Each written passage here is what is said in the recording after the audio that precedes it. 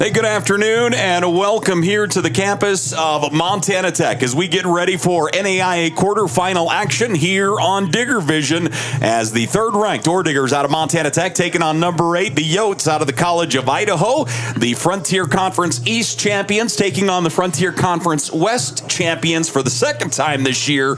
Both of those games here on this field, and we're getting ready for what should be a great day of action as the Yotes in town taking on Montana Tech. Paul Panisco, the lovely and talented Ron Haskett. Hasky, how are you, brother? Oh, couldn't be better. Much more tolerable day out there than last week. And last week ended up being a good day for football, right? It was chilly, but yeah, the field looks great. It's clear. Of course, there's snow surrounding us, and winter has arrived here in Montana. But yeah, it's a good day. Yeah, a lot of short sleeves, no wind. It's going to be a good day for a really, really hard-hitting football game here today. That's what I'm anticipating. And I'm with you. These two teams share a whole lot in common. And as we mentioned earlier, this is the second time they have played this year. Montana Tech won the first time back on September 27th in a non-conference game. The College of Idaho was in town. The Digs won that 27-24. And that was kind of how things shook out the first time. It was interesting. We'll talk about that first game quite a bit. But again, it's a long time ago. You know, there's going to be a lot of things that you can take away from that. But there's been a whole lot of growth for both of these teams moving forward.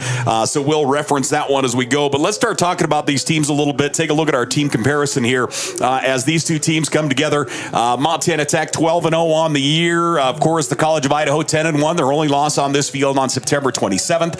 As you look down through the list, Montana Tech, few more yards, few more touchdowns. The sack one jumps out to me quite a bit. The Digs up near 30 sacks, and that's the first time in a while, to be completely honest. But the other one that jumps is that one at the bottom, that penalty yards, the penalty flag. We have seen a whole lot of linen on the field this year for Montana Tech, and if they have had, you don't want to say an Achilles heel, but if they've had something that has tripped them up this year, that has given them some problems, it has been penalties, and that Yotes game the first time through was the case again. I'm wondering how much they talk about it. Because it's been pretty consistent, right? Yeah. Game in and game out, they get a lot of penalties, and I wonder if they just think it's kind of rub of the green. You know, it just happens. Yeah. Or if it's something they go into the week and they think, oh, maybe we can correct our penalty situation this week, and then come Sunday morning they think, oh boy, another 9 for 135. But and the College of Idaho's a fairly penalized team too. But these are two good, hard-hitting, aggressive offenses and defenses, and this is a real man's football game here today. They're real similar, and of course, you have to look at the quarterbacks for both of these programs to kind of get an eyeball here. As you look at the quarterbacks here, you've got Caden Young out of C of I on your left, Jarrett Wilson on the right. Both of these guys are run guys. You know, they are guys that are going to throw the football, but really almost kind of run first, especially in Young's case. But Jarrett Wilson, as this season's gone on, has just gotten so good. I mean, look at that completion percentage. 76% is bonkers. That's national level. He's in the top 5 in the nation at all college with that number. He's thrown for nearly 2,500 yards. He's rushed for 475. There's the number where Caden Young's numbers are a little bit higher in the rushing side of things. Jarrett Wilson, a few more total touchdowns, but then the big swing there is that interceptions. Jarrett Wilson, has thrown 28 touchdowns this year to 1 interception in his first true season as a starter. And heck, he didn't even get the starting job till week 3, I think was when he officially got the nod. He has just been fantastic this year. And you have to watch, if you give Caden Young any kind of daylight, Caden Young's going to take off on you. Yeah, he'll take off. And I don't know that Caden Young is quite as fleet of foot as Jarrett Wilson, but he's a little bigger in stature too. And he does a nice job. And I won't call either one of them game managers. They are both really good football players. And again, I mean, Montana Tech just isn't going to put their quarterback in a situation to turn the ball over. He's just grown and improved with every game. They take exceptional care of the football. It all starts with a hard, heavy running attack, and the play action that they get off of it, and the scheming, with shifts and motions. They get the matchups that they want, and they make you. This is a team that just makes you defend the 80 yards behind you and 54 yards wide on the football field. They really make you defend the entire turf, and that's what makes them a nightmare to deal with. Well, again, thanks for joining us as we're here on Digger Vision, Orediggers football, as they get ready to take on the Yotes. The quarterfinals of the NAIA playoffs. We'll take a break. We'll come back. We'll talk about the two-headed giant at running back for Montana Tech, and then we'll discuss this Levi Torgerson guy. We'll get into all that and more, ladies and gentlemen. Stay close. Checking. Radio mic check. Hi, I'm Matt Steppen, Athletic Director at Montana Tech, and I want to welcome all members of the Oredigger family, past, present, and future, to the brand new Montana Tech Hyper Complex. We're excited to announce a modernization project that will enhance the experience on campus for all students, faculty, staff, and the entire Oredigger community. With a state-of-the-art hyper facility, our Montana Tech students and athletic programs will experience an athletics facility like no other in the NAIA.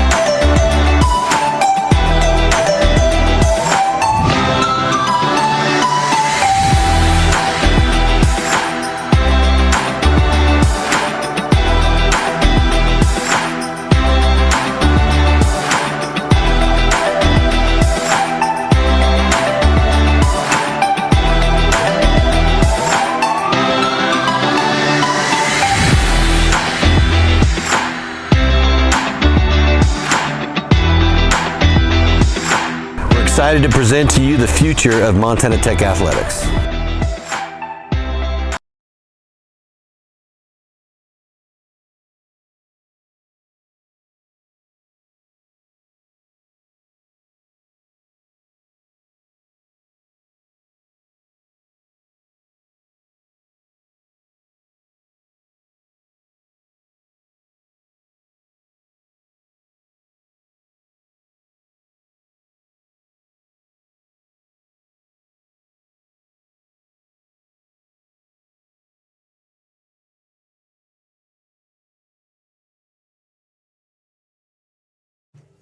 Back here once again to the campus of Montana Tech as the Digs are getting ready to take on the Yotes, a Frontier Conference matchup. Again, Montana Tech won the Frontier Conference East title. The Coyotes won the Frontier Conference West crown. And one of these two will advance into the semifinals and just kind of continue that football journey for at least another week. When we talk about this Montana Tech team from start to finish, the one thing I really want to, out of the gates when this team started, you go back to the Copper game with UM Western, you go to week 2 with Carroll College, and as the year's gone on, the big factor for these guys, in my opinion, has been the run game. You look at the run game that Montana Tech has established, and it just continues to do incredible work. And here's take a peek at the first two. As you got Wykees Johnson, who of course started the year 185 carries, 853 yards, 10 touchdowns. Wykees has just had a monster year, and especially as the year has gone on, you look at last week with Nate Milanowski, he was fantastic. Milanowski, 93 carries, 452 yards, 5 touchdowns, and that's only the first two out of that room, because then you've got guys deeper in that running back room, a really talented group, certainly led by those two guys right there. The one thing that I'm not worried about here today is what Montana Tech's going to have at tailback. Yeah. Because of course you're not worried about Wykees Johnson or Nate Milanowski, but who's the next guy in the rung there?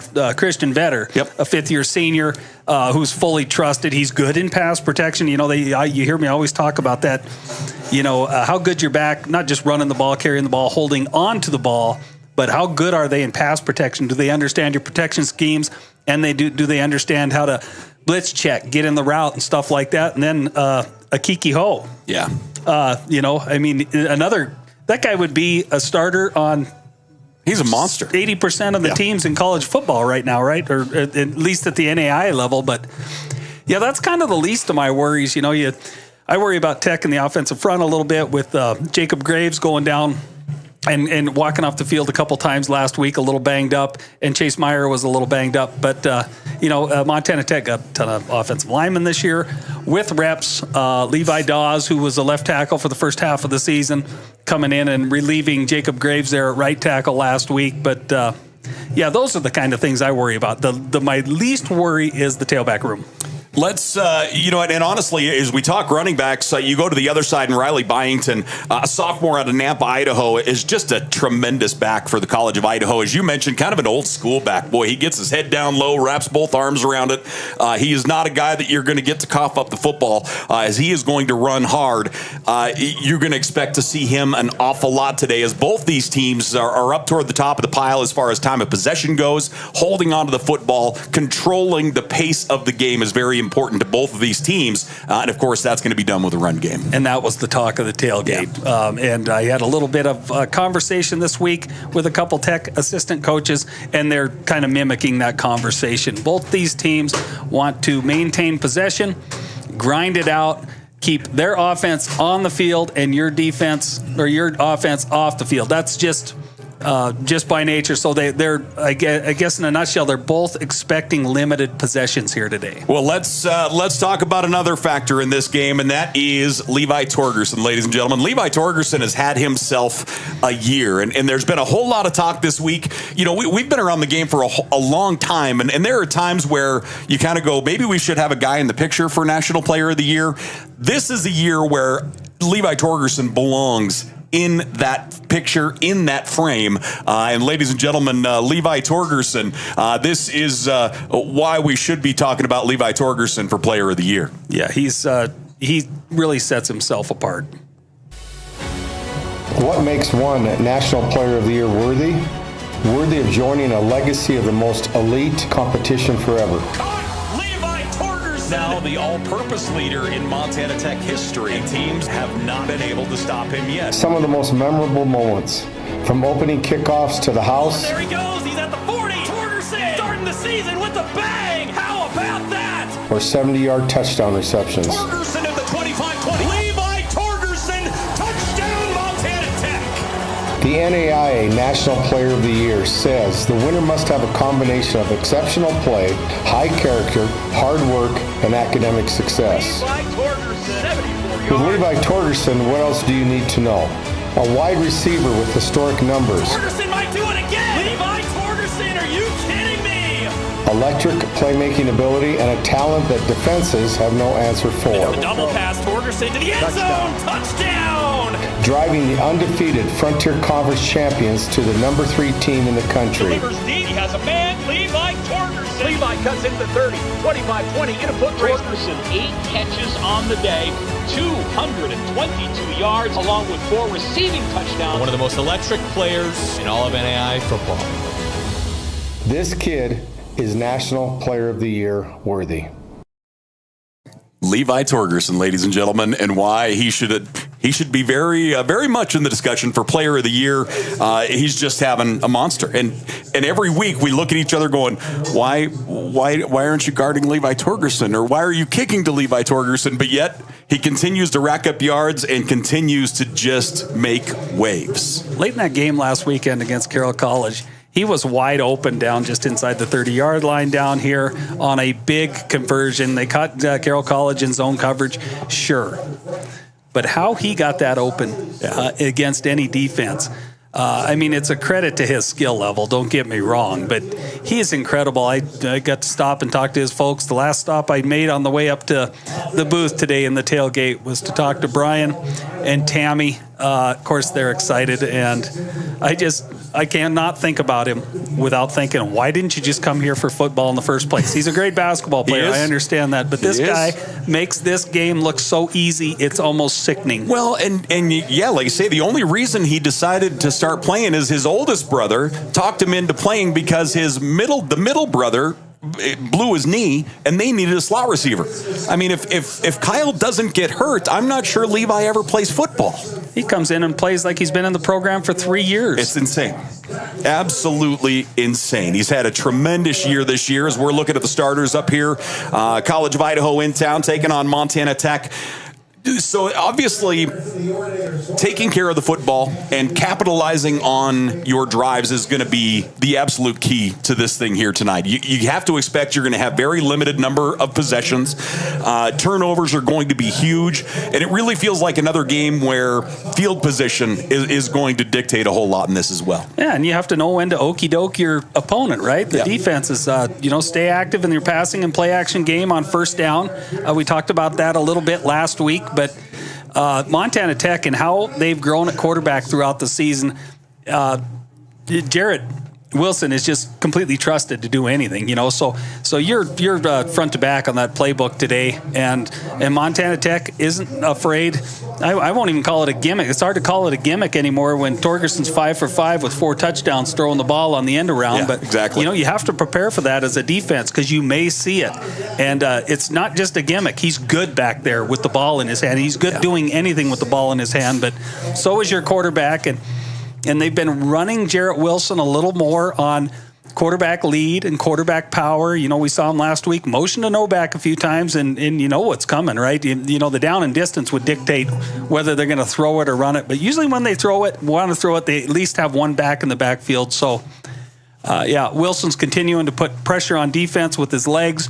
You get not to talk about Dylan Snyder, Nick Michelotti, and Derek Pierce, and the rest of the guys out there catching balls for this quarterback, but he's been highly efficient, and Montana Tech's a nightmare to get off the field. Well, and that you bring up a great point there, is if you focus on number 2 too much, there is a whole lot of other weapons out there, and that's going to be the case at this level. We have basically 7 football teams still remaining, and you're obviously going to be playing great football to be at this point, and it's certainly looking forward to what should be a good one here today. We've got some wind out of the west, a little light snow coming down.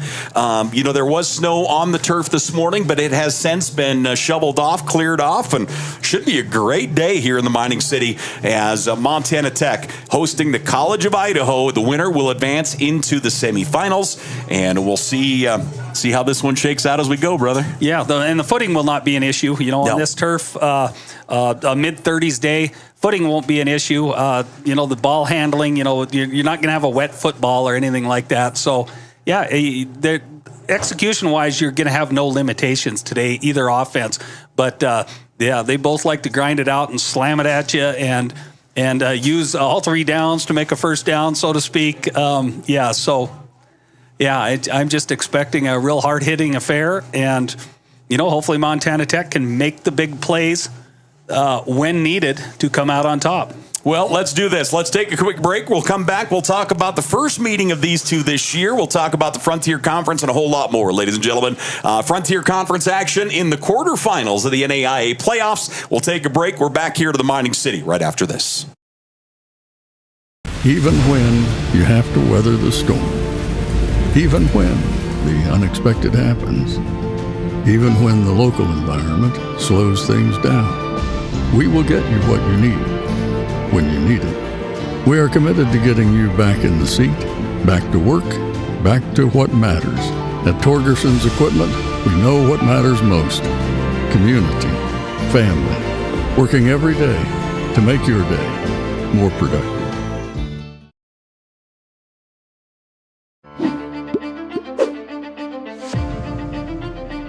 Nucor is a great company. They care about their people. They care about the environment. I've never been restricted to fall in a box. I've never been told that I can't do something. I saw it as a great opportunity to develop a career. You create your own destiny at Nucor. We're building something bigger out here at Nucor.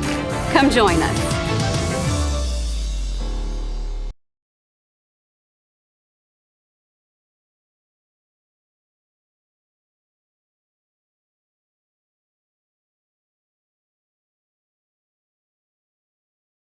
Hey, welcome back here once again to the campus of Montana Tech, the Frontier Conference meeting here in the quarterfinals.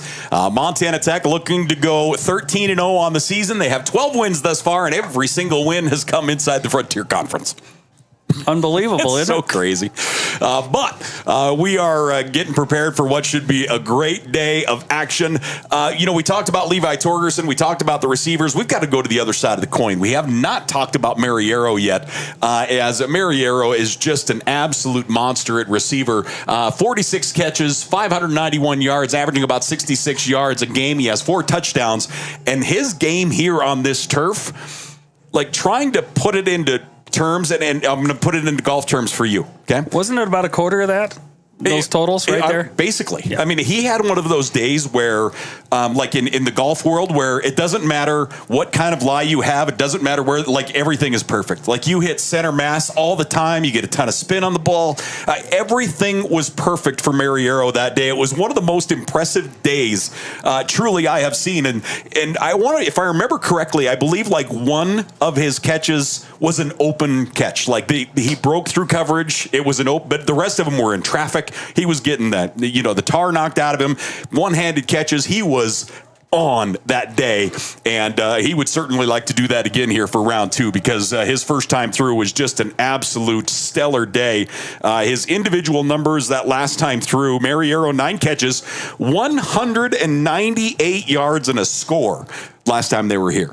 Yeah, that's. I went back and watched that game. Of course, I missed that home game, the one game I did miss this year, but I went back and watched it, and I just remember watching these catches and thinking, oh, it's number 10 again. and I just remember thinking, I can't wait to talk to Paul about this guy, because we're not afraid to talk about an opponent or opposing receiver. I always go back to Jomo Wilson, Omar Rodriguez, our guys. Yep. And we're fans too. I mean, we're obviously Tech to our core, but we're Frontier Conference fans. We're football fans, and when you get a tremendous player, we fall in love with players too, and it's fun to see. And I'll tell you, he had himself an afternoon. Yeah, and it's hard not to talk about Carson Ochoa last week against Montana Tech. I mean, what a great football game that young man had, and he was the talk, largely of the tailgate when I was out there. We were talking about last week's game, and everybody's going back to 82, and I say, trust me, it seems like 82's been at Carroll for 10 years. But he had an exceptional day, and Mariero, I'm just kind of excited to see how Montana Tech's going to defend that when they know throwing situations are presented in front of them. I want to see what they're going to do. Are they going to over under him? Are they going to cloud a corner on him? I don't know what they'll do, but you talked about Montana Tech maybe bringing a little pressure, a little more today. So, of course, we're always excited to see what they're going to present defensively. Yeah, it's always fun to, especially in a situation like this when you know your opponent, but it's been a little while and you kind of watch the rest of their season develop. And this College of Idaho team, very, similar to us. We've talked about this before. The C of I team wants to run the football. They want to establish the run and make it their center focus. And the first time they were here, that was not the case. I mean, they only ran for like 32 total yards, which is absolutely unheard of, to be honest, as far as their program goes. So that is going to be a significant focus for them, is to get out, establish the run game, and then build on it from there. Carroll College is a good defensive football team. We talked about that going into last week's game. I was really nervous about that. Really good linebacker play, defensive front. We think of Forrest Serrero and the game he had against Montana Tech last week. Well, I went up to the College of Idaho Carroll game, when they were both 5-0. It was the conference championship. Carroll knew what College of Idaho wanted to do, and College of Idaho just ran the ball, not just between the tackles, between the guards against them. And I was really dumbfounded, and that's when I really realized the physical nature of how they want to play this football game. It was Byington in the backfield, but it doesn't come by accident. You got the hams up front, moving bodies and opening a running back to daylight. That's the one thing that really concerns me here today, because Carroll knew they wanted to run it, and they really couldn't do much about it. So that's, we come in here and look at College of Idaho in that perspective, under that lens. They're going to come in here and run the football. If you're looking at Montana Tech through that same lens, you're the College of Idaho, you look at them, you're prepping for them. What do you bring to the plate here that you need to take away from Tech? Well, I don't think they're going to be any different than anybody else, but they're just going to have to go back to their tendency studying and knowing when Montana Tech wants to pull the ball out of that back and let Jarrett Wilson, leak out, maybe a soft rollout. You always got to keep tight end in mind. And of course, Torgerson, they're going to look for Torgerson deep, and they're going to look for Michelati deep. You just have to be prepared and not fall asleep on one snap there, because by and large, you're going to be trying to stop Montana Tech's ground game today, but you've got to keep that secondary engaged on just on tendencies. When do they like to do this? And I've watched them all year. I don't necessarily know when they like to do it, but it seems like when they do it, they find Torgerson open. They find Michelati open. They'll find Dylan Snyder open. Yeah. Parker Johnston at times open, and it's kind of, I'm not sitting in there eating tape 24/7 like these guys, but these guys are obviously doing it and executing on it. Well, we are getting ready. This is going to be a fantastic football game. Clouds are low. We've got a little snow coming down out of the west. We'll see how long it sticks with us. Ladies and gentlemen, again, thanks for joining us here on Digger Vision, not only for the Tech local and the Tech faithful, but on the Urban Edge Network and throughout the NAIA. We're looking forward to what should be a great day of football. We'll find out who our Final Four are, where the semifinal locations will be, and this is exciting. It's a great time of year to be calling some football, Haskey. This is as far as I ever went in the game, in my involvement in Montana Tech, the national championship in 1996, but we only had to win one playoff game to get there. It was a low number of NAIA Division I at that point. And still split between D1, D2, and the NAIA ranks. And then the next year, making it to the national quarters. And I'll just be frank, that was a really good football team here at Montana Tech. That's the one last week that I compared this team to. Yeah. That was a really, really good team. We just ran into a buzzsaw. We ran into Willamette in an offense that was fantastic. The fly offense, never really seen it. I mean, it's tough to prepare for in a week. And it's not that we played terrible, just couldn't find the football. Well, we are getting ready for the Montana Tech Digs to take the field here. Again, thanks for joining us on a Saturday. And Montana Tech is on to the field as they come through hallowed ground. The Digs taking on the Yotes. We haven't really seen this Montana Tech team affected by any pressure yet this year. You didn't see it last week. We haven't seen it, period. Is that, do you feel that is going to be the same this week, or do you feel like there's any more added intensity? There's just been too many opportunities for them to fail under pressure where they haven't. You've heard me mention in more than a few games, every time Montana Tech needed a first down or a scoring drive when they absolutely needed it, they've executed and got it done. And I go back to being pinned on the goal line last week, 3rd and 5 or 3rd and 3, whatever that was. Jarrett Wilson's composure in his own end zone, waiting for Michelati on that drag route to open up, delivering that ball. Just those situations, just to move the sticks, eat clock, and button up a game. But when they've needed it this year, they've got it. And you'll hear people talk in summary of this season, and Montana Tech struggles in the third quarter, right? Mm-hmm. But what they don't talk about is the lack of struggles they've had in the first and second quarter. They've largely gotten up on everybody. And that tells me they're getting great preparation out of that coaching staff and those players throughout the week, and coming out and getting on their opponent early. And, coming out of the locker room in the third quarter, that's a different animal. But, you just want to be here present when that kind of stops. And it's not the case, and they come out and blow up the third quarter as well. Well, we're getting ready for the start of this one. Montana Tech coming to the sideline. We're going to get our national anthem. We'll go ahead and join our anthem as Kyle Reif will join us once again. Kyle, a staple out to the Wise River Club. He and Tim Montana. He played for us in the Copper game. Ladies and gentlemen, Kyle Reif.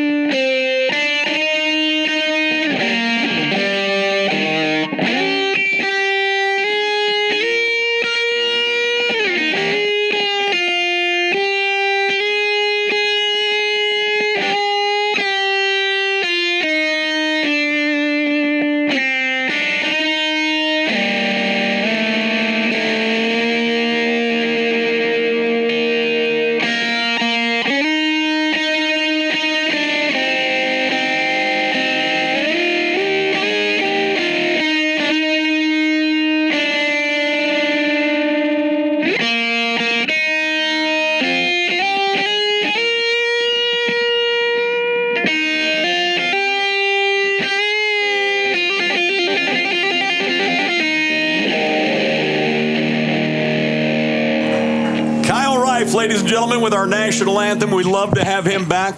That was a fun one. It was fun to tell our football team and everybody around that Kyle Reif was going to do the national anthem again, because it was just, he was here on the Copper game. We had so many people in this joint for Copper game against Western to start the season this year, and Kyle was kind enough to come back. There was a chance, we had an outside chance, Tim Montana was going to try and join him, but he is in the studio recording with Jelly Roll this morning, so I guess... Jelly Roll's more important than us. My wife will be happy to hear that. She's a big Jelly Roll fan. So, that's a real who's who in country music, right? That's the deal. So, go get yours. Well, we are getting ready to get our captains, our coin flip, and our ball presentation. And an exciting time right now for Montana Tech as Kellen Klemple is out to get the ball to our officials out here. Kellen is out of the hospital. He is home, and he is delivering our game ball here today. Tough to talk right now. That is. If we can get a camera there on center, gentlemen. Just an unfortunate accident, and it's nice that he's making his recovery. He's been through hell. Yeah. That whole family's been through hell, and just at least a reason to smile today. So Kellen Klemple, who had a severe brain injury, was life-flighted first, I believe, to Missoula, then to Salt Lake City. He has been in Salt Lake now. He was in Salt Lake, I should say, for several weeks, and was just released this past week, and he is home. And certainly still a long road out in front of Kellen, but boy, he has given this team a whole lot of strength, and it's tremendous that he is here supporting the Digs for the first time. And it's Frenchtown that he came from, but his mom is a Uland from Butte, really tied into that whole Uland clan. Of course, they all I've got a ton of Ulands that live around me down here on the Lower West Side. So all great people that had to suffer through this stuff with Kellen. And it's just so nice to see him on his feet there at midfield delivering the game Good ball. afternoon, captains. So we're going to get the flip of the coin. And your teammates. I'm playing and as you look at your screen, you see our athletic director, Matt Steppen, behind the white hat. And to the left is a little creature by the name of Wasey Deegan. Wasey Deegan is going to flip the coin for us. Wasey representing Emitat. See him in his playing days. Look at that. I was really bummed about that picture because you don't see the pink shirt. Do you remember the pink shirt Wasey always wore under it? Yeah. All-American tackle. He's just evolved so much into the older Emitat guys. And when I say older, the early 90s ones, because Wasey was a mid-2000s guy, right? But they just love him. And, they all fit in together, and they're just a bunch of big old boys that really do. They move mountains to support this. Shake hands. Have a great game this today. University. For starters, but especially this football program. Yeah, what Emitat has done for our football program cannot be understated. The Emitat, what it means is every man, every time, all day. As the cameras pan around, you'll see some tents and everything else, but it's basically former football players and friends of the program that have rallied together not only in support, but also in cash and other assistance in helping out this football program in a ton of different ways. And boy, I'll tell you, Wace has done so much work in that respect, and certainly could not thank him enough for what he has done for Montana Tech. Yeah, and that whole crew, for sure. They just, so many good, driven, hardworking alumni of Montana Tech that went out and they just became leaders, and they were successful, and they're leading companies now, and they're coming back here. They could go to the Alabama-Georgia game today. They could go watch the Big Ten championship here today. You know what I mean? They could go anywhere, and they come back to the parking lot in front of the Student Success Center and just have a blast here with all their homies. And if you want to learn more about Emitat, you can look up Roll Digs, our podcast. Wace and I sat down what was it? Right around the beginning of the year. It's been a couple months ago, but we sat down and talked about Amitat and what they do, and you can find that wherever you download your podcast. Wasey will be happy to know you guys on that podcast put me to sleep a couple nights. You know, that was the last thing I'd listen to when I was laying in bed. Boy, what a wonderful accomplishment that is. Well, you know, Wasey wouldn't have it any other way. Dee Dee, you're welcome. So we are ready to roll. The Yotes out of the College of Idaho taking on Montana Tech, an all-frontier affair here in the quarterfinals of the NAIA National Tournament. And actually, speaking of Amitat, they have paid for all of our student tickets today because, you know, normally, obviously, students get in, but we have to put up money to get here so students don't get in free. And Amitat has paid for all of the student tickets here today, and we're at like 300. They just understand what it's all about, period. So, again, thanks for joining us. We are ready to roll. What is a gorgeous day in December, probably mid-30s right now. We'll have meteorologist Ron Haskett look at that later. But the College of Idaho will kick off. The question is, will they kick to number 2? So Levi Torgerson is back. The football's in the air, and the quarterfinals are underway. End over end, 3 yards deep. He's going to take it out. Levi will come here to the left side across the 15, has some blocking, 20, runs into his own man, and he's out to the 25. So the Digs will start at the 25-yard line as Levi Torgerson with the return. It's just funny to watch. I clicked on my Garmin so I could just watch my heart rate from the second Torgerson fields that ball, you know, while he's running. He's just so exciting. It's just exciting to see him with the ball in his hand. Well, obviously, there was a lot of moaning and griping about the fact that 2 frontier schools are here, but it's game time, and life as we know it is good. So let's get it rolling. 1st and 10, Diggs. Jared Wilson out of the shotgun. He's completed 76% of his passes. He'll go empty. Torgerson will come in motion. He'll get it on the fly pitch. Turns it upfield. He's across the 30. Should be first down yardage for Levi Torgerson. It's going to be a gain of, they'll say, 9 officially. You know what I love? You know what you have to prepare for if you're the College of Idaho? Montana Tech makes no bones about it. They run the fly motion, push pass it to him, and say, here you go. Good luck. We're going to come right out of the gate swinging.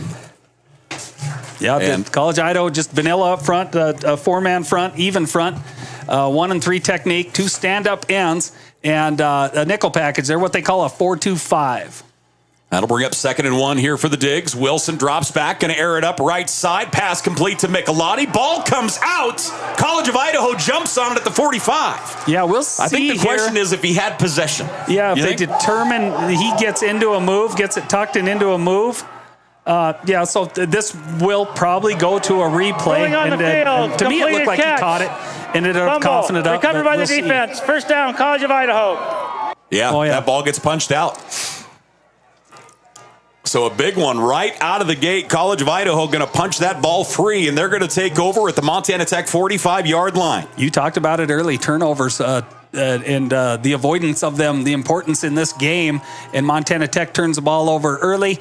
And, you know, we've also touched on the great job Montana Tech does defensively in sudden change situations, and we'll see if that rings true here on this series. 1st and 10 from the Tech 45, 1 back at home. He'll get the carry straight ahead, bounces left across the 40, 35, down to the 30, and inside the 30 to the 29. It's a gain of 16 on the carry as Byington takes off and moves the chains on his first carry. Just inside zone to the right side, and he sees the cutback opportunity. So often you see the cutbacks there or the bounce out. He utilizes the cutback, and a nice gap there for Byington to find some real estate. 1st down and 10 here for the Yotes. Byington in the backfield.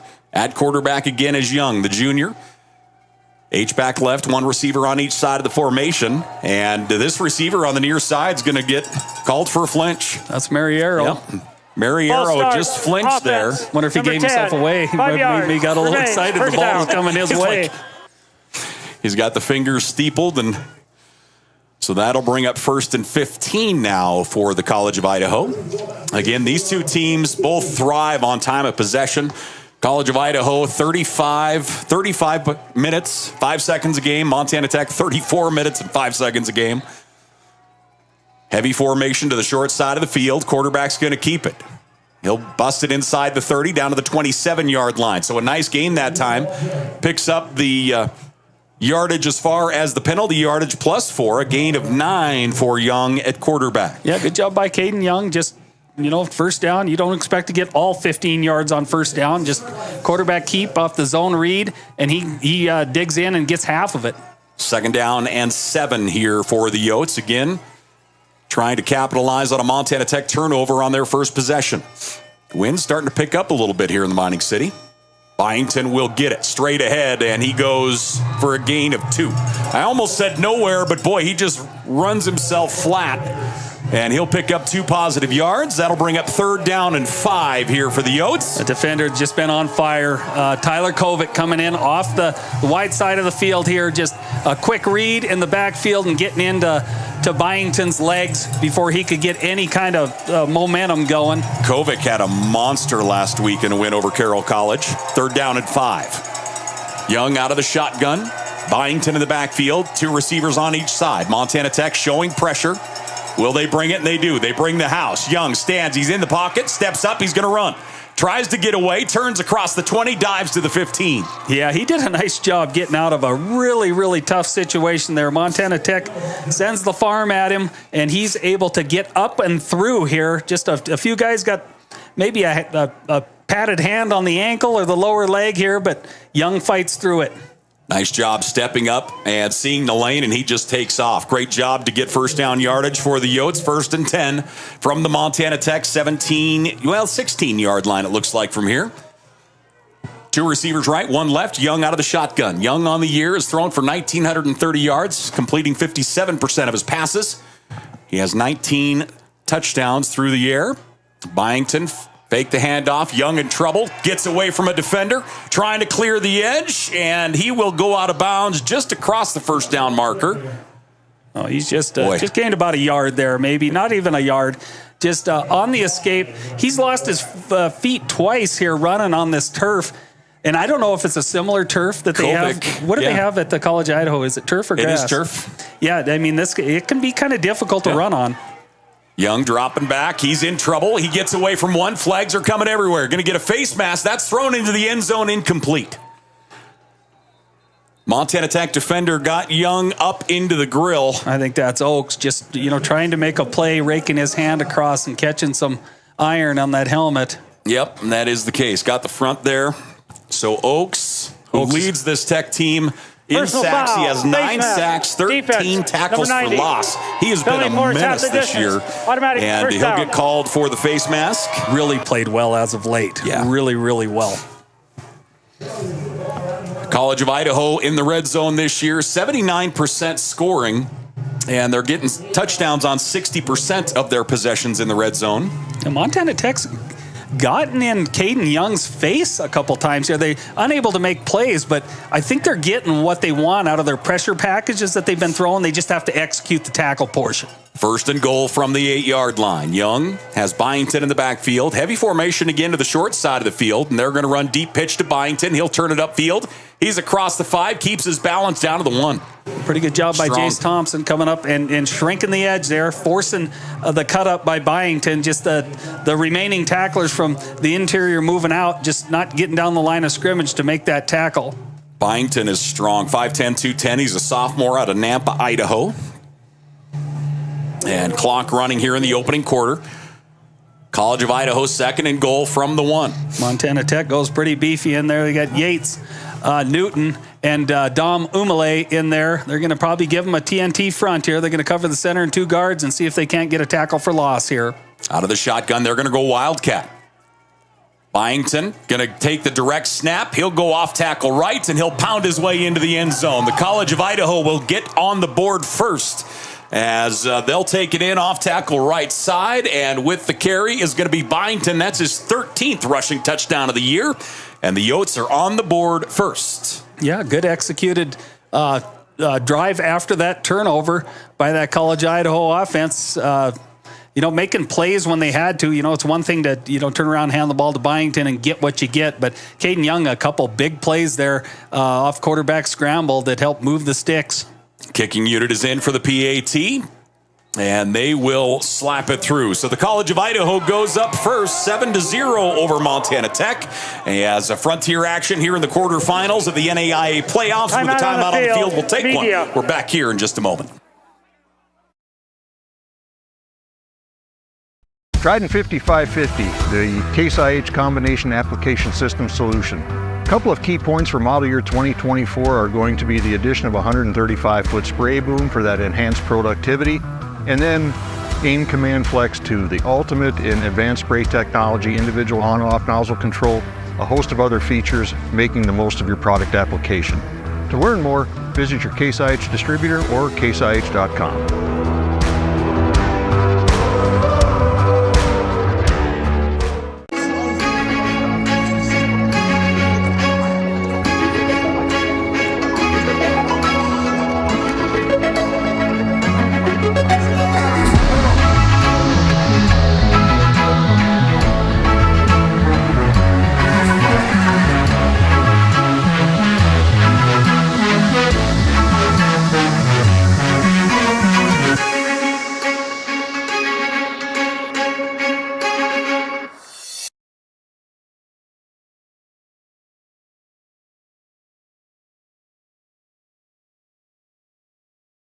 Hey, welcome back here once again as we are getting ready here for Montana Tech's second possession. They turned it over in their first, and the College of Idaho Yotes were able to capitalize on a fumble. And we'll see what Montana Tech does here in round two in their offensive side of things. 10-14 left to play in the first. And they were off to a pretty good start, right? They ran the push pass to Torgerson for 9 and a completion on 2nd and 1, just an out route to Nick Michelotti, executed, caught, and just a good defensive play by the College of Idaho Yotes, getting the arm around and punched through that football and got it knocked out. 8 plays, 45 yards, and 7 points for the Yotes. And they will kick off here to Montana Tech. Again, for a Saturday in December, we are awfully lucky. 33 degrees, cloud cover low, a little snow at times. You got to love yourself a kicker, number 62. Good call. End over end kick, 2 yards deep. Torgy will take it out again. Levi Torgerson this time up the middle. Cross the 20 and a big hit delivered. Oh, there was a big hit up front. Novak for Montana Tech. The collision at about the 35-yard line. And it took my eyes off Torgerson as the return man. There's some violent collisions going on out there. Yeah, here, take a look at the Case Construction instant replay. Big hit delivered up high that time, as making the stop was Trey Gibson. So Montana Tech 1st and 10 from their 20-yard line. Digs out. Nate Milanowski in at tailback. And it looks like Charlie Kurgan in at fullback. 1st and 10. Did Milanowski start the game at tailback? I didn't even pay attention. He did start the game at tailback. Torgy in motion. And Milanowski will get the rock. He'll bounce it off right side. Little positive there, but not much. A gain of 2 for Milanowski on the carry. That'll bring up 2nd and 8 here for this Orediggers offense. Yeah, getting up to make the tackles. Linebacker Matthew Iwamazu. I think I said that right. Oh, they got the phonetic going there. There you go, buddy. Nice. 2nd and 8. First quarter action here from the Mining City. Wilson comes in throwing for 2,478 yards. He has 28 touchdowns through the air, 1 interception. And Montana Tech trailing 7-0. Out of the shotgun, Wilson, handoff to Milanowski. Tries to find a lane, able to bounce back into the center out near the 25-yard line. And that's going to bring up 3rd down and 6 here for the Orediggers. Good job closing out of that secondary by the Yotes. A good cutback by Milanowski. Looked like there might be a little bit more there, but yeah, that 4-2-5, there's just a lot of bodies between the hash marks. 3 of them coming from 10, 12 yards deep that converge on that football. Milanowski, boy, we saw his footwork last week, and we see it there again. He is so good side to side. Those kind of baby steps. He's able to keep his balance and keep his momentum going. College Idaho can really cover on the perimeter. You got Swafford and Pretty, both good cover guys. Dropping back, blitz coming. Wilson able to escape, throws it downfield. Pass complete to Pierce. That's going to move the chains for Montana Tech. When you need it, go find your tight end. That's just what Wilson, great escape out of the backfield. I mean, really effortless. He's got, I didn't get the number. Coming here hard, right up the gut. And Wilson just... That's a Wamazu again. Putting heat on him. Wilson just nonchalantly rolls out the right side, gets himself a little space, and delivers a catchable ball. Montana Tech 1st and 10. Ball on their 35-yard line. He'll bring man in motion. That is Pierce. Heavy formation left here. See if they run behind it, and they do. Milanowski out to the 39. Yeah, it isn't much, but it's positive yards out of your tailback. Keep him engaged. Keep that running game engaged, because so much of your pass success is going to come off that action in the backfield. And, you know, it's just needed. Wilson needs it. And, of course, the Torgersons and Michelotis of the world need it as well. You go back to last week as Wykees Johnson had the ball in the first quarter or so, but then we didn't see him any longer as that ball game went last week. And I walked off the field with him. He had a hurt foot is what he told me. So 2nd down and 7. Wilson is going to step and deliver downfield looking for Torgerson. He's able to make the catch at the 30, 25 down to the 24. This guy's He was incredible. getting hounded.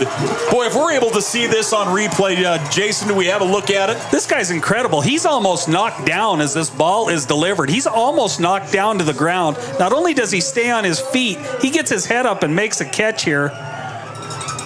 Yeah, I mean, his balance is just off-putting. And what a catch. There you go, ladies and gentlemen. I mean, that's it. It's insane that he stayed on his feet, let alone got his eyes back to the quarterback and caught the football. And don't discount the perfectly thrown ball by Jarrett Wilson again. Man in motion is Net Burn. They're going to run the pitch to Torgerson. Torgerson gets away from one, back to the line of scrimmage, not much more. He gets wrapped up quickly that time in the defensive front as Sam Lowings, the DT, is there to take him down. Got some good penetration there early that caused Torgerson to bow out of the backfield and change directions real quick. But, yeah, I don't hate the scheming. I mean, this guy's your candidate for Offensive Player of the Year. You get the ball in his hands, period. Yeah, he just so dangerous in every single aspect. He's thrown 4 touchdowns. He comes in here with 14 receiving touchdowns. He has a kick return for a touchdown. He has a punt return for a touchdown. And that's Torgerson in motion. Out of the shotgun, Wilson. Wilson drops back, has time. They're setting up middle to Pierce. Pierce down to the 18-yard line. You know, and Torgerson has to do a ton of stuff, right? That time he starts in the backfield. He's got a motion to the right. I mean, he's required to do a lot of shifts, a lot of motions, and, of course, make a lot of plays, and he just does it effortlessly. Boy, Pierce pulls that in. He knew he was going to take a hit and still stands, pulls that bad boy in. I tell you, early on, I'm really impressed with the composure of Wilson 100%. At quarterback in a big, big game. 3rd down and 4 for the Diggs. Ball at the 18-yard line of the College of Idaho. And Wilson, actually Torgerson there. That one's going to be picked off at the 4-yard line. Looking downfield, Torgerson threw it to the left side. He was looking for Michelotti, and that one is intercepted by the College of Idaho. Yeah, I don't know if he got a break out of Michelotti. He was expecting him to go one way, and he went the other. So that one picked off. The second turnover of the day for Montana Tech is Torgerson looking into the end zone. And that will go to the College of Idaho. So the Yotes will take over this time at their 12-yard line. Montana Tech with their first trip. Well, I guess we can still say all his passes have been completed. Yeah, I mean, it's just unfortunate. I don't know. There seemed to be maybe a mix-up there. I don't know. I'm gonna lay off it. But, yeah, we need a defensive stop here now. 1st and 10 here for the College of Idaho. One back, receiver each way. Tailback will get the carry straight ahead. Nothing there. As Byington with the carry, he'll get a yard maybe as Montana Tech plug the gap. Tell Arthur one of the first to make contact. Yeah, Arthur Kovic's in there. Cole Graham did a nice job getting down the line of scrimmage as well there. But, yeah, I mean, you could see that there at the tail end of that run. Byington just will not stop the legs going. I mean, you've literally got to get into his legs, get him off the ground, and put him on the floor. You see Cole Graham there with the big club on his left hand still. 2nd down and 9. Byington, play action. Young going to throw downfield. Has a man wide open at the 25. Out across the 30 to the 31. The first catch of the day will go to Mariero. They had a wide pair out there to the wide side of the football field, and just a combo route, just a clear and an under route out of Mariero. So Mariero with the reception will move the chains here for the College of Idaho. Out to the 32-yard line. Young will get the completion. That's one of those passes. It's kind of tough to stop from a secondary standpoint, corner and safety. Where you gotta hinder a pass like that is getting underneath coverage, inside and outside linebackers underneath that ball. 1st and 10, blitz coming. Young airs it up left side. Pass complete, out across the 40 and out of bounds. They'll say out of bounds. Well, the official will mark it at the 40. So that will not be first down yardage. A gain of 8. Just a good job. Timing play route. Action, Yep. Timing route. Just an out route. Went out to tight end Torrey Watkins. The College Idaho offense doing a nice job of mixing up pass and run here, just period. Just pass and run, keeping Montana Tech a little bit on their heels right now. 2nd down and 2 for the Yotes. Handoff will go to Byington. He gets stood up at the line of scrimmage, but is able to jump forward, and he will move the chains. Good bit of running by Byington as he was hit behind the line of scrimmage, and still, you know, we talk about those guys all the time. Those running backs that always fall forward. They're always getting 1 or 2 additional yards from where they're going down, and Byington has shown that very well here today. Montana Tech a little mixed up on defense. Oakes runs off the field. Beller was on his way out. Now he's called back onto the field. Now I have to count and make sure they have 11 guys out there, which they do. 1st and 10 here for the Yotes. Ball at their 43-yard line. Young looking to throw, checks off the left, downfield. That one is tipped and almost intercepted. Oh, Peyton Gonzer is going to be mad at himself. Now, in his defense, he's looking dead back into the sun there, but he is in front of that skinny, short post, and this thing goes right through his hands. This is a missed opportunity by this defense. Boy, right through Gonzer's hands, tipped, and then it comes back and hits him in the grill. Just to rub it in. 2nd and 10 here for the Yotes. Young is 2 of 4 on the day. He's thrown for, looks like 27 yards thus far. And the way the Yotes are mixing it up here, I'd expect Byington here on 2nd and 10. Tech showing pressure. And Young wants to throw. Slant route on the interior. That one is going to be caught. That's going to be first down yardage as they go quickly to Corbin Freeze, and Freeze will move the chains here for the Yotes. Yeah, Montana Tech's just got a lot of eyes in the backfield right now. And, the little bit of play action to Byington in the backfield's freezing linebackers, and they're getting, just wide open receivers underneath that safety load at Montana Tech. 2:18 left to play here in this opening quarter. College of Idaho with the lead. They have run 14 offensive plays for 87 yards. They scored off of a fumble for Montana Tech in their first possession. They're trying to score again here off of an interception.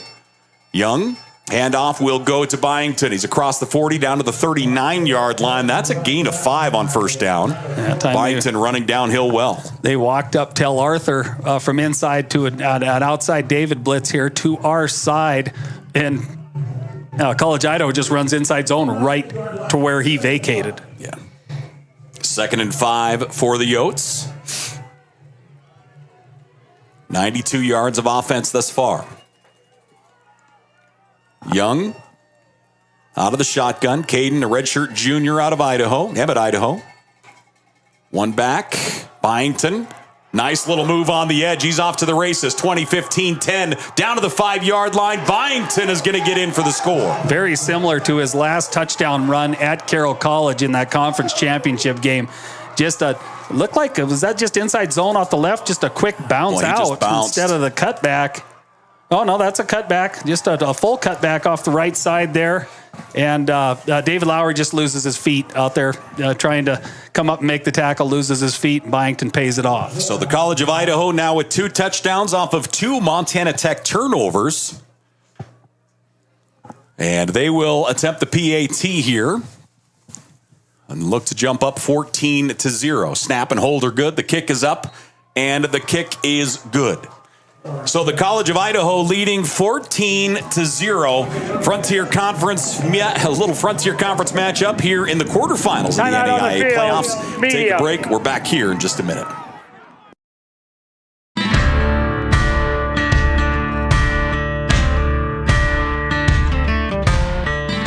Hey, Dave Brennan here with Case IH.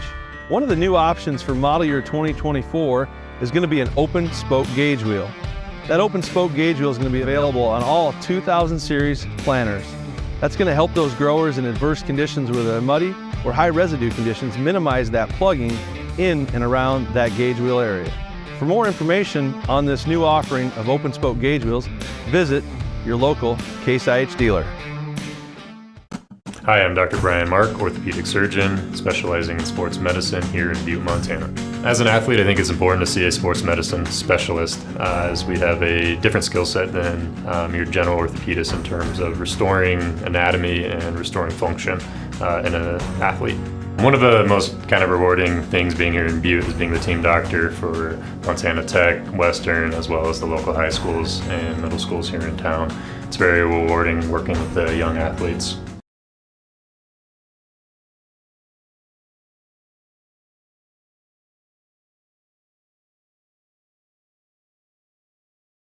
Back here once again at the campus of Montana Tech. Thus far in the opening quarter, it has been all College of Idaho. 2 touchdowns off of 2 Montana Tech turnovers, a fumble followed by an interception.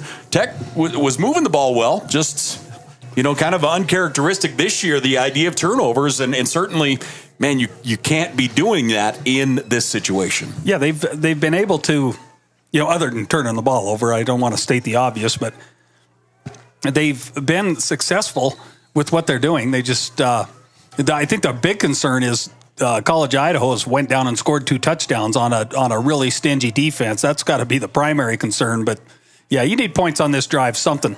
Looking into the big sun, Torgerson with the return right side. He'll get stood up at the 18-yard line, and they're going to get a flag as they put him to the ground outside the bounds. Yeah, just not a smart play. Not a smart play. Of course, you want to make a statement, right? You got a candidate for Player of the Year in NAIA football. You get your hands on him on the field of play and ride him out of bounds, sure. But then, slam him to the ground, that's not a smart play. They, had a chance to start Montana Tech on the 15-yard line. Now they're going to be out over the 30.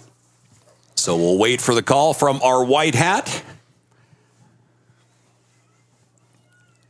Personal foul, kicking team. Late hit out of bounds. 15 yards landed in the run. So the late hit out of bounds will bring it out to the 30-yard line, and Montana Tech's offense will go from there. 10 plays, 82 yards for the Digs. Jarrett Wilson, 6 of 6 for 75. And Torgerson with 3 catches for 46 yards right now. Milanowski has 7 yards on the ground. So the Digs will break the huddle on the sideline and look to take her the other way. Ball out to their 33-yard line. You have to love what you've seen out of your young quarterback early in this football game. I mean, who wouldn't love 6 for 6 for 75 yards? So you have a good feeling on anything you want to run here. 2 receivers left, 1 back. Wilson goes to his back underneath. Milanowski squares up and gets 3. Nate Milanowski. Just a little check out of the backfield, a little check angle. Out over the middle of the football field. Good delivery by Wilson. Doesn't gain much, but it's a completion to the back out of the backfield, and that's something that defenses talk about all the time. Milanowski, great hands out of the backfield. Really kind of that complete package as far as a back. Great blocker, intelligent. Just does an outstanding job. 2nd down and 7. Man in motion is net burn, handoff. Milanowski, good spin move. He's out to the 39. You have to feel Montana Tech offensively. You have to feel against this 4-2 defense that you should be able to run the ball, right? You hear it on Saturdays and Sundays throughout the season. 2 safety teams. In this case, it's kind of a 3 safety look, right? Yep. And you get those guys off the football, and you just think this should be an opportunity for us to run the ball. You have to credit the College of Idaho, not giving a ton there, but Montana Tech offensively, you just got to check, or you've got to stay patient and run the ball against that front. 3rd down and 4 here for the Digs. And that's going to do her for the first quarter. 15 minutes in, and the Yotes up 14-0. Frontier Conference meeting here in the quarterfinals of the NAIA football playoffs. We'll take a break. We're back here at the start of the second after this.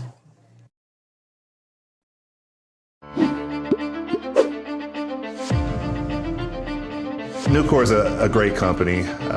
They care about their people. They care about the environment. I've never been restricted to fall in a box. I've never been told that I can't do something. I saw it as a great opportunity to develop a career.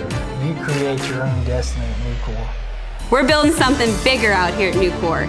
Come join us. Hi, I'm Dr. Christopher Stanger, and my specialty is adult hip and knee reconstructive surgery.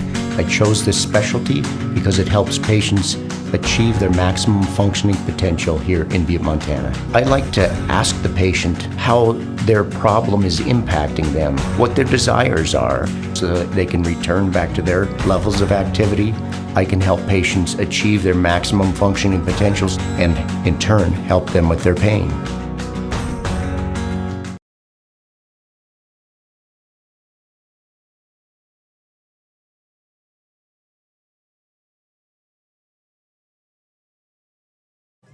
Back here once again at the campus of Montana Tech. Thanks for joining us here as we are on Digger Vision. All College of Idaho right now, 16 offensive plays, 131 yards for the Yotes. They have benefited from 2 Montana Tech turnovers, a fumble that went for 7 points, and an interception that also went for 7 points. On the other side, Montana Tech, 12 offensive plays, 88 yards thus far, and they'll look to add to that as they're looking at 3rd down and 4, just shy of their 40-yard line. As we await the go-ahead here. Just by alignment, you got a 4-man surface here. 1 linebacker inside the tackles. They're daring Montana Tech to try and get this first down on the ground just by alignment here. Tech up to the line of scrimmage, tight end right. Looks like Charlie Kurgan, your fullback, in on the right side as well with Milanowski in the backfield. 3rd down and 4. Torgerson split out wide right, and they'll back off him as Torgy goes in motion. Handoff, play action, quarterback's going to keep it. Wilson, a great bit of running, and he's going to be getting first down yardage. That's all heart right there. That's it. Wilson doesn't want to necessarily take on those shots, but he's going to get a first down. Got a bad, well, they're going to give him the first down, but kind of a bad spot compared to where the official on the far side had that ball. He had it out over the 44-yard line, and they placed it just under the 44-yard line. First down and 10 here for the Digs. Splitting hairs there, but it's all right. As long as they move the chains. 3 receivers, Sun at their back. 1 linebacker out for the College of Idaho again. Wilson, 3-step drop, wants to throw. Airs it up left side, 1-on-1, 50-50 ball, and that one is going to be caught. Somehow Michelati comes down with this. You heard me mention, go back to Michelati. Give him a chance to make a play after the early turnover. This is all want here, right? This is just an incredible play by Michelati. Ball gets sailed downfield, batted, and Michelati, it falls right on him. He hoists it in. Michelati with a monster play. Montana Tech 1st and 10 from the College of Idaho 25-yard line. Yeah, don't get careful down here. You don't have to get careful, but just execute, through the play here. 3 receivers, 1 back. They're just daring Montana Tech to run the ball. Yeah. Just a 4-man surface. There's no inside backer between the defensive ends there. That's just 4 men, and it's just all nickel stuff. Handoff is going to go to Milanowski. Milanowski straight ahead, not much there. A gain of 1, possibly 2. And the reason you're going to keep doing that, and those safeties are downhill fast there, right? They're meeting the ball at the line of scrimmage. This is where your play-action game to sting them with Torgerson. You're going to get Torgerson one-on-one, or Michelati. You're going to get them one-on-one, but it has to be good play-action in the backfield and get those guys to step up and freeze. Yeah, it doesn't take much. It takes just that stutter step to clear a guy out into the open. Montana Tech, 2nd down and 8. Up to the line of scrimmage, the Digs, 15 offensive plays, 126 yards thus far. 1 back, 2 receivers right. Play action, Wilson looking right the whole way. He's going to air it up into the end zone, looking for Torgerson. That one's batted down and incomplete. Good coverage in the end zone. Probably had a better shot at Michelati on the post versus the corner route there.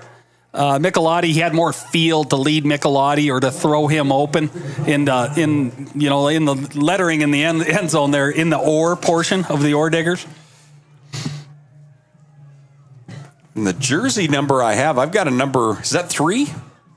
I don't have a 3 on my roster.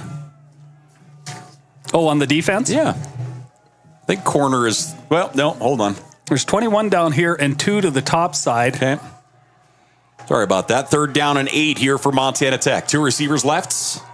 Nate Milanowski in the backfield. Wilson steps up in the pocket. He's going to run. Wilson across the 20, inside the 15, tries to hurdle a player, and he'll get down to the 13-yard line. And that looks like first down yardage, and it is. Your quarterback takes off and moves the chains for the Digs.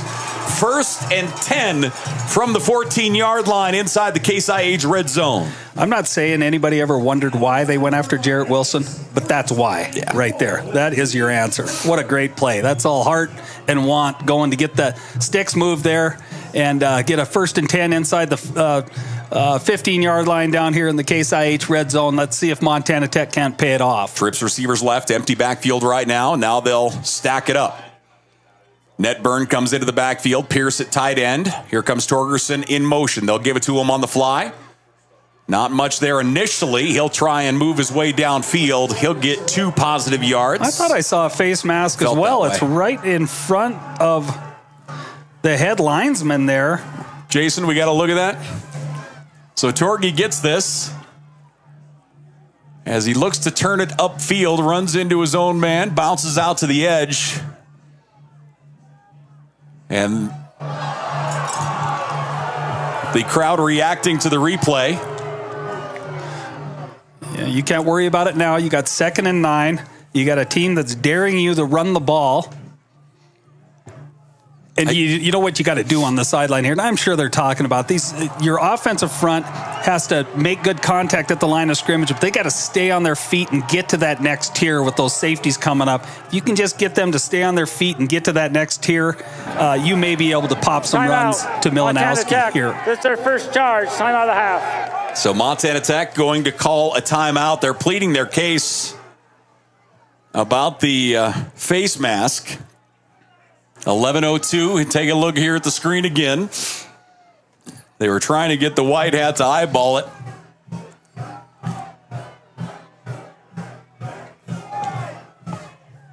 (14-0). The College of Idaho leading Montana Tech. The Diggs knocking on the door here. They've run 18 offensive plays for 136 yards. Jarrett Wilson is 9 of 10 for 114.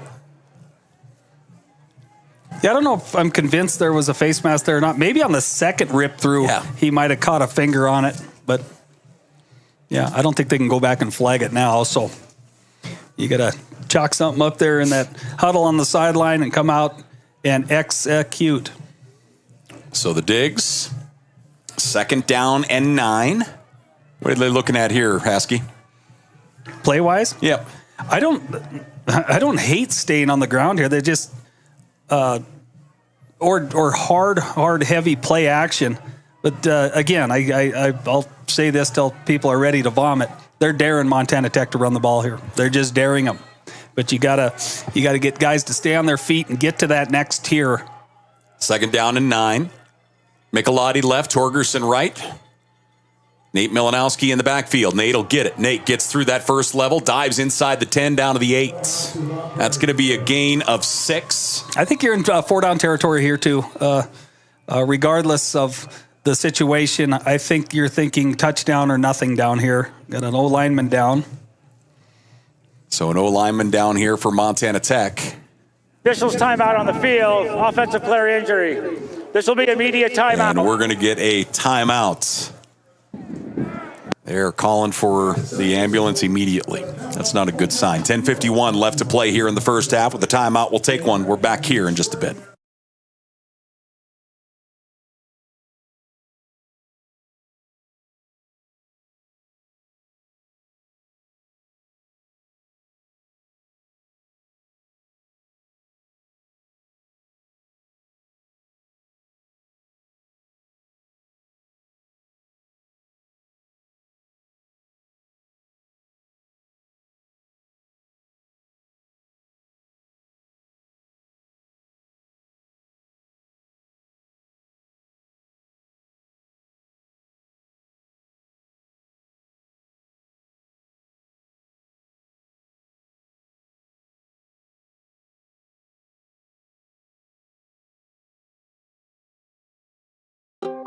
Hi, I'm Dr. Jessica Reisig, an orthopedic surgeon here in Butte, Montana with specialty training in foot and ankle.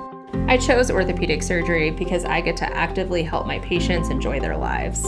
The human body in general is just really amazing. The way everything works as a unit, the way the bones, tendons, muscles all work to function and just make people move is something that I've always found incredibly fascinating. And there's nothing more rewarding than seeing a patient get better because of the work we did together.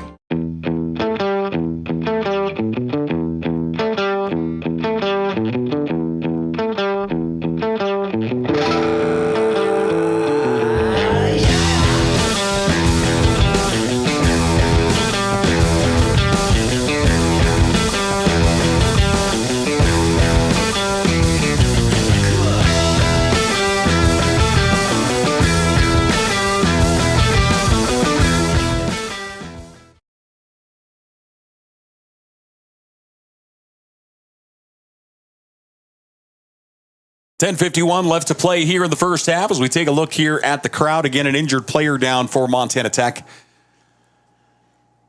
They immediately called for the ambulance.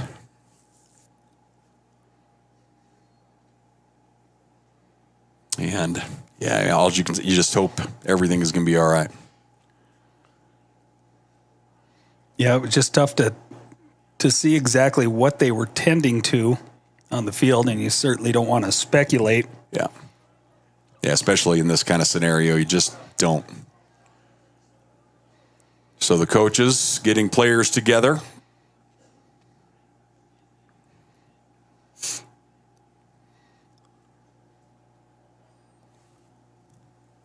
Kyle Sampson's down there, and it looks like Coach Morosky's over there from the other sideline, showing his concern. College of Idaho leading 14-0 right now. The Yotes have run 16 offensive plays, 131 yards. Young is 3 of 5 through the air for 40. Byington has 8 carries for 74 yards so far. On the other side, Montana Tech, 19 offensive plays, 140 yards of offense. Jarrett Wilson, 9 of 10 for 114 through the air. Tech has run for 26 yards. Wilson with 14 of them. Milanowski with 12.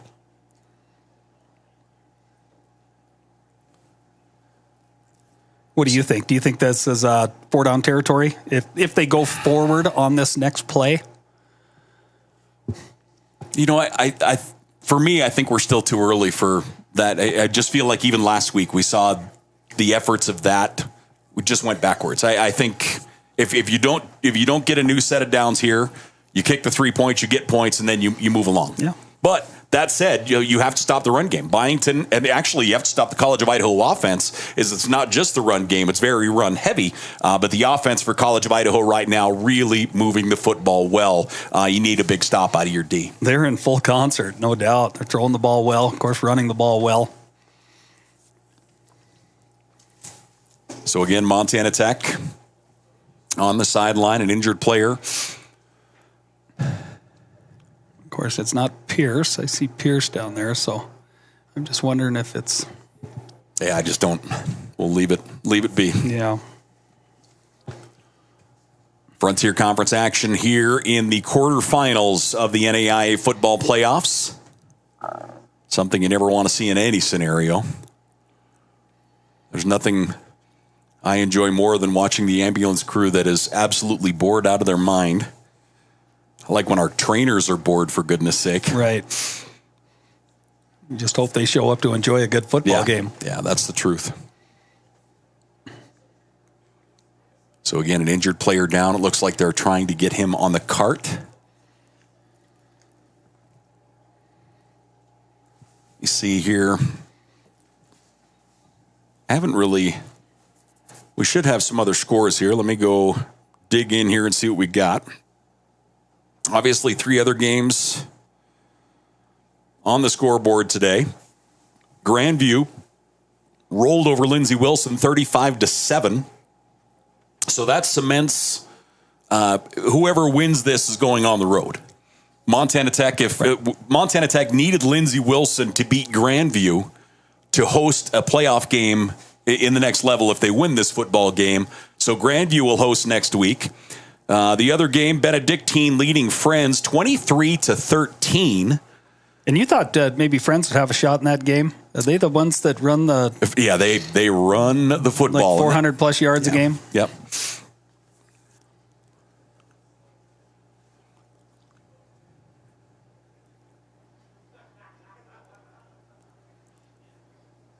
So talk about the mental side of this. If it's your team, it's your teammate.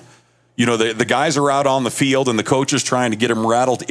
You have to be, you're going to be stepping back up to the football. It's going to be 3rd down and 5, and you're in a situation where you really need points. How do you try and get the guys to focus, and even as a coach, focus yourself after this gets cleared up on the field and you try and get back into game mode? Well, they're closer, and they probably have a little better idea of what the issue is with the player down on the field. And, it just, when this thing pulls away, and everybody will regroup here on the sideline. It's just, you've just got another reason, as if you don't have enough reasons. You've just got another reason to go out and execute and pay off this series for your fallen teammate here. You know, the teammates that's being loaded into the ambulance. So, you know, I think from a motivation standpoint, you don't want to get too high, but there's another motivating factor there for your team, and you just got to, I mean, this has been a pretty good break, right? You got to loosen up, and yeah, that's what I was figuring. Yeah. That's what I was figuring. So, yeah, I mean, they're of course concerned for their teammate, but they know what that teammate would say in the case that it was them down. And yeah, you've just got another motivating factor. Just go out and execute and get this ball across the goal line and go down 7. So it looks like they have gotten him on the carts and ready to get in the ambulance. Crowd on their feet.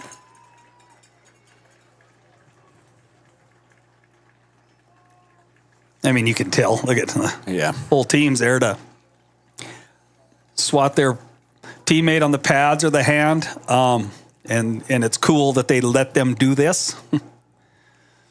You know, these guys are, this is a close locker room. Yeah. So the guys will try and warm up here once again. 10:51 left to play here in this first half. Again, an injury where a player went down. They immediately called for the ambulance. I see Coach Murawski out here. You know, he's been out, you know, checking out the situation as well from the College of Idaho. Yeah. But he also appears to be getting a lot of conversation in with the officials. I don't know if you've noticed that, but I'd just be curious, is he getting a life story from him, or is he maybe trying to get some points across? Who knows? You always, and that's one of those that I always wonder is those conversations between coaches and officials in every sport. It doesn't matter what sport it is, because you see, you know, coaches working the officials in every sport, and sometimes, you know, what is said, what things are done, and you know, that's an interesting balance. Yeah, they never want that play; they want the next one, right? That's it. So as they look to load the player into the ambulance, hats off to that crew. Yeah, exactly. That A1 ambulance. This isn't your run-of-the-mill pickup. This is probably a 300-pound offensive front guy. Yeah.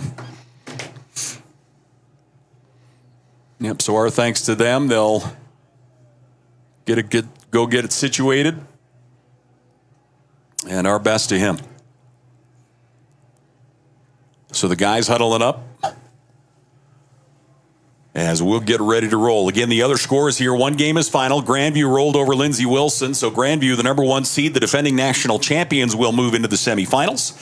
Also, Benedictine out of Kansas is on the road at Friends, and Benedictine with the lead right now in the third, 23-13. And, of course, here in the mining city, the College of Idaho leading Montana Tech 14-0 in the second quarter. Still a lot of football yet to be played here in the mining city.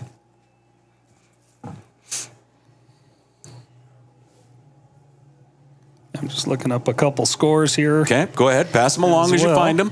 What do you got? Yeah, a shocker to many. The Montana Grizzlies over in Missoula today, hosting the South Dakota State Jackrabbits. Grizzlies are up 22-14. That's a lot of people thought that the Jackrabbits, with their starting quarterback coming back into the mix, would be a nightmare for these guys. But the Grizzlies, I'm not going to say they're taking care of business, but they showed up and ready to play the football game. And the Bobcats over in Bozeman, Montana State Bobcats up over Yale 7-0. And that's in the third quarter. Yale plays football? Yeah. I'm just kidding. It was a joke. Comeback of the year. I mean, when I was there, we didn't have much of a football team, I should say. Third down and 5 here for the Digs. We're back into action. You mean down on Yale by Harvard and Ottawa? Oh, yeah. My old stomping grounds. 3rd and 5, Montana Tech. Again, we are back into action here after the injured player. Split backs for the Digs. 2 receivers left side. Netburn goes in motion up to the line of scrimmage. 1 back at home for the Digs. That's Kaika Ho. Quarterback's going to keep it. Wilson goes left across the 5. Jarrett Wilson to the goal line. And no signal yet. They put him on the 1 foot line here. They're going to say he is just short. Jarrett Wilson kept out of the end zone. He has 5 rushing touchdowns this year. Kaika Ho is in as the blocking back, and he does a great job sealing off that edge. Montana Tech, you know what they're doing defensively. It's easy to see. In that case, defensive back Chase Brown, he's up there. He doesn't even widen with the shift or anything, so you know he's coming. Montana Tech goes the other way. I thought Wilson got in.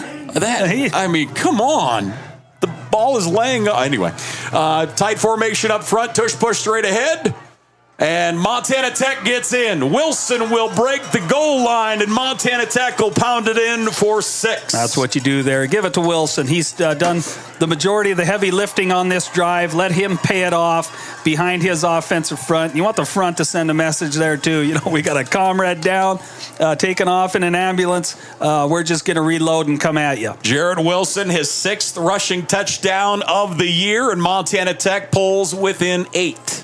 So the Digs will bring the kicking unit in, and they will look to add one more here.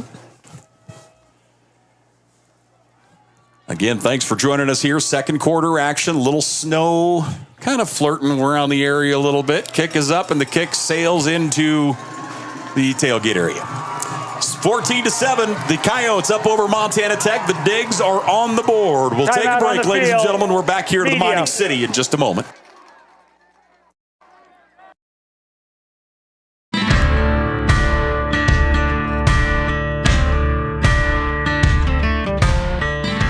Hey, Dave Brennan here with Case IH. One of the new options for model year 2024 is going to be an open spoke gauge wheel. That open spoke gauge wheel is going to be available on all 2000 series planters. That's going to help those growers in adverse conditions with muddy or high residue conditions minimize that plugging in and around that gauge wheel area. For more information on this new offering of open spoke gauge wheels, visit your local Case IH dealer.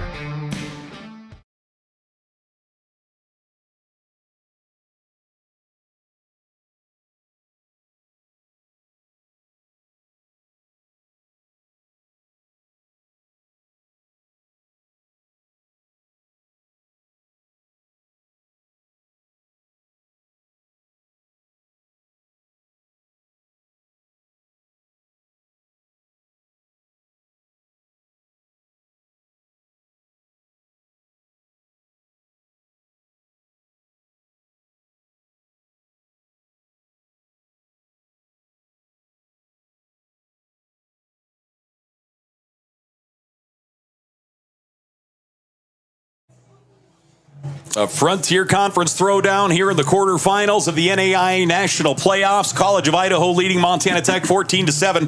I have to say hi to the crew down in Tucson. We have a whole Montana Tech contingent down there right now. They're hanging out in the Westin La Palma bar. And what a shock that, you know, my wife and crew are hanging out in the bar. But the bulk of them down there watching us, and they're normally our crew up here. We normally have a bunch of them in the box. Of course, Scott is usually the one on the plunger over with the det cord, and Number he's probably jonesing. For the College of Idaho is well, you threw a lot of stuff at me there. I'm trying to decode most of it. Kickoff return. I don't want to really show my age, but it sounds like I'm showing my age. 14-7, the College of Idaho leading Montana Tech.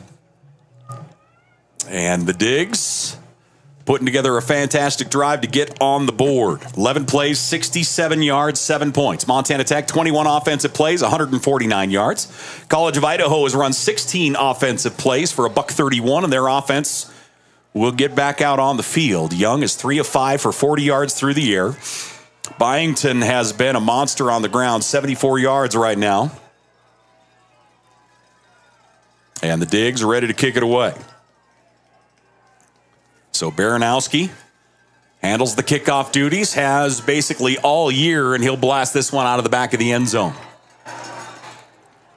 So Baranowski hammers it. Touchback. And the offense for the College of Idaho will get another go. River Wasson with a little love tap out there at the 35-yard line. Little collision with Wyatt New. So first down and 10 here for the Yotes. Ball at their 25-yard line. Just trying to stay warm. Mix it up, trying to stay warm. It does feel like the wind is cooling things off. 33 degrees. According to my phone, it says it feels like 17, whatever that means. You're a meteorologist. Tell us how that works. I don't know none of that stuff. You know that. Out of the shotgun is Young. 1 back, 3 receivers. Montana Tech shows blitz, and Young keeps it himself, and he's going down. He's going to get back to the line of scrimmage, but not much, as Montana Tech's Tell Arthur is there to make the stop. Yep, just a zone read keep by Young, but Arthur's all over it. Good job. They had the dive portion taken care of as well. Looked like he wanted to throw that ball and just got spooked out of it real quick, tried to pick up some ground on the run. Arthur wraps him up and gets him to the ground. 2nd down and 10. Tech brings forward to the defensive front, trips receivers left here for the College of Idaho, handoff to the tailback straight ahead and out to the 33-yard line. It's a different back in there. That looked like Gibson, Trey Gibson. Yep. Now you get Byington back in the football game. So Gibson gets 9, brings up 3rd down and 1. Crowd getting loud here in Buttes. As the Yotes quickly to the line of scrimmage. Byington in the backfield. And somebody in the Montana Tech D front, Spencer Patton's in there. I haven't seen much of Patton in the last few games. Getting some snaps there at tackle. Pressure coming. Byington. Nope. Quarterback's going to keep it. Young leans forward, and he's going to come up short. This is a tough decision for Coach Morawski and his staff. You had all the momentum, but you're on your side of the 50-yard line here, and it looks like maybe about a half a yard.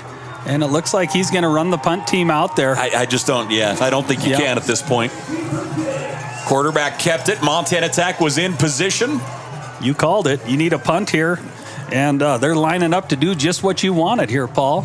8:14 left to play here in the first half. The Frontier Conference matchup and the quarterfinals of the NAIA football playoffs. Montana Tech has 12 wins, and all of them have come in conference this year. End-over-end kick, fair catch called for Levi Torgerson at the 28-yard line.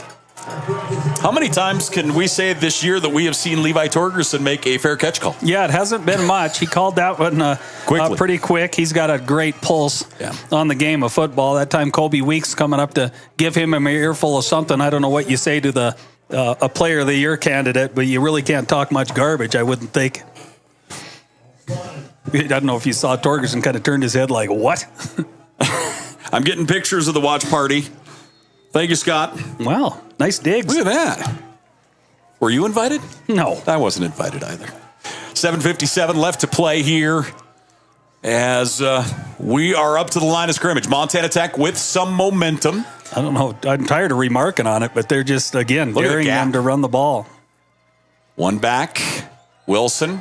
5-step drop, airing it up right side, leading it out to, again, Levi Torgerson. Boy, he just led him out to a spot. Wilson just lobs it downfield. He isn't trying to hit him in stride. He's throwing that to a spot to let Torgerson go get that football. Here's what I don't get, and I'm going to try and start to watch this a little closer. How does he get that open? Yeah. They got a 4-man surface here. They run a little game, a little tackle and twist, but they got a 4-man surface. Nobody at the inside linebacker positions, nothing. They've just got an umbrella of defenders. Now they got one inside backer there. But and how does a receiver get that open on a corner route? 1st and 10 from the 45. Torgerson gets it again inside the 35 down to the 32-yard line. Catch number 6 for Levi Torgerson. He's fast approaching 100 yards on the day. Just a stick route on the RPO game here. Torgerson answers the call, and Wilson just delivering ball after ball after ball here. Does he have an incompletion? Well, he has one. He's 10 of 11 on the day for 152 yards. Again, he comes into this football game completing 76% of his passes. At all levels, the only one who has a higher passing percentage is Ohio State's quarterback as of right now. Handoff is going to go to Milanowski. Milanowski pushes the pile to the 30. That's a gain of 4. Nice push by the O front and Nate Milanowski. You don't hate that if you're that Montana Tech offense. Put the ball in your tailback's hand. Keep your play-action game heavily engaged here. You've just got to have success running the ball, especially against essentially a four-man surface and one inside backer, occasionally. 2 receivers left, one to the right. Dylan Snyder split to the bottom of the formation. Michelati wide left. Out of the shotgun, Wilson. He'll bring Torgerson in motion. Play action. And double move, looking for the post on the inside. He has Michelotti. Touchdown, Montana Tech. What a play. They fake the handoff to Torgy. They fake the handoff to Milanowski. And then they hit the deep post, and that's money. The Digs go up, the Digs within one. Digs within one. But again, get Michelotti. He's just I've said it all year. He's a matchup nightmare. He's huge. He runs well, runs good routes. And he had the turnover early in this game. He's just saying, come back to me. I'll bail us out. And again, that ball is absolutely it's absolute money. He puts it right on his hands. That is a well-thrown football. Kicking unit is in for the PAT. And that's blocked. It's swatted down. College of Idaho catches it mid-flight. They'll try and bring it the other way for the safety. Down the far sidelines, and it's going to be ridden out of bounds. So a 1-point ball game. The College of Idaho leading 14-13. Little extracurriculars and a late flag on that College of Idaho sideline. The holder, Brett Grange, involved over there, but he just turned to the officials and said, throw the flag. That's a penalty, and they answered him. Grange, a young man out of Helena, will get this one sorted out. Block PAT, that's a monster here in this ball game. So Montana Tech will probably be kicking off from the 50-yard line here. That gets batted, and just, boy, nice job catching that thing mid-flight. As pulling it down is Wyatt New. Great job by Grange here, getting out of the hold. No, he's being held there. Yeah, big time. And then they get a little bit of a dust up here on the sideline. Oh, and the football thrown at him. There you go. That is the situation. So you wonder if that's the only one or if there are things said or what we've got. Here's the white hat with our... After discussion, there is no foul on the play. The point after is no good. Kickoff. What? Jason, would you put the throw at them back on the replay there for a moment? Because that's a penalty. It's a blatant penalty.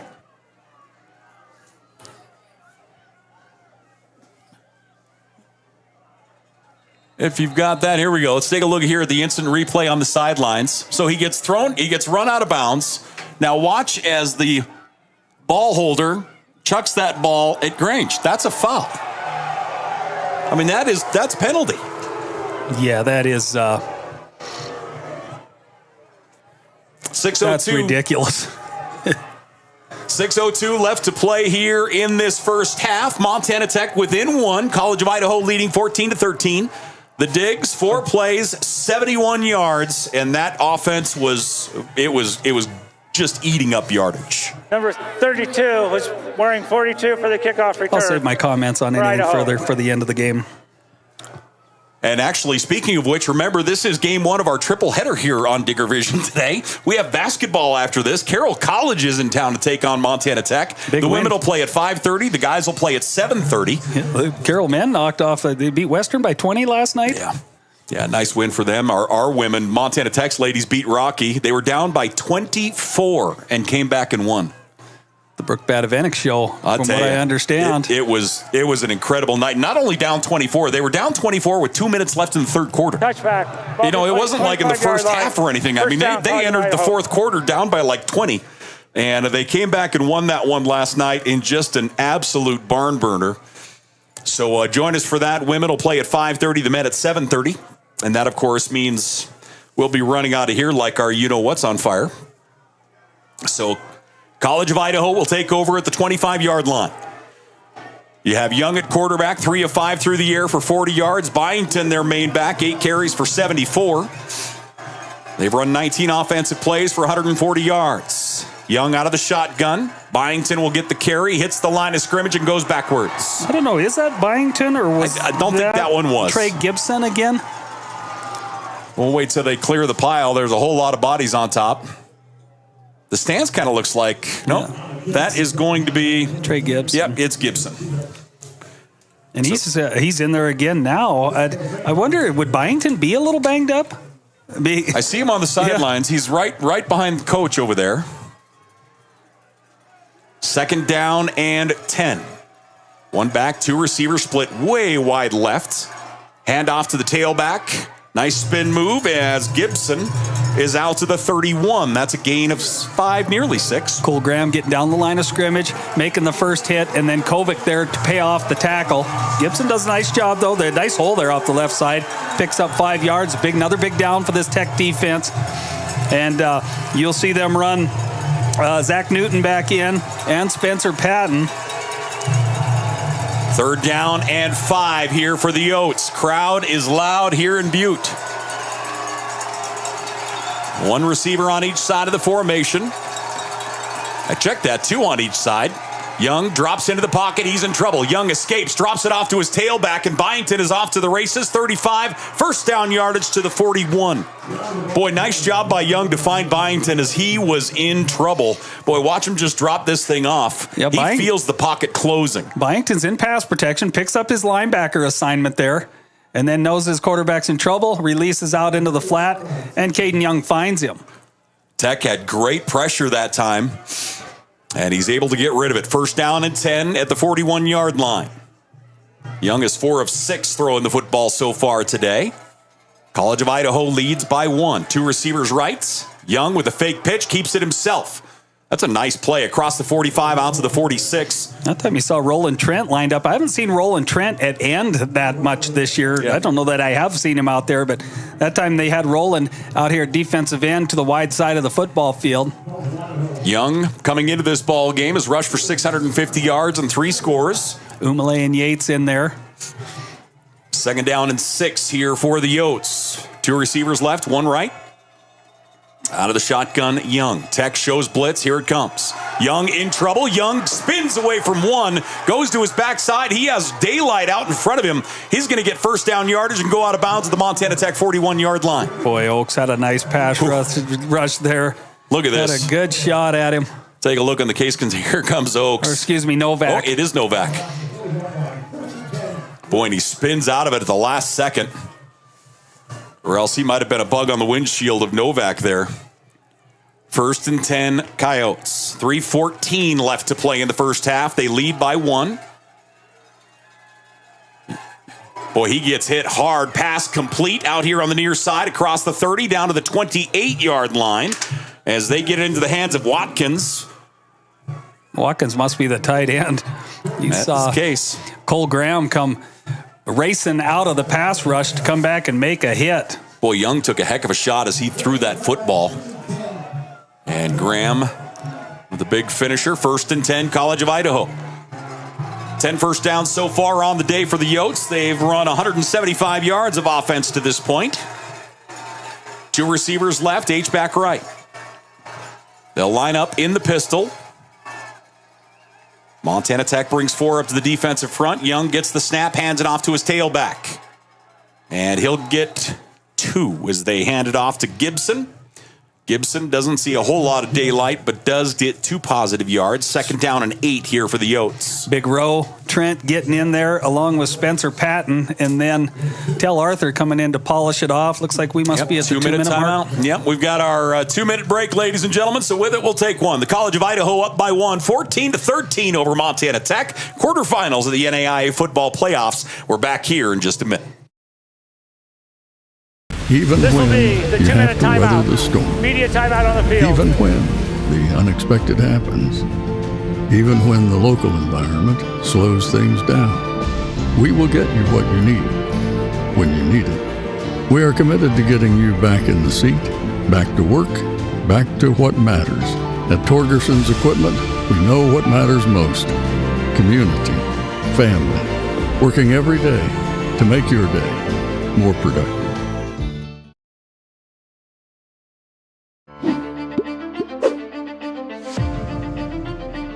Nucor is a great company. They care about their people. They care about the environment. I've never been restricted to fall in a box. I've never been told that I can't do something. I saw it as a great opportunity to develop a career. You create your own destiny at Nucor. We're building something bigger out here at Nucor. Come join us.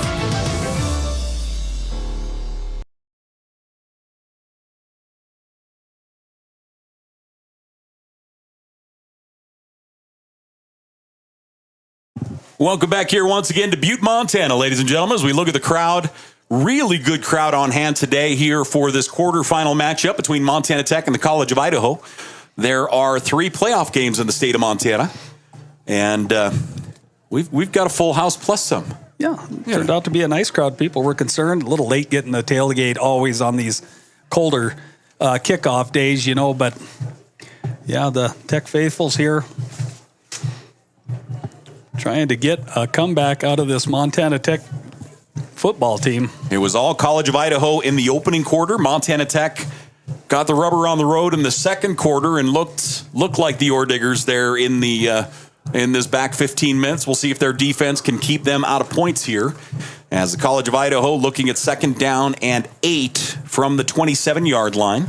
Montana Tech's got 2 timeouts left, so if they get a stop here short of the first down marker, you'll probably see them burn a timeout, get that clock stopped. Other scores here real quickly. Benedictine, Kansas leading Friends, and that one at Friends 24-18 with 3 minutes left to play in the ball game. And of course, Grandview beat Lindsey Wilson 35-7. Kaiser, Florida had themselves a bye week, so they'll await. You'd have to assume the winner of this one is probably what it boils down to. 2nd down and 8 for the College of Idaho. One back. Handoff up the middle. Montana Tech, tremendous penetration up the middle, and that's going to go nowhere. Yeah, they got penetration early, forced a cutback out of Trey Gibson, and then he's just stood up by middle linebacker Tell Arthur. My goodness. Kellen Beller gets in there. Tell Arthur in there. Take a look here. Is that right through the middle there? Boy, that's tremendous penetration up the gut.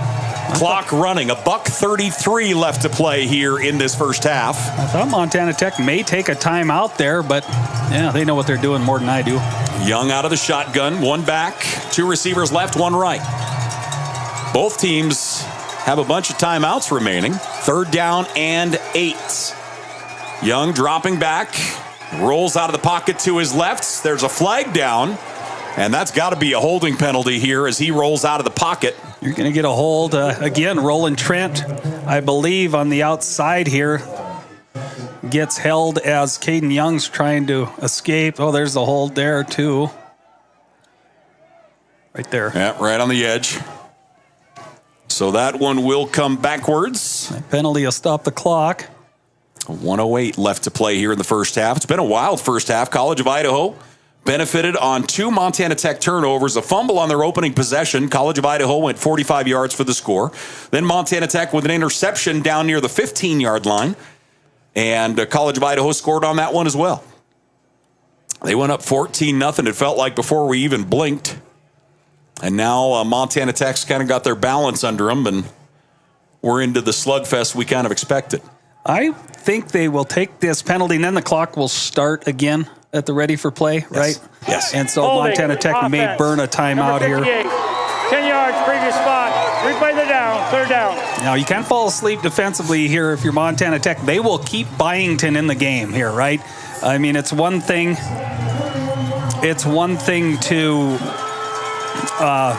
put your quarterback, in a situation where he has to throw the ball and whatnot. But they believe that Byington can take the ball to the house at any given time. He's in the backfield there with Caden Young. During warm-ups, I was watching College of Idaho kickers, and he was hitting from 50. So that is also something we're going to have to watch here. 1:08. So the clock did not start. Doesn't start again. I don't know the rules. Yotes by 1. You'd think, with all our years combined and the years we have done this together, one of us would learn some of the rules. Oh, boy, that would be a lot of effort. Can you imagine how good our broadcast would be if one of us knew the rules? We got to get the Hawkinator, I'm telling you. 1 point lead for the College of Idaho. We'll go ahead and keep it here. Again, as we take a look at the crowd, we got a little snow coming down, but there is no place any of these people would rather be than here in the Mining City quarterfinals of the NAIA football playoffs. And, of course, looking forward to a busy day here as we continue. The Digs taking on the Saints in basketball tonight. Women at 5:30, men at 7:30. And as we make our way toward half, remember, College of Idaho will start with the football in the second half. Certainly something to weigh here as we make our way toward the locker rooms. College of Idaho, 28 offensive plays, 190 yards. The bulk of it has been on the ground. Young has thrown for 63 yards through the air. They've run for 127 yards as a team. And after the timeouts, the Yotes up to the line of scrimmage. Montana Tech's D is there. And Montana Tech's given Caden Young quite a bit of pass rush today, and you've got to credit Young for some of his escapes and plays he's made under duress in this first half. Yeah, you just got to play assignment football here if you're this defensive front at Tech. 3rd and 18, 4-man rush. Young flushed out of the pocket, moves to his right. Young, now he's going to go down inside the 30, puts his head down, and that's a nice run by the quarterback. That's going to bring up 4th down and 11 as he'll get 7 yards. Big break for Montana Tech. He runs out of bounds. So you've got a minute here if you're Montana Tech. You got 4th and 10. I would assume they're going to try and kick a field goal here, but I don't see a field goal unit being run on the field. Yeah, I mean, from here you would be looking at about a 45, maybe a 46-yard field goal attempt. Tough to tell. That wind's probably stays. Yeah, wind's probably against them, if anything. A little right to left. Yep. So the offense stays out on 4th and 11. Byington in the backfield. 2 receivers left, 1 right. Montana Tech has the nickel package in. 3-man rush. Young gets hit as he delivers. Pass complete across the 20 down to the 19. Ball comes out. Boy, this is going to come down to the spot. Well, Montana Tech thinks they have the football. As he was reaching, he got hit. And they're not going to do change here. Let's take a look here at the Case Construction instant replay. Young airs it up. And as he's going down, the ruling on the field is a completed catch. And they're going to go take a look at this on replay. He leans out. 1st down. Oh, they have him short of the mark. Yeah. So it's just turnover on downs. Yeah. So, turnover on downs. Sorry, the way he was talking, I thought they were going to go to our TDS tent here for a replay, but it is just going to be a turnover on downs. Let's see if they're going to. Coaching staff is out talking to the officials. And they try and challenge the spot here. Yeah, I wonder if that's where we're at. The way the White Hat said it, I apologize. And maybe that was just my basic inference. I assumed they were going to go to replay that, and it looks like, the White Hats. He's got that walk. It looks like we're gonna get her. College of Idaho is calling timeout to challenge the call of the runner being short of the line to gain. So they'll challenge the spot. So the College of Idaho is going to challenge the spot. Again, reminder, the views that they look at in the TDS fiber tent as far as the challenge are not our views. They use the cameras. Basically, if you've ever watched film, when you exchange game film, you've got the sideline and then you got the end zone. Those are the views that they're going to get. You're not going to get a zoomed in picture. So this is going to be, it seems like the spot, when they go to the spot, are really tough. Well, now the chains are already moved for Montana Tech. Yeah. So I don't know if you're going to have enough. I don't know if you're going to have enough there. My thoughts are going to come back and say that the call on the field stands. Yeah. I think it's going to be, you're going to be hard pressed to change it from the views that are available.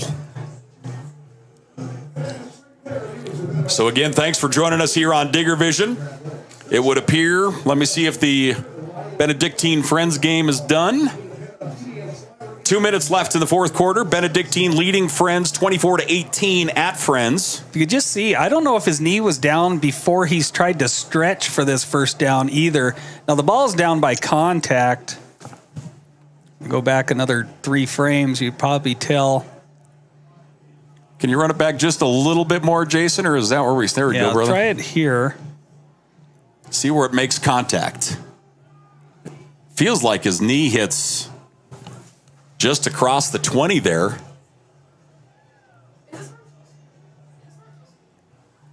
So the White Hat again taking a look. 51 seconds left to play here in the first half. College of Idaho leading by 1, 14-13, the national quarterfinals of the NAIA football playoffs. A Frontier team will advance to the semifinals,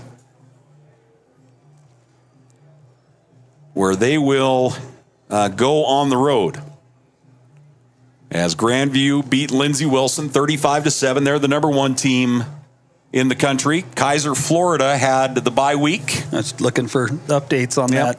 Benedictine still up at Friends. 2 minutes left to play there. Do we know who has the ball there? Let's go look. Let's look at stats. I'd like to see Friends just so you could be good on your prediction this week. Or what you thought Friends may have a shot at Benedictine. Benedictine up 24-18. It looks as though... Let's see what we got here. Benedictine. My computer and I are not friends right now. My apologies. You know what they say about computers, don't you? They're only as smart as the person sitting in front of them. That was one of the first lessons I ever got in computer usage. So I'm very lucky I can turn the thing on then. That's what it boils down to. The field is upheld. The runner's short of the line again. It's upheld. Turnover on downs. Turnover on downs. 51 seconds left to play. Montana Tech has 1 timeout. Big stand by the Digger D. I think Coach Morosky over there at College of Idaho is somewhat losing his mind. So a 1-point lead for the College of Idaho. Montana Tech has possession and 1 timeout. Ball at their 18-yard line. We have had a very interesting first half, to put it lightly. Yeah, so you tune into this game, you see the situation, 51 seconds left in the first half, and you look at College of Idaho lined up, no linebackers, obvious nickel or dime package in there, right? And you think, boy, this is a prevent defense. Don't be fooled. This is essentially what they've been in the whole first half. That's the truth. 1st and 10, Montana Tech. Jarrett Wilson is 12 of 13 through the air for 182 yards and 1 score. You know what former Vice Chancellor Abbott would say right now? He would call it the Mau defense. That's what he used to call a confusing defense, the Mau. 1 back at home, 3 receivers, deep ball going to right side, looking for Michelotti. He comes back to get it at the 50. Michelotti comes back.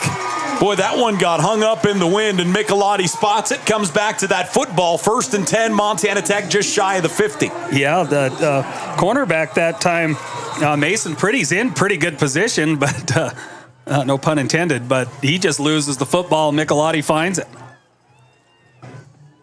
That one sails on Wilson a little bit, and great job by Michelotti, I think. Did that play really take 18 seconds? I was going to say, I think the clock was running. Down. By rule, the clock should have been stopped until I had my ready. Please put the game clock at 44 seconds.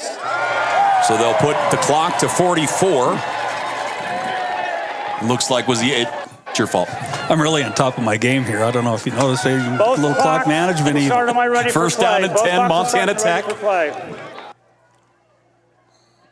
As they will have 1st and 10 with 44 seconds left to play here in the first half. 2 receivers left, 1 right. Wilson dropping back. He looks to his left, trying to escape up the middle. Now he's going to run. He gets across the line of scrimmage to the 48-yard line. That's a gain of 4. As he escapes up the middle, Montana Tech will call their final timeout. College of Idaho leading 14-13. Nothing open downfield. Good coverage, so Wilson just escapes straight ahead. Montana Tech calls their final timeout. Tech. This is their 3rd and final timeout of the half. If you were to guess, if you're trying to get Casey Countsman in range, what do you think Countsman's range is here? 50 yards. Okay. That's what I would be thinking. You know, we give him a swing from 50 yards, right? So you need the ball to the 33-yard line. Okay. Sydney Strite's in the building, ladies and gentlemen. Hopefully you bought 50-50 tickets from her. 1-point lead for the College of Idaho. And she looks awful sane. To be a Strites? A Strites? Really? Well, talk to her for a little while. That'll change your mind. Did I say that out loud, Sid? I'm sorry. Yes, it's okay. Sid outside for our volleyball program. Coach Solomon and company. And I continue to spout about it, but I'll tell you, when the Frontier Conference expanded this year in the footprint, volleyball is the one that it got infinitely better. I'd like to see Montana Tech look at a screen, either a tunnel screen to the receiver or a back screen here. 2nd and 7, blitz coming. Wilson forced out of the pocket to his left. He has a ton of running room. Wilson to the sideline. Wilson out of bounds at the 34-yard line. 24 seconds left to play here in the first half. Montana Tech, Jared Wilson will take off as he sees nothing but green, and the Digs will have a fresh set of downs with 24 seconds. Yeah, look, you can almost see these defenders angling him up, thinking, oh, just run him down, run him out of the sidelines, and it's just like, holy crap, this guy's way faster than I thought he was. 1st down and 10, Montana Tech. Yeah, just don't go backwards here, and I think you can get a field goal attempt. I'd take it anywhere here, right? That's it. Wilson out of the shotgun. He's thrown for 212. He has run for 38. 3-step drop. They're going to run screen on the inside. Flag down. Milanowski gets away from 1. He's across the 25, spins down to the 20 and out of bounds at the 18. Unfortunately, this is coming backwards. Should have got a flag for a late hit out of bounds here as well. That time tagging Seoleo Sue, I think is how you say that, came up and popped him after he got drug out of bounds. The reason, you could have got offsetting penalties here. Number 60, 10 yards, previous spot. Replay, first down. So a holding penalty will back him up 10. 13 seconds left. Montana Tech does not have any timeouts. You watch here. He's clearly out of bounds as he gets knocked to the ground. Milanowski's footwork is just so good. Such great balance. Spins through there. You watch right here. Right there, 44, not... Yeah. Mason Michael. First down. Mitchell. 1st and 20 here for the Digs. 2 receivers left, 2 to the right. 1 real deep safety here for the College of Idaho. Milanowski in the backfield. 3 late 4-man pressure coming. Wilson airs it up right side, a dart down the end, and that one's going to go incomplete. 7 seconds left. As Montana Tech looking for the deep ball down the right sideline. This situation, it's tough to get. Just a receiver on a cornerback, right? Yep. That's what they get there with, is that Martinez? Yep, that it is. Yeah, with Martinez just on the go route. You like your chances. Hey, any situation there, right? You just, my guy against your guy, let's go, bring it on. And, you get everything you want here. And it looked like the wind might have just blew that ball out of bounds on Wilson a little bit. God, he's been accurate. Yeah, wind was blowing left to right. His 2nd incompletion on the day. He's 13 of 15 for 212 yards. 1 back, 4 receivers. Wilson looking right. He's going to drop it off as he gets that one to Michelati at the 40. And that's going to do it for the first half. So we have 1 half of football in the books. The College of Idaho leads by 1, 14-13. The Yotes over the Digs. Frontier Conference matchup here in the quarterfinals of the NAIA football playoffs. We'll take a break. We'll come back, give you the numbers and more in just a minute. Hi, I'm Matt Steppen, Athletic Director at Montana Tech, and I want to welcome all members of the Orediggers family, past, present, and future, to the brand new Montana Tech Hyper Complex. We're excited to announce a modernization project that will enhance the experience on campus for all students, faculty, staff, and the entire Orediggers community. With a state-of-the-art hyper facility, our Montana Tech students and athletic programs will experience an athletics facility like no other in the NAIA.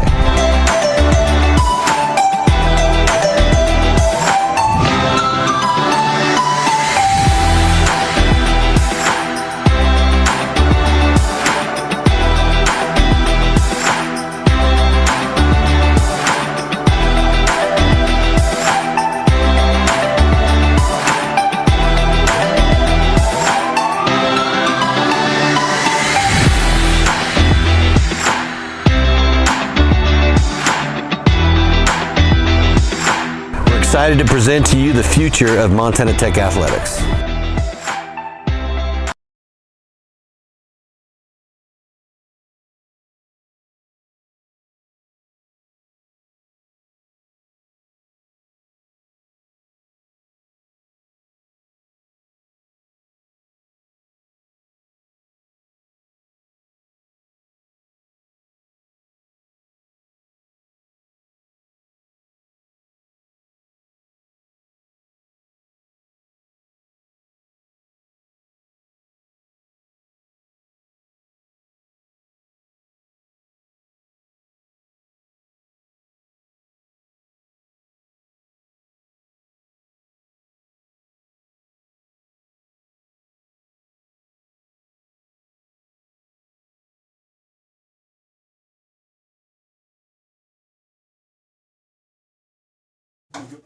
Hey, welcome back here once again. Frontier Conference meeting between Montana Tech and the College of Idaho here in the quarterfinals of the NAIA football playoffs. Let me see if we are the final game here.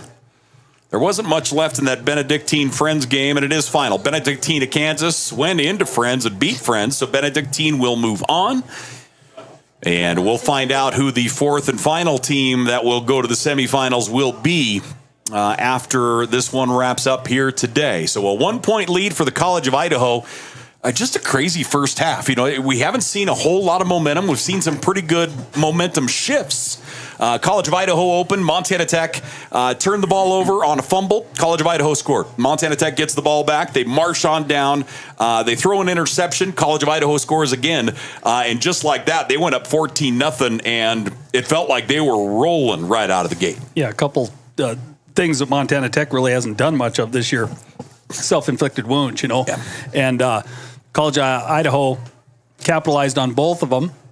And then Montana Tech, they look good offensively, you know, early. I mean, granted, it was the third play of the game, or the second play of the game when they turned the ball over the first time. But what they were trying to do was working, right? Mm-hmm. And the second series, of course, moving the football really well.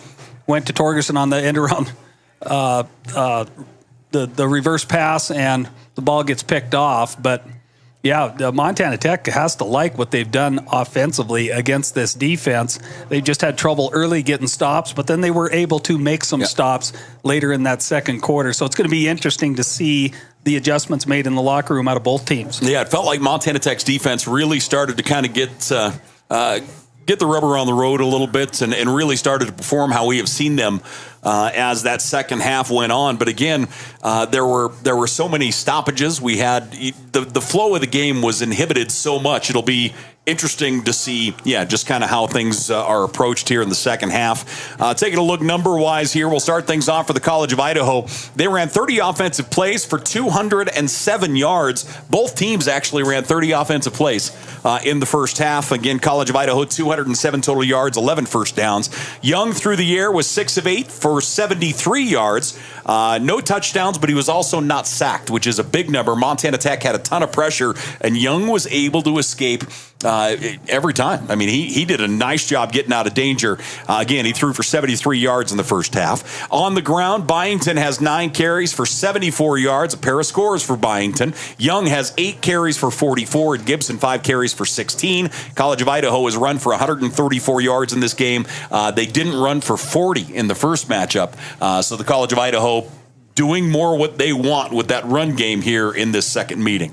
Yeah, and most of Byington's first half yardage came in that first quarter in those couple series. So since then, Montana Tech has kind of regrouped and done a better job defensively. And you talk about Caden Young not taking any sacks so far. Montana Tech's been in a few situations where they've had opportunities to get tackles for loss or sacks, and they just haven't completed the deal. So they're talking about that in the locker room. You know, hey, I like what we're doing. Montel Allen, the defensive coordinator, I like what we're doing. I think we have a good plan, but we got to pay it off, right? We got to make the tackle. We got to make the great play in the backfield and put more pressure on their offense. And receiving-wise, Watkins has 3 catches for 30 yards for the College of Idaho. Mariero, 1 catch for 19, and you're real happy with that again, as he was a monster the first time these two teams met, 198 yards receiving. You have Freeze with 1 catch for 13 and Byington 1 catch out of the backfield for 11. Again, the College of Idaho, 30 offensive plays, 207 yards. They have 3 penalties for 31 yards as of right now, and they lead in the time of possession by about a minute or so thus far. The other side for Montana Tech, they have run 30 offensive plays, 270 yards. Jared Wilson is 14 of 16. He has thrown for 217 yards. He has 1 score. He has not been sacked as of yet. Again, completing 87.5% of his passes as of right now. On the ground, Wilson 6 carries for 38. Milanowski has 7 for 15. And receiving-wise, well, you're looking at Michelotti with 5 catches, 108 yards and a score. Torgerson has 6 catches for 85. Pierce 2 for 18, and Milanowski 1 for 6 right now for Montana Tech. Again, as they have run 30 offensive plays, plays, 270 yards as of right now. 2 penalties for the Digs, 17 yards. They have 12 first downs after the first 30 minutes. Yeah, you have to like what you've seen out of Montana Tech. You know what I like? There's been some deeper balls complete, right? We saw the great play by Torgerson when he lost his balance, almost went to the ground, and then the deep balls to Michelotti. But I like how they've been completing the short passing game. You know, the stick route to Torgerson, a couple short outs to Michelotti. You know, the second play of the game. Granted, the ball got turned over, but Jarrett Wilson's done a nice job just commanding this offense from a controlled passing standpoint, and he's stung them with the big ball a couple times too. And it's kind of been complete. He's getting pretty good protection in the backfield. He's had to escape a couple times, and he's accomplished that. So you have to feel comfortable doing whatever you want to do offensively in the second half. It's been a struggle to run, but it hasn't been a struggle to throw the ball. No, yeah, and they've done it very well to this point. So if you're on the other side, you're wearing purple, you're in the locker room, what are you talking about to prepare for this second half of football? Are you talking about that passing game more, or where are you at?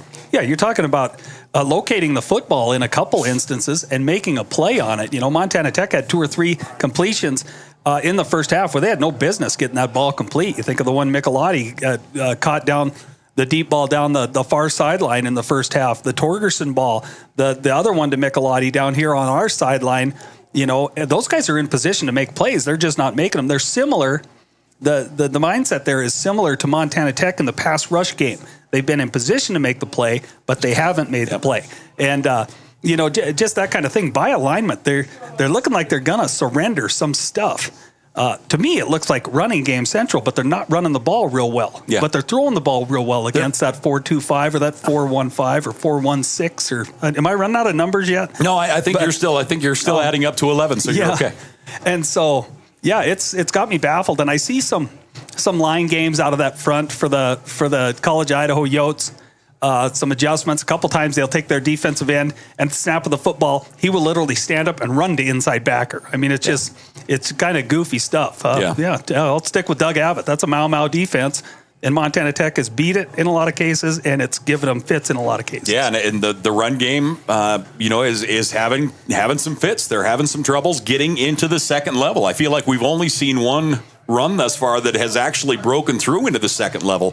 Otherwise, that front line and the safeties going downhill. I mean, that's the other thing to watch. As you watch those safeties up top, they are just going directly downhill, and they are filling quickly. I touched it on it in the first half. You've got to get your offensive front, whether it's H-backs, tight ends, or interior linemen, tackle to tackle. Make your block at the line of scrimmage, your zone block or whatever it is, but get off of that and get to the next level. You know, the only chance really of Montana Tech breaking anything long is getting someone to that second/third tier of that defense and getting a helmet on those guys and giving your back a little breathing room. Again, we are at the half. The College of Idaho leading by 1. 14-13 our score. The Yotes up over the Orediggers, a Frontier Conference matchup between the Frontier East champions and the Frontier West champions here in the quarterfinals of the NAIA football playoffs. We'll take a break. We'll come back. We'll get you ready for the second half and to get rolling here. Stay close. Trident 5550, the Case IH Combination Application System Solution. A couple of key points for model year 2024 are going to be the addition of a 135-foot spray boom for that enhanced productivity, and then Aim Command Flex 2, the ultimate in advanced spray technology, individual on-off nozzle control, a host of other features making the most of your product application. To learn more, visit your Case IH distributor or caseih.com.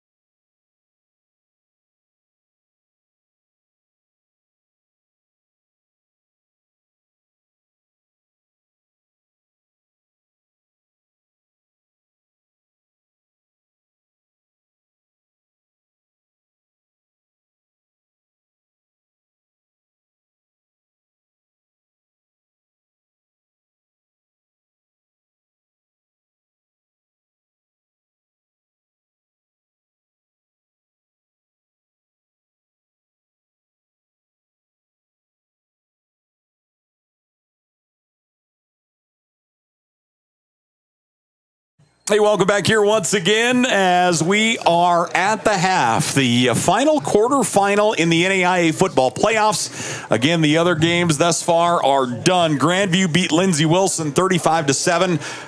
A statement win for them at home. Benedictine went into Friends and got the win 24-18 there. He texted me about it, so I got to send a shout out to my nephew down there in Nebraska. He's got us tuned in. Braden's got us tuned in. It's Benedictine. Oh, okay. Yeah. Okay. One of my nephew's girlfriends goes to school there, so he wanted us to pronounce it. Okay, Benedictine. Properly. There's an E on the end of it, though, isn't there? Yeah. Okay. It's not real phonetic looking. Lewistown, Lewiston thing? It could be. Yeah. Okay. Yeah, I'm down with that. All right. We actually had recruits in today from Lewiston, Idaho. Yep. And I just looked at it. I didn't have my glasses on the shirt. It was small print.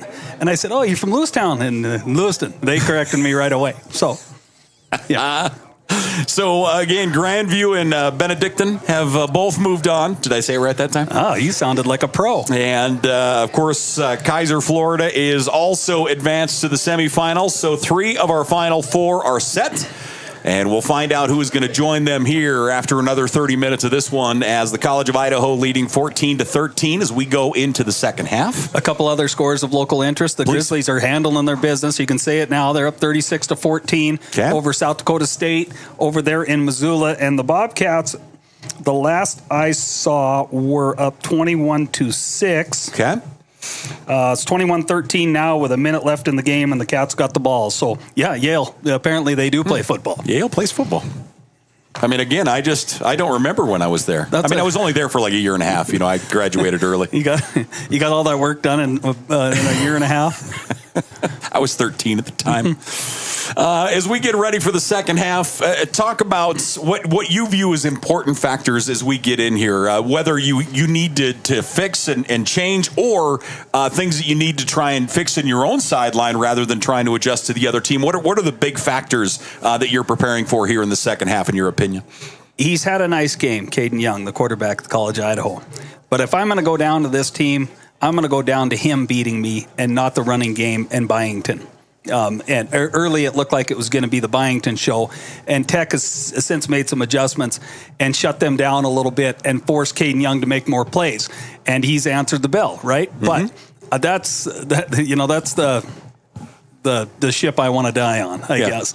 And so I would think Montana Tech. To me, they made some pretty good adjustments on the sideline, so they're probably reinforcing that. And again, making tackles on Young when he's got the ball in the backfield. You're getting pressure to him, complete the play. That's what I would consider their number one concern from a defensive standpoint. On the other side, College of Idaho? Just kind of what I was talking, or College of Idaho coming to Montana Tech. Mm-hmm. Defensively, you got to make plays. Yeah. You got to make plays.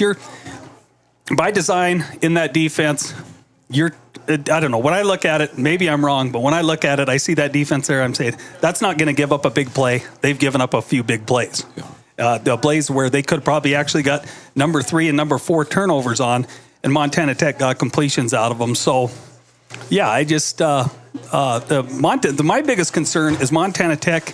How can they go in and come out and run the football more effectively? And I'm sure they're talking about that. Yeah, I mean, it's such a part of their identity. It's such a part of both of these teams' identity. And Montana Tech has just been unable to get the run game going. Now, that said, Jared Wilson's having himself a day. He's 14-16 through the air, 217 yards and a touchdown. You're certainly going to take that on every Saturday. But again, the run game just has not been going as of right now. 53 yards on the ground. You're led by Wilson with 38. Milanowski, 15. And when I talk about that, it almost sounds like I'm trying to say that I don't know if I necessarily believe Wilson can stay that hot, but I've got no reason not to. He's playing an outstanding game. He's comfortable. He doesn't look spooked. He's making plays with his feet when he has to, and he's delivering ball after ball, dead on the spot. And I have to believe that they're not going to hesitate doing anything, but so much of it's going to come off play action. Get the play going before you have to worry about the action. A 1-point lead for the College of Idaho as Montana Tech takes the field. College of Idaho is coming out of the tunnel and onto the field. The Diggs on the field as well. And remember, College of Idaho will start with the football here in this second half. feels like temperature has dropped a little bit here in Butte. Winds certainly have picked up as we have continued. I'd like to propose a college rule change. Okay. Shorter half times.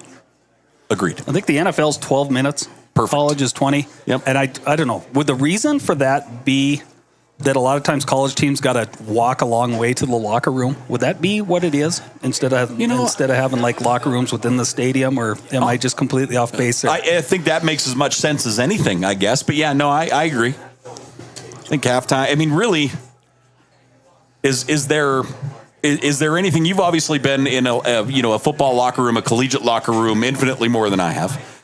Is there anything that's saying that you get more out of the extra 8 minutes? Yeah, I don't know. There seems to be. I mean, there seems to be a lot of downtime in there. Okay, I was just going to say, do you say the same thing when you were coaching or playing, as you're saying now as an 83-year-old commentator? Yeah, I mean, it gave you more time to let the players go and take care of their business. Might have to use the bathroom, shave, shower, put on some pit stick, all the usual stuff. But it would give you time as a staff to sit down real quick and visit about what kind of message do we want to send, what kind of changes do we want to make, and gather all that, even grease some stuff up or chalk it up a little bit. But it gets a little long. Okay. I don't know. Halftimes just always seem to be long. Thanks for joining us once again. The only time it was good was... Oh, I love it. My first or second year of coaching, we were at Rocky, and it was the coldest I've ever been. It was just freezing down there. And Rocky, before they improved their stadium, the visitor coach's press box, and I got air quotes going, it was one rack of scaffolding with 2 fold-out chairs, and you literally had... Your legs were spread to the end of those 2x12s. You literally had about an inch of space before you'd fall off your rocker, right? And I was so cold at halftime, I was numb from the waist down, and I had to jump off that thing. And I jumped into the bowl and just literally rolled all the way down the hill. And I went in and I took a shower at halftime, a hot shower. It's the only time I ever wore spandex. Kent Graham was a backup quarterback then. Okay. He lent me his spandex for the second half, and I didn't quite freeze to death. We actually got a very good reason. Kevin Edgar just texted and said marching bands. Oh, that's the ticket right there. And I'm not crapping on marching bands. I'm sorry about that. No, but that's probably why. Yeah. I mean, you think of your big traditional like Ohio State and Michigan, and that they put on a show, and there's your 20 minutes. I'm with you. I've got a great niece in the marching band for the Montana Grizzlies. She's a trombone player. Okay. So there's your 20 minutes. There. Okay. Keep her 20 minutes. Okay. We are getting ready here for the second half. Get me Michael Jackson moonwalking with the band at halftime. Wasn't that the big Ohio State one that went viral? Oh, yes, it was. Yeah. Good call. I mean, it feels like they do something different every year. Right. That's my favorite one, though. Good. I love marching bands. And actually, the only thing I like more than marching bands are high school bands at state tournaments. Yes. Basketball state tournaments for high school, it's the best thing in the world. You know what I was noticing just last weekend? I was watching a big-time college game. I don't know if it was an SEC game or whatever. But just the timing between the plays, the quick riffs by the bands, between the plays and stuff like that. It's coordinated really, really cool. It's kind of like what Tom O'Neill, as far as the public address and the music between plays at Tech and Butte Central and Butte High events. It's kind of like what he does, but it's marching band coordinated, which has to be a way bigger nightmare, I would think. Yeah. We are ready to roll here in the second half. Montana Tech will kick off to the College of Idaho. The Yotes lead by 1. Just when you think we've talked about everything. Can you even imagine the bingo card we'd have for the stuff we have talked about for 20 years? Not even including what we talk about on road trips back in our radio days. 20 years we have done this Asket, and that was the last time Montana Tech was in the quarterfinals of the NAIA football playoffs in the first round. They went to Azusa Pacific, beat Azusa down in California, and they went to Carroll College, and in the quarterfinals fell to Carroll College in 2005. My daughter would have been about 3 days old at that point. Father of the year. Well, wasn't I? I mean, how I'm still married after that, I have no idea. Great work, Shannon. No idea. I'm very sorry, Shannon. I love you dearly. But I would have got rid of me too. So Tech ready to kick it off here. Baranowski. A little bit of wind. West to east, that one was going to go 5 yards deep and out. So the deep kick by Baranowski again, which is more on brand. Last week, he didn't go into the end zone that much. Carroll was actually allowed some returns, and now whether that was by design or not, I don't know. I think it's just a colder football ball. I think it's just today he's just kicking something with a little give to it. Those 10-degree days, that ball's it's like kicking a rock.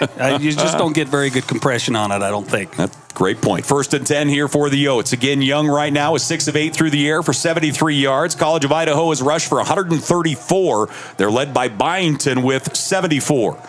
Trips receivers right. Tech brings 4 up to the defensive front.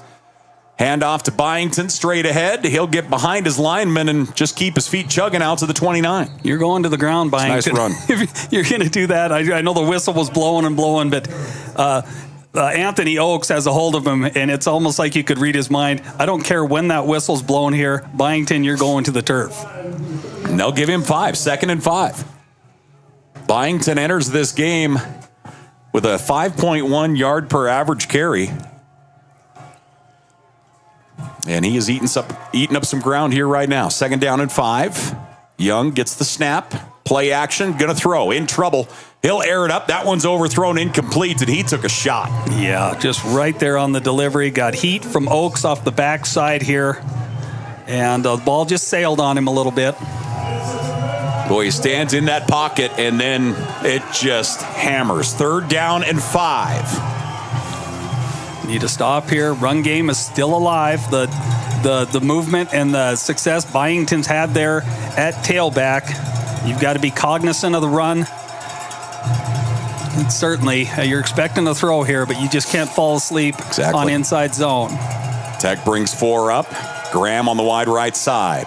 Young dropping back, 5-man pressure. Hits his man on the crossing route. 1st down yardage across the 40 to the 43. Good hit out there by Peyton Gonzer, coming up, giving up a lot of size and weight there, but just bringing it. Tight end Torrey Watkins with another catch on the day. He has been the main target here for the College of Idaho today. Looks like Montana Tech sold the farm there. Big blitz. And Lowry's got a man assignment on the tight end and just got caught behind him. 1st down and 10, College of Idaho. Their 12th first down here of the afternoon. Real heavy to the boundary here. Big time. And they've done that a lot today.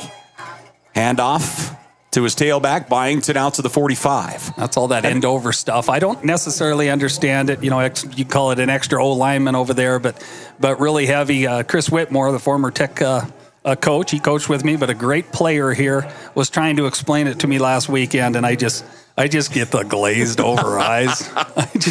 I don't like to talk about blocking. 2nd and 6. No, and I noticed it earlier. Yeah, College of Idaho has been running real heavy to the boundary most of this game today. 2nd down and 6. As they come up to the line of scrimmage. Tech brings 4 up to the defensive front. Boy, safety's playing deep, or I shouldn't say deep, very shallow, honestly. Play action. Young's going to keep it, and he's going down. He's going to lose 5. Good job of staying at home. Dom Umale. Yeah, Dom Umale just does a nice job of staying at home and forcing Caden Young inside where all the help came from. This is good assignment football out of Umale right there. And Cole Graham. Yeah, you're right.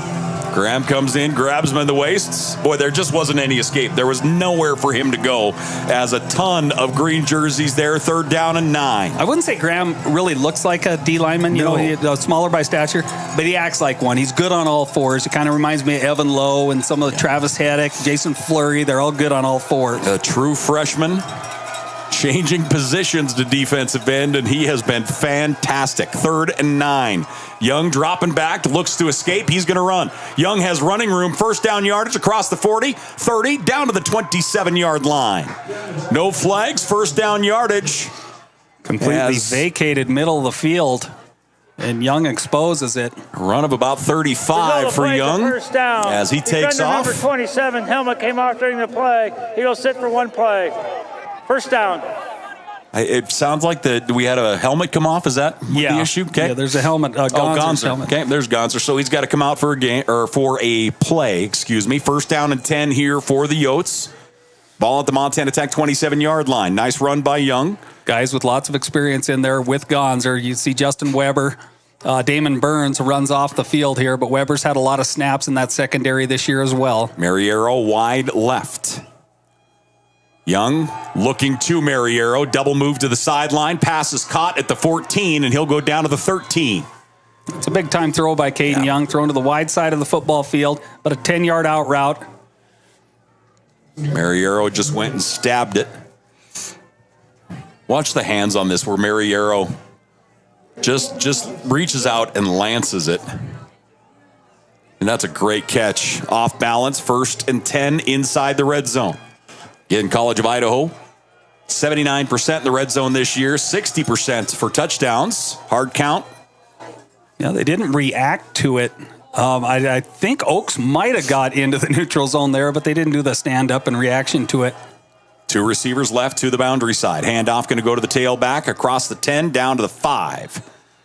So College of Idaho will pound it down to the 5-yard line. Running game strong here in this second half to get started.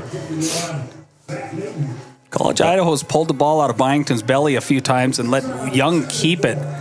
But, there's a part of me that almost asks why, because Byington's been largely successful, positive yards on 1st and 2nd down throughout the game. 2nd and goal from the 6. Actually, 2nd and 4 from the 6, my apologies. Young's going to keep it himself. He's inside the 5, and looks like they'll mark him down to the 2.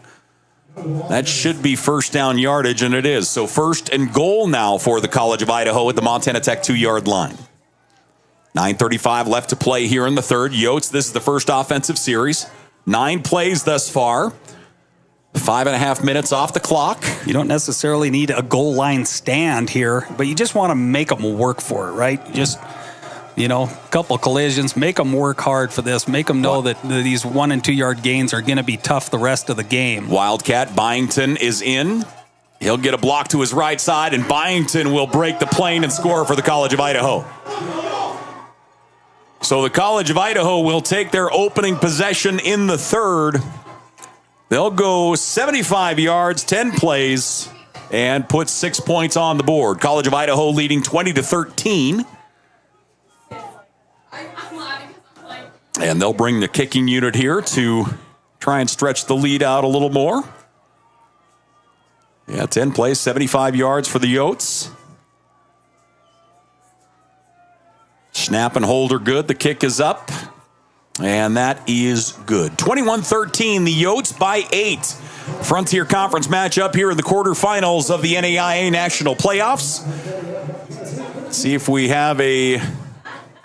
Sorry, I'm trying to find our red hat here. Doesn't look like we have a timeout, so we'll go ahead and keep it here. Yotes by 8. Nice drive to get this 3rd quarter underway.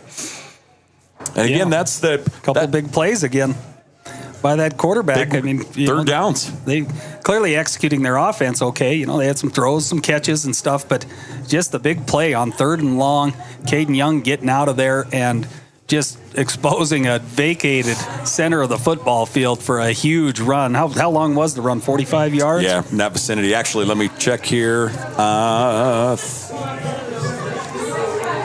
31? No. Had to be longer than that. It seemed like 45. Yeah, of course, truly. he started 10 or 15 yards back in the backfield, too. So the kicking unit is in here as the College of Idaho, again, 10 plays, 75 yards, 7 points. Montana Tech's offense will get it back. A couple of huge 3rd down conversions for the College of Idaho there.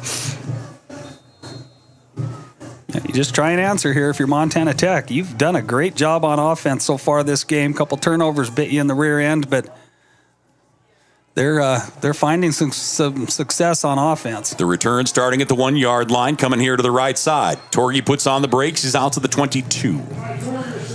So Montana Tech will start out at the 22-yard line. Jared Wilson was 14 of 16 in the first half, 217 yards, 1 touchdown. His main receivers, Torgerson had 6 catches for 85. Michelotti had 5 for 108 and a score. A couple times to Pierce as well, right? Yep, Pierce has 2 catches for 18. And as they come up to the line of scrimmage, tight formation, they'll spread it out a little bit. Milanowski in the backfield, 1 receiver on each side. Milanowski play action. Wilson's dropping back, looking to throw. He's going to turn the corner to his left. And he'll go out of bounds after a positive 4, nearly 5 yards. Good coverage downfield. That's just fine. He probably had Michelotti on his corner route fairly early into the route, but he started to escape. The ground was made up on Michelotti, so he just chose to run it. Interesting that time. We'll see if it sticks. They had Chase Brown, the DB, was on spy duty that time. You saw him just eyeballing the quarterback the whole way, so we'll see if we see a little bit more spy out of whether it's a safety, one of their 3 safeties, or a linebacker here as we continue. And he's one of the ones that when they put him in there at defensive end, a lot of times he's popping to inside backer. 2nd down and 6. Wilson, pressure coming. He'll air it out to Milanowski. Milanowski gets the catch. He's down the sideline, 45 and out of bounds at the 50.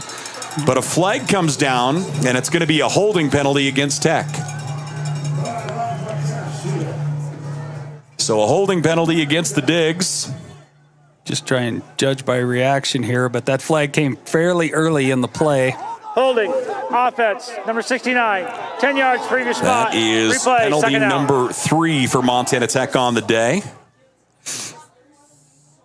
College of Idaho leading 21-13. Frontier Conference matchup here in the quarterfinals. They get the Montana Tech center. They should give those centers a little grace. I mean, they got to snap the ball first, right? You should get like the first second to make a good hold. I was going to say, what do we do a countdown again? Is this a 1,000, 2 1,000? 2nd down and 17. Milanowski in the backfield with Wilson. Michelotti up top, 2 receivers here. That is Torgerson in motion. Wilson looking at 4-man pressure. He has all day. He's going to rifle it across the middle. Pass is bobbled and dropped by Michelotti at the 30. Just a perfect pass on the late dig route to Michelotti. Swafford gets a piece of it, it felt like, across the middle. Swafford was there in coverage. Yeah, this ball's right on the spot. Michelotti's going to be kicking himself for this one. Boy, yeah. I mean, Swafford comes in late, but not after that thing hit him square in the hands. 3rd down and 17. Had everything they wanted that time. So Montana Tech trailing by 8, 3rd quarter. And they'll look to convert a long 3rd down. 3rd and 17. Trips receivers to the wide side of the field. College of Idaho will rush 3. Wilson is in trouble. He's going to go down. Wilson sacked back at the 7-yard line. Wilson is sacked as Tucker French will get to him.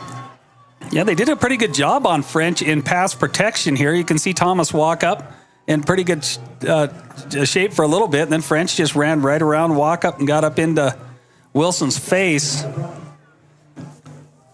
So Montana Tech forced to punt it away. Casey Countsman back to punt here for the Digs. Clock running in this 3rd quarter. College of Idaho should get good field position here. Looks like Montana Tech adjusting the coverage here. Countsman about 6 yards deep into the end zone. Return across the 40. Still on his feet down to the 37-yard line. Low line drive kick. And College of Idaho with good field position at the Montana Tech 38-yard line to get this series underway. They lead 21-13. And we have a timeout on the field, so we'll take one. We're back here to the campus of Montana Tech, ladies and gentlemen, right after this.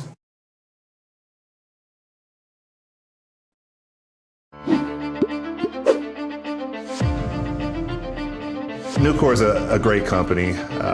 They care about their people. They care about the environment. I've never been restricted to fall in a box. I've never been told that I can't do something. I saw it as a great opportunity to develop a career.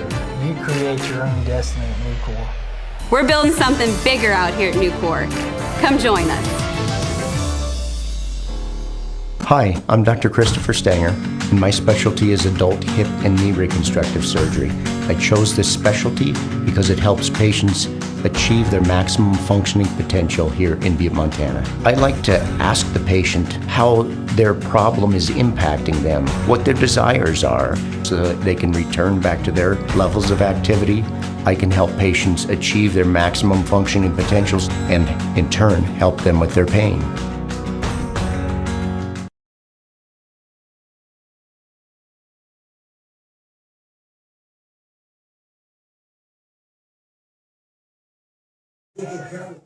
Back here once again to the campus of Montana Tech. Frontier Conference matchup here in the quarterfinals of the NAIA playoffs.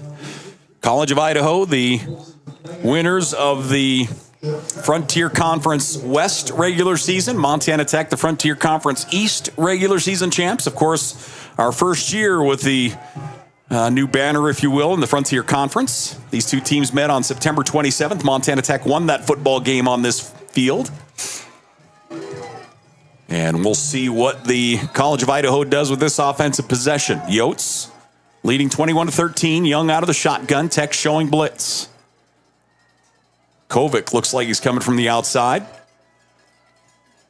Handoff. And popping the run here on the left side across the 35 down to the 33. Nice looking run. A pickup of 5 again. Boy, Byington, it feels like every time you hand him the ball in first down, he's getting 5 yards. Yeah, it's not just that he's getting 5 yards. He's getting like 2 and 3 once you think he's tackled, like right here.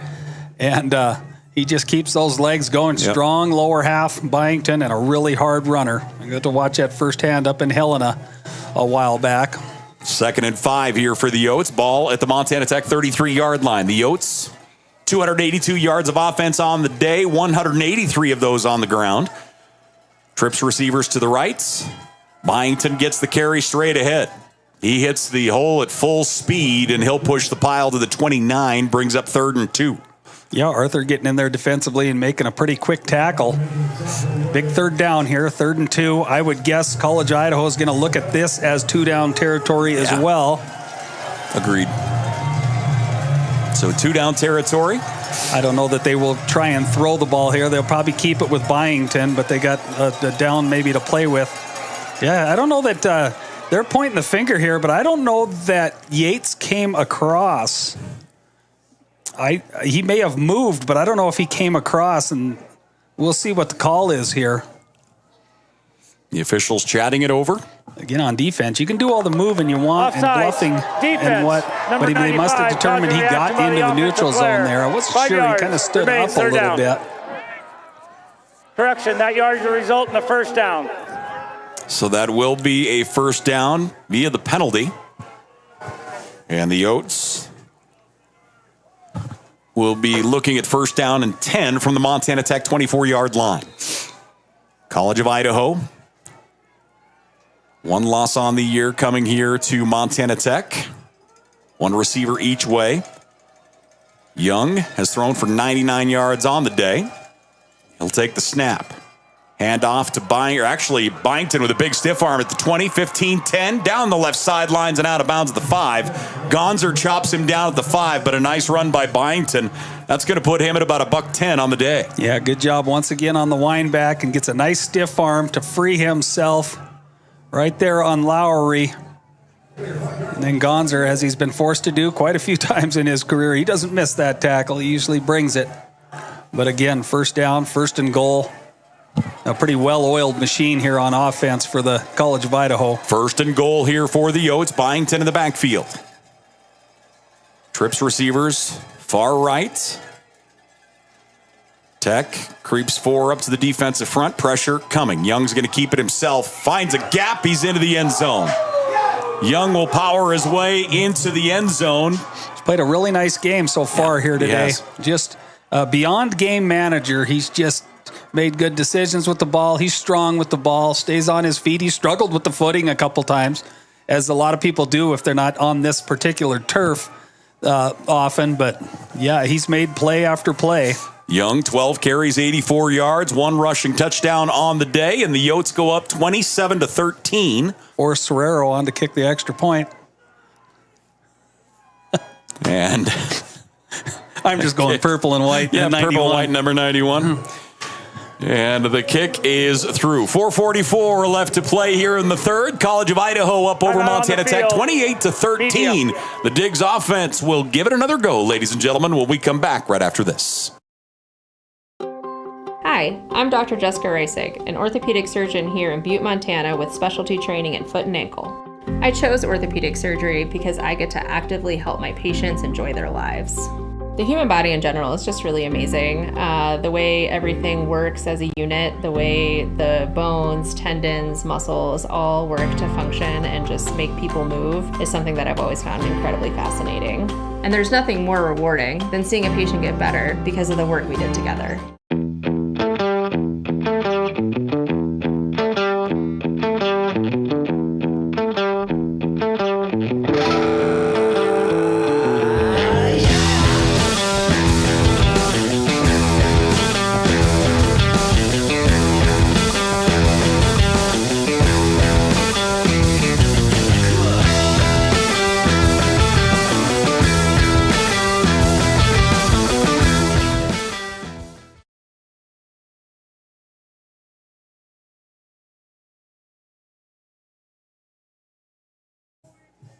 Back here once again to Bob Greenfield on the campus of Montana Tech, Oredigger football, as they take on the College of Idaho here in the quarterfinals of the NAIA football playoffs. Again, the other games are done. Grandview has advanced to the semifinals, as has Benedictine. And, of course, our school from down there to Florida is in as well. So awaiting the final team in the semifinals. And College of Idaho with a really nice drive, actually back-to-back drives, if you will, to put up a pair of scores here in this third quarter. Yeah, she's go time for this Montana Tech offense. You just you can't have any bad penalties. Put yourself behind the sticks. You got to go out and execute, do it fairly, and get points on the board on this drive. Kick is away. High kick. Not a whole lot of distance on it. Fielded at the 10-yard line. Torgerson wants to come back to his right side. Gets past two defenders. Stiff arm still on his feet. Down the sidelines and out of bounds at the 36. Actually, they'll stay out of bounds at the 34. So Torgerson adds to his all-purpose yards. Good return by Torgerson. High kick. Pretty well covered. And Torgerson you can just see, he just wants to make a play for this team in any facet he can. He's just, and we've talked about it a lot, but he's one of those players, he kind of has that matrix thing where it feels like everything moves real slow for him. It feels like he's able to adjust real fast, just kind of calm. 1st and 10. Montana Tech's offense looking to get rolling here. He's getting the attention of 0 here. I'm going to see if I can see what the second level of this defense is. 1st and 10. They're going to run screen out to Torgerson. Head fake, stiff arm, out of bounds at the 37. We've been waiting. I mentioned earlier, wouldn't mind seeing what a screen would look like against this secondary. It's going to be a pickup of 5 on the quick hitter to Torgy. That is catch number 7 on the day for him. He has set the program high for receptions on the year and continues to add to it. 2nd and 5, 3 receivers. They'll look to the sideline for the play call here. One back at home is Milanowski. Pressure coming. Wilson rolls left, airs it up downfield, hits Torgerson in the hands, and it falls incomplete. That's kind of shocking. Torgerson just so good with the football, just took his eyes off it probably there for a second. Just a lapse of concentration. 3rd down and 5 here for the Orediggers. The offense has run 35 offensive plays, 270 yards. College Idaho moved to a 3-man front that snap, and they took one of those down guys, put him up at linebacker, a middle linebacker, and brought him. They got a little pressure just with a 4-man rush. They got pretty quick pressure on Wilson there, which shouldn't happen. 3rd and 5, Torgerson in motion. 4-man pressure again. Wilson. Pass is knocked up and intercepted. Intercepted at the 45-yard line. And the College of Idaho will get their second pick of the afternoon as that one is batted up at the line of scrimmage. Getting at the line of scrimmage, let's see, getting the hand on that one was Tucker French. Tucker French bats it down at the line of scrimmage. It jumps in the air. And the College of Idaho, you see that get punched in the air by French. Yeah, and just... Again, that it was a 4-man rush, and Montana Tech just did a great job. A 3-man rush. But, I mean, plenty of time for Wilson to throw. But, again, that's just a heady play from a defensive front guy. You're not getting pressure. Get your eyes up and then your hands up. And got that ball knocked away and reeled in there after the deflection by Jacob Sisson. First down and 10 here for the Yotes. Third turnover of the afternoon for Montana Tech. And handoff to Byington. Byington down to the 41-yard line. That's a gain of 6 for Byington. He has run for 125 on the day. Got to tip your hat to that College of Idaho offensive front here today. They've done a nice job. Good bunch. They're kind of like Carroll. They're always really solid, tackle to tackle. They're big, they're tall, and they stay on their feet and block this zone running game really, really well. Second down and 4 here for the Yotes. Again, 2 receivers to the boundary side. Handoff, play action. Young has time. He's going to air it up down the sideline. Pass is thrown and caught. And they will say he stays in bounds as he drops it into the hands of Mariero. That's down to the 13-yard line. First and 10 from the Montana Tech 13 here for the College of Idaho. Yeah, he got Mariero manned up against Jace Thompson there. Not much room. Thompson's in pretty good shape here. And just a perfectly thrown ball. Really well executed play. Second down and 10 here for the Yotes. 2 receivers rights. Just a slot. It must have just been a slot fade, right? Mariero there in the slot with Thompson over him again. 1 back, 2 receivers right. Young has thrown for 127. He'll hand this one off. Byington across the 10, pulls the pile to the 6. So Byington will pull it down to the 6-yard line. Yeah, it's just tough to make a living on defense if you're given just inside zone, if you're giving up 5 to 6 to 8 yards on first down. Just a miserable place to be. It has been a game of quarters. College of Idaho scored 14 in the first. Montana Tech answered with 13 in the second. College of Idaho now with 14 and looking to add to that here in the third. Young out of the shotgun, 1 receiver each way. He's going to keep it himself. Tries to find something, and there's just not much there. That's going to bring up... They'll mark it down at the 4. Yeah, it's going to be third and about a yard here. Yep. And third and 1 from the 4. I think the field goal, should Montana Tech make a play defensively here, I think the field goal's in play now, of course, because you can stretch it out to a 3-score game. Third down and 1. Digger D looking to make a big stop here. As the College of Idaho up to the line of scrimmage, they'll come out in the Wildcat again. Byington will take the direct snap. Byington straight ahead, jumps up over the top. And we'll see what the spot is here. We'll see. It's not a great spot. Yeah, you're right. They didn't give him much on the spot. Good penetration into the backfield that time. It looked like Dom Umale.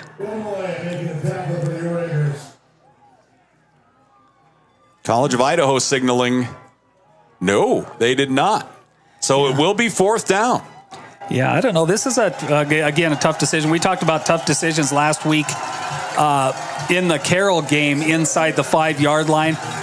And again, as hard as this is, and I'm not going to second-guess the guy who's up 15 points in a national quarterfinal game here, but I'm not so sure I don't kick the field goal and make it a 3-score game. You just never know what can happen, right? You can bobble a snap. You can mix up an exchange. Timeout. College of Idaho. And more importantly, if something like that happens, you surrender some momentum.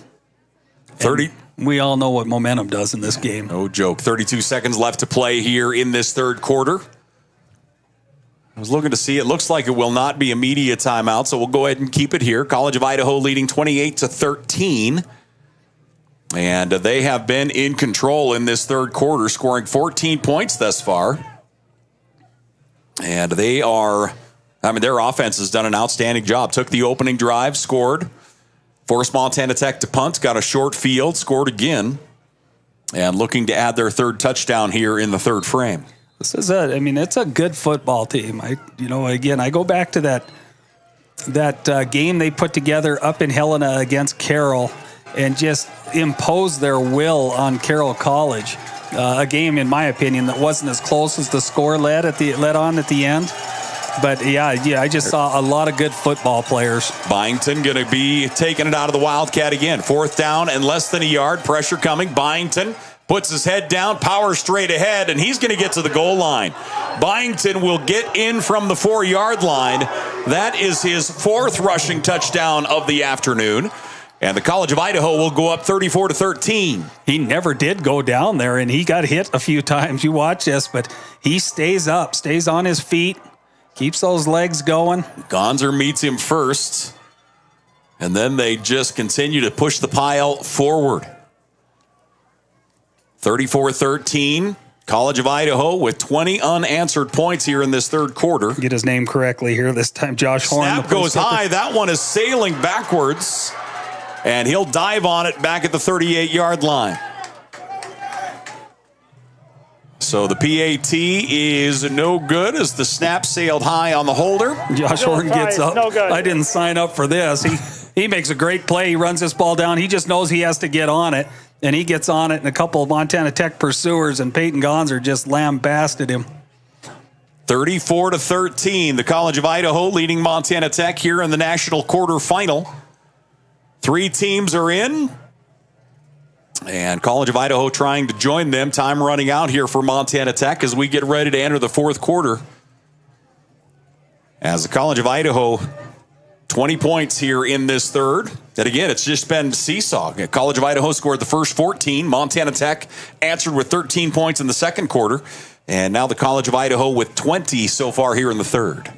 Yeah, end of the third quarter. 26 seconds away. Yeah, you're Montana Tech. Boy, you need something now. College of Idaho kicking it away. This drive is your only, in my opinion, your only chance at this ball game. You've got to end up with 6 points. So the Yotes to kick off here. Preferably 7 or 8. As many as you can stack up.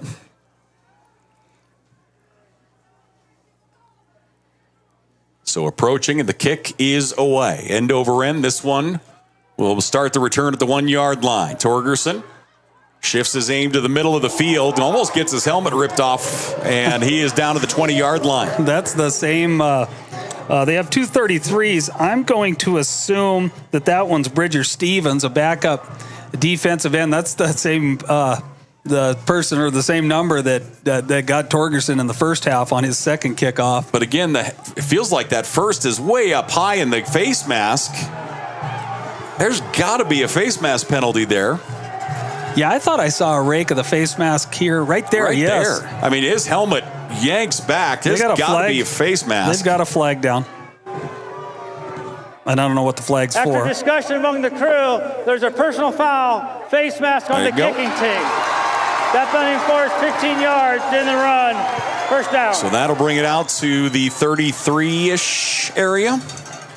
And Montana Tech will start there. 20 seconds left to play here in the third. Montana Tech's offense needing to get rolling here. Yeah, now you got to go. You're essentially going to be in 2-minute offense here, I would assume, if you're Montana Tech. So you've got to have young or number 2 wideouts in the mix, ready to sub in. You want fresh bodies, occasional blow at tight end for Derek Pierce. The only ones that don't get subbed in a lot on 2-minute offense or 2-minute is O-linemen. And they're probably the ones obviously working the hardest. 1st and 10, 1 back, 1 receiver split wide left. Handoff going to go to Milanowski. He'll go straight ahead to the 35, a gain of 3. And that more than likely going to do it for the third quarter. 15 minutes left in regulation. The College of Idaho leading Montana Tech 34-13. The winner will advance into the national semifinals as we get ready for the fourth quarter. We're here on Digger Vision. We're back after this. This will be then the third quarter. Media timeout.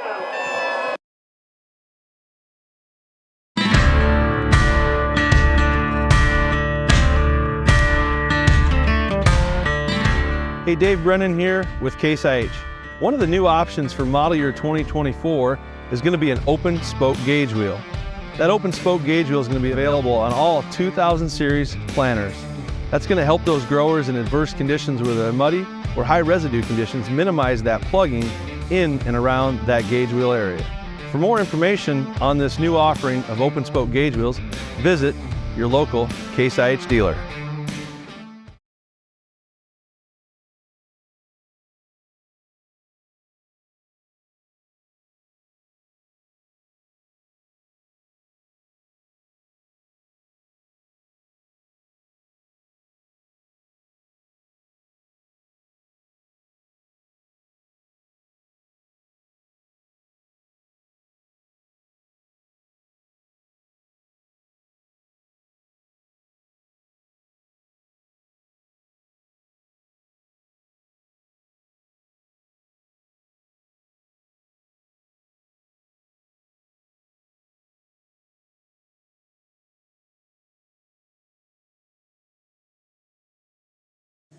Back here once again to the campus of Montana Tech, Bob Green Field, as the Digs taking on the College of Idaho.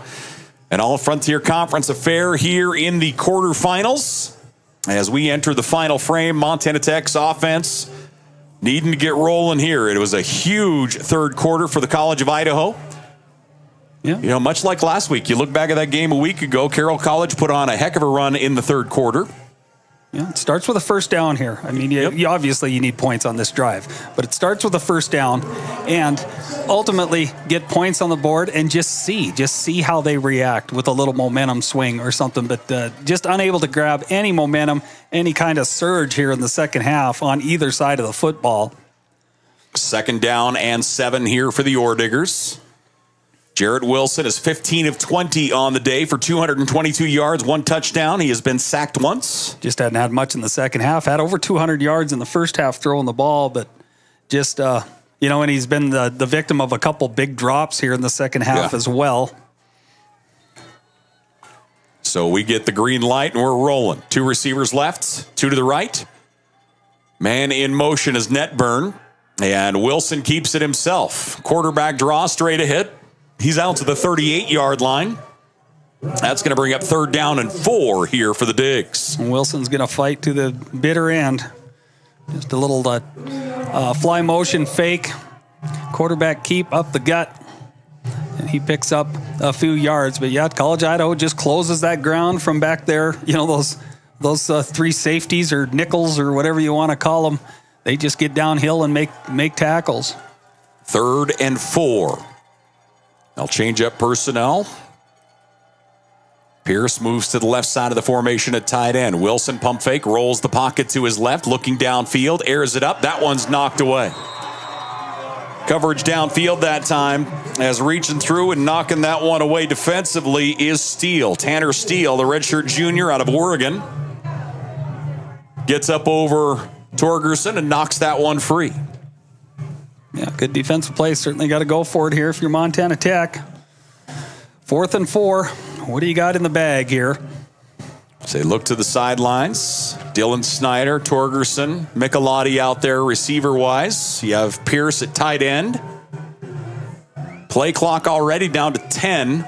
And now they'll get up to the line of scrimmage. Play clock down to 6. 2 receivers right, 1 to the left. Jarrett Wilson gets the snap. We got a timeout here. Montana Tech called the timeout. Coach Kyle Sampson was right there. Knew he was running out of time. Probably want to talk about this one. They looked a little rushed and a little unsettled at the line of scrimmage. You know, beyond just getting the ball snapped there, he could see that there was maybe a little confusion. So as the crew comes together here in the timeout, we'll chat about it. College of Idaho leading 34-13. And we'll roll here. Again, huge third quarter for the College of Idaho as they put up 20 unanswered points. And the bulk of it on the ground. 295 yards on the ground for the College of Idaho right now. They're led by Byington with 196. Young has 86.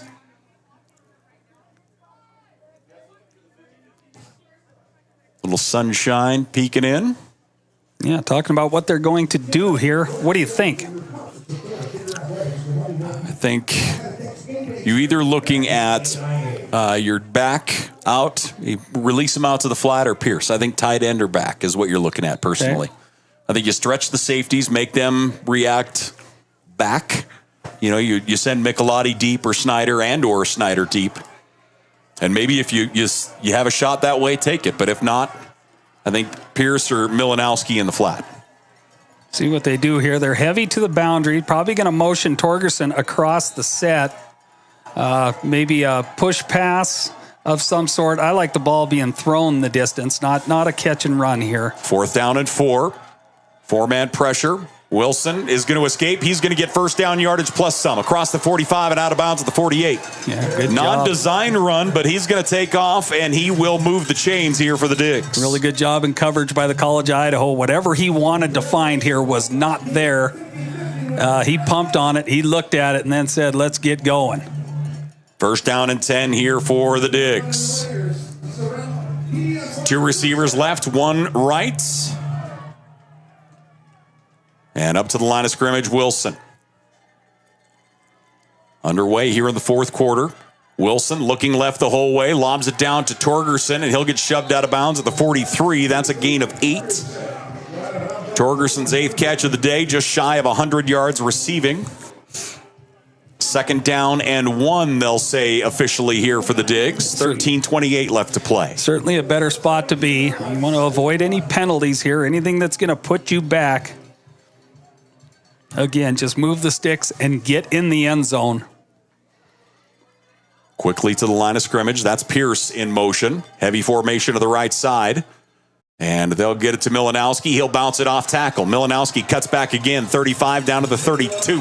There you see the importance of just containing the football. That time, one of those 3 safeties back there, number 31, Tanner Steele, he comes up. Watch how fast he contains that. Just get him back inside of you so somebody can come make the tackle. That time, Steele's actually able to get into Milanowski's legs, but his first goal there is to get him contained.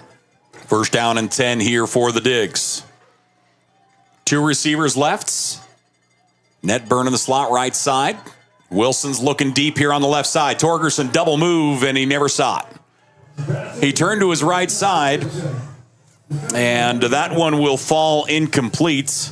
Yeah, he wanted a little pass interference here as well. He thought he was going to have to speed turn and to adjust to that football right there, and the ball blew wide of him. So 2nd and 10 after the incompletion. Jared Wilson, 16 of 23 on the day. 2 receivers each way, 1 back. College of Idaho brings 4 up to the defensive front. 1 linebacker just off. Yeah, they're stepping up and robbing that deep dig zone there with these safeties. Design quarterback run. He's across the 30. And Wilson pulls everyone down to the 27-yard line. That's a gain of 5, nearly 6 for the Digs. It's a big gain there on 2nd down. That's a pretty smart play. That the interior linebacker portion of that defense is completely vacated. They're gone. They're getting good defensive front play. Yeah, 3rd and 4 gives you a really deep playbook. You think of French there in the middle and Sam Lowings, both playing really good football. 3rd down and 4. Play action. Quarterback's going to keep it again. Jared Wilson to the 22-yard line, and that's going to move the chains. Made a spin move, and he got hit hard. He's a tough kid. Yeah. He is tough. That looked like another one where he just saw an opening and took off. Diggs with a fresh set of downs at the 22-yard line of the College of Idaho. Clock not the friend of Montana Tech right now, trailing by 21 with 11:20 left to play. 3 receivers, 1 back. Jared Wilson has thrown for 231. 3-step drop, stepping up in the pocket, crossing route complete to Torgerson inside the 10 to the 6-yard line. 1st and goal, Montana Tech at the 6. That's better. That's that crossing route that got it was incomplete earlier, but this is just a pill spot. That's in tight coverage. It's a tight window. Torgerson knows, I'm in a land of a bunch of guys that want to knock my head off. Doesn't even bat an eye at the catch. 1st and goal from the 6 inside the Case IH red zone. 2 receivers left. You have Michelotti wide left, Torgerson in the slot. Wilson's going to keep it himself. Play action off to the edge, and a nice tackle. Yeah, just a pair of safeties coming up there. That's Steele and Noyes getting up there. 2nd and goal. But they close ground real quick. I mean, you could see it there. It looks like he's going to just not walk into the end zone, but next thing you know, there's 2 bodies on him. I mean, it looked like it from our angle there. It felt like there was nothing but green grass between him and 6 points, and all of a sudden that just dropped quickly. Maybe I'm not naive to this concept. It doesn't look right to me, but boy, they execute this defense really, really well. 2nd and goal. Tight formation, handoff going to the tailback. Milanowski's going to pound his way into the end zone. Nate Milanowski with a rushing touchdown.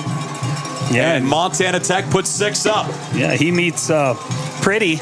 Mason Pretty comes up to make the hit, and Milanowski, but you can tell he wanted this one. Yeah, he did not mess around. Head down, straight ahead. The senior pounds it in. Pretty gets up like, hey, I'm a cover guy. Milanowski's first rushing touchdown of the afternoon, his 6th of the year. And the Diggs will had an injured player, one of the linemen coming over slowly for Montana Tech. Yeah, Tierney's walking off okay. Just it's tough to tell what's going on with him.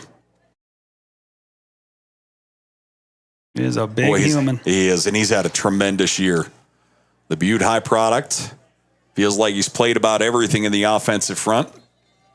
So the kicking units will attempt the PAT. Try and make this a 2-score game. Now, it turns to the defensive side of things and see if Montana Tech's D can shut down this College of Idaho team. College of Idaho has punted once. Both teams have only punted once. And Montana Tech will need a stop here. 9:57 left to play in this football game. We have a timeout. College of Idaho up 34-20. Frontier Conference in the quarterfinals of the NAIA National Playoffs. We're back here after this. Hi, I'm Dr. Brian Mark, orthopedic surgeon, specializing in sports medicine here in Butte, Montana. As an athlete, I think it's important to see a sports medicine specialist, as we have a different skill set than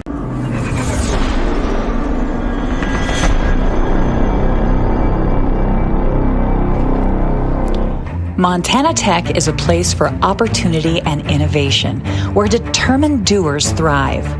Montana Tech Athletics is committed to providing transformative experiences for our students while striving for excellence across all programs. Our goal is to enrich and expand our programs and facilities while delivering the one-on-one attention and family environment that's a hallmark for Montana Tech. As we look forward, we're excited to embrace growth and are driven to provide a championship experience for our student athletes, our campus, our fans, and our Butte community.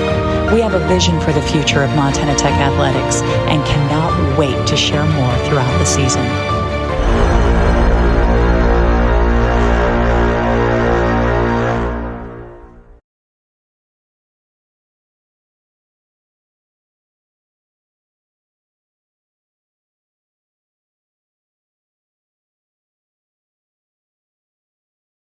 Welcome back on a Saturday afternoon as Montana Tech pulls themselves within 2 scores and a need to get something done here on the defensive side of things. College of Idaho has done an outstanding job moving the football here in the second half. College of Idaho, 50 offensive plays, 422 yards.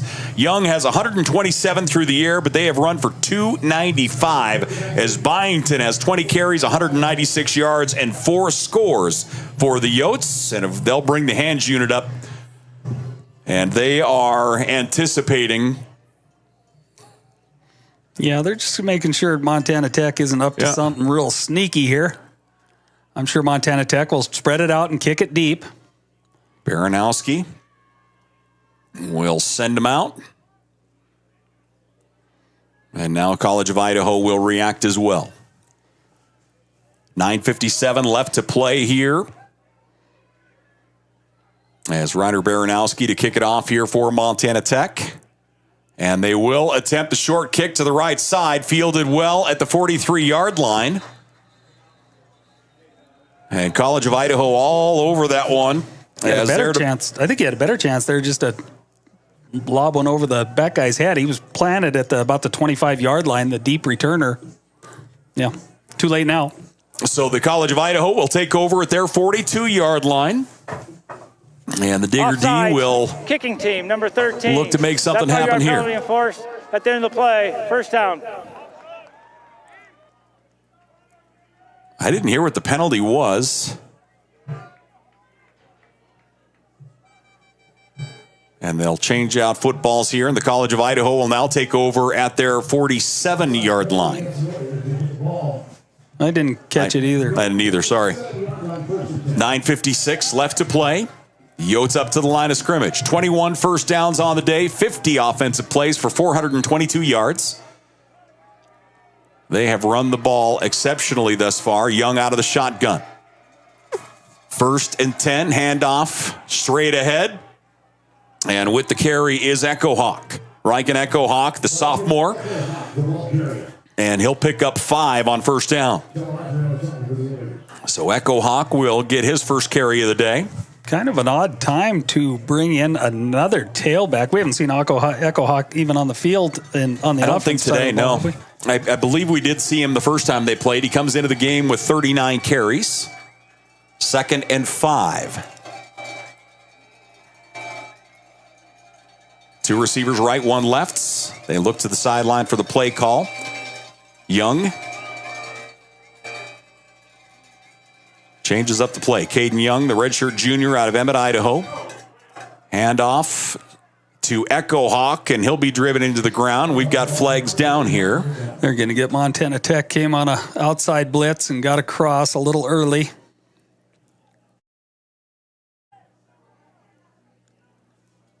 So we'll get her sorted here.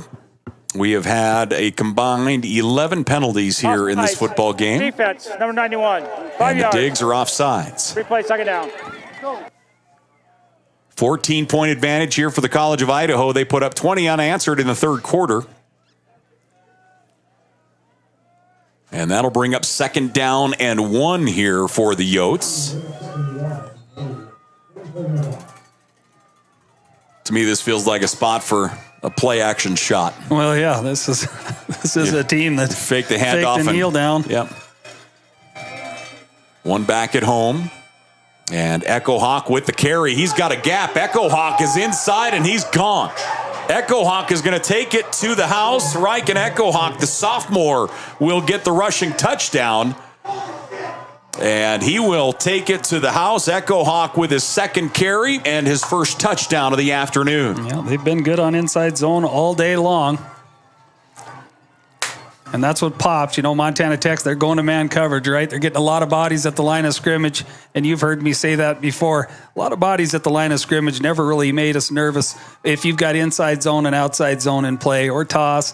But inside zone, as soon as you pop it, as soon as you pop that line of scrimmage, a lot of times there's no one left. Kicking unit is in for the PAT, and they slap it through. College of Idaho leading 41-20 over Montana Tech, as we were looking to find out who's going to the semifinals. And right now, College of Idaho is putting up a heck of a case. Great second half here for them right now. We have a timeout on the field. We'll take one. We're back here after this. Even when you have to weather the storm, even when the unexpected happens, even when the local environment slows things down, we will get you what you need when you need it. We are committed to getting you back in the seat, back to work, back to what matters. At Torgerson's Equipment, we know what matters most: community, family, working every day to make your day more productive.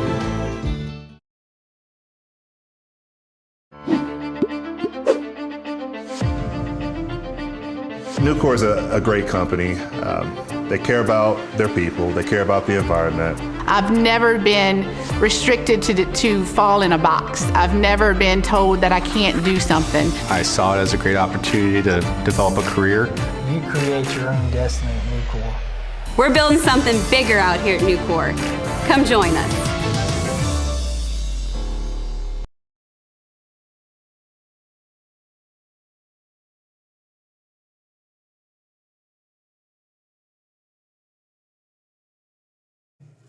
.844 left to play here in this ball game. The College of Idaho outscoring Montana Tech 27-7 here in this second half. And the Diggs offense will look to get it back, get something going. College of Idaho's running game has been fantastic today. You know, you look at it from top to bottom, they've run for 343 yards. They're led by Byington with a $196. Young at quarterback has 86. Now Echo Hawk with 48 yards. They have 6 rushing touchdowns. All their points have come on the ground here today. Yeah, you expected that coming in. The little bit of chatter I had with a couple of Montana Tech assistants, of course, expected that coming in, but they've just executed that running game really, really well. They got hard runners, fast backs, good quarterback who when asked to deliver catchable balls certainly did today and was really effective on his feet, Caden Young. So the kicking unit is in.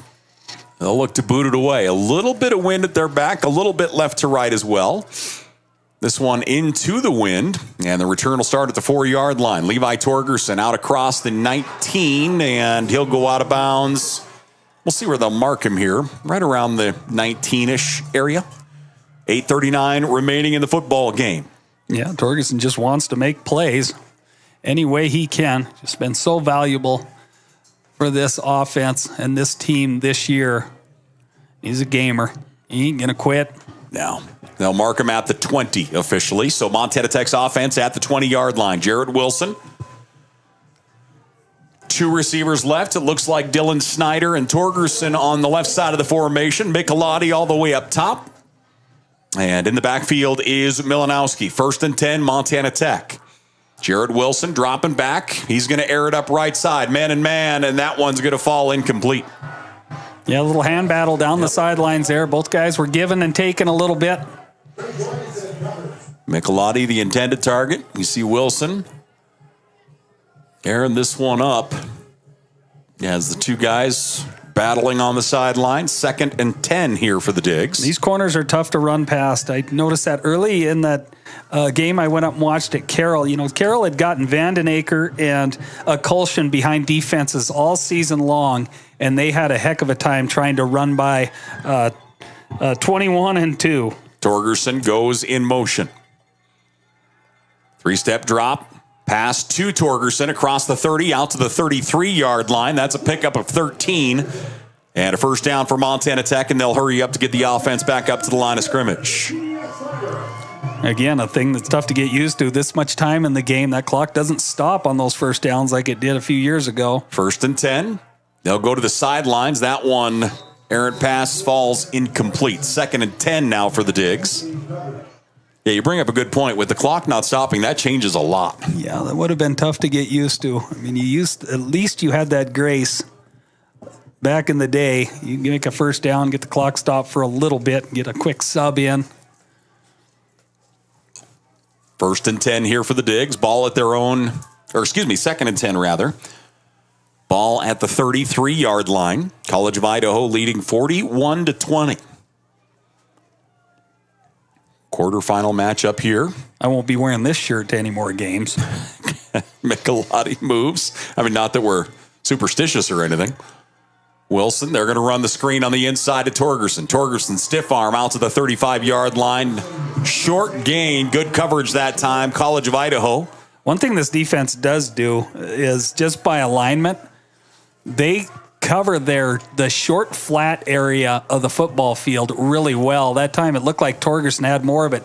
These, you'll see a 3-man surface or a 4-man surface, but you'll see somebody walked up outside, maybe 2 or 3 yards outside the Montana Tech tackle or tight end. Watch them snap with the football. For the most part, they don't move. Sometimes they'll run into the inside backer spot, but for the most part, they're just taking away any quick hitters. 3rd down and 8 here for the Orediggers. 5-man pressure coming. Wilson in trouble. He's going to be sacked, and we have a flag down. So Wilson is sacked back at the 23-yard line. That's going to be a loss of 12. And where the flag is, you'd almost have to assume it's going to be holding. Offense, number 60. Yep. That penalty decline. Result of play, 4th down. So a big sack there as the College of Idaho gets to Wilson, their 2nd sack of the afternoon. That's going to bring up a long 4th down here for the Digs. Yeah, and I don't know what you do here. Yeah, they're going to punt it away. I think that's the play. I mean, I'm not going to say the white flag's being raised here, but... Yeah, it's not, you're not going to be looking at 4th down and 20. So they will punt it away. 7:14 left to play here in this ball game. And the Digs will get adjusted. Casey Countsman back to punt, standing at the 9-yard line. And punt is away. End-over-end kick, bounces at the 39, takes a huge Orediggers bounce inside the 15, out of bounds at the 11. Monster punt by Casey Countsman as that one runs all the way down. They'll say to the 10-yard line. Yeah, 68-yard punt, no return. So Casey Countsman pins them deep on the other side. Now you need the defense to get a quick 3 and out. And that's been a struggle. It has been a struggle here today. College of Idaho's offense, I want to say, I mean, they've only punted once, and I want to say that was a 3-and-out situation. I mean, that's it. College of Idaho out, 1st and 10 from the 10. Up to the line of scrimmage, Young. He's 9 of 12 through the air for 127. He's also run for 83. One back receiver each side, handoff to the tailback. And fighting for ground there. Byington back in the game. Byington back at tailback. He'll get 2 as he creeps up toward 200 yards on the day. They're happy to take as much time as possible here. They lead by 21. It's a tough thing to watch, and I think some people are going to be surprised because Montana Tech beat this team earlier this year, but they had to play a really good football game to win here today. College of Idaho is a good, sound football team. 2nd down and 8. Byington in the backfield. He'll get the carry, goes left, and he'll get a yard. Nice job by the Digger D up front. So that'll bring up 3rd down and 6 here. As College of Idaho again will take their time. See him running some D-front guys. Wyatt DeVos comes off the field. Nice to see Wyatt get back for these last couple games. There in that defensive front. Yeah. Got banged up a little bit there in the middle of the football season. Anthony Oakes in there at left defensive end. 3rd down and 6 here for the Yotes. 2 receivers up top, 1 left, 1 back. Young. Looking right the whole way, spins out of it, goes back to his left. He's going to run. Tries to cut it inside, and he'll be taken down back at the line of scrimmage. Boy, a long run to get back to the line of scrimmage for Young. That's going to bring up 4th down, and Montana Tech's offense will get the football back. That's a pretty good job in zero-man coverage out of Montana Tech. They've got everybody's eyes in the backfield except for the free safety Gonzer and the 2 cornerbacks, Lowry and Christian Hansen. The rest of them are on the rush.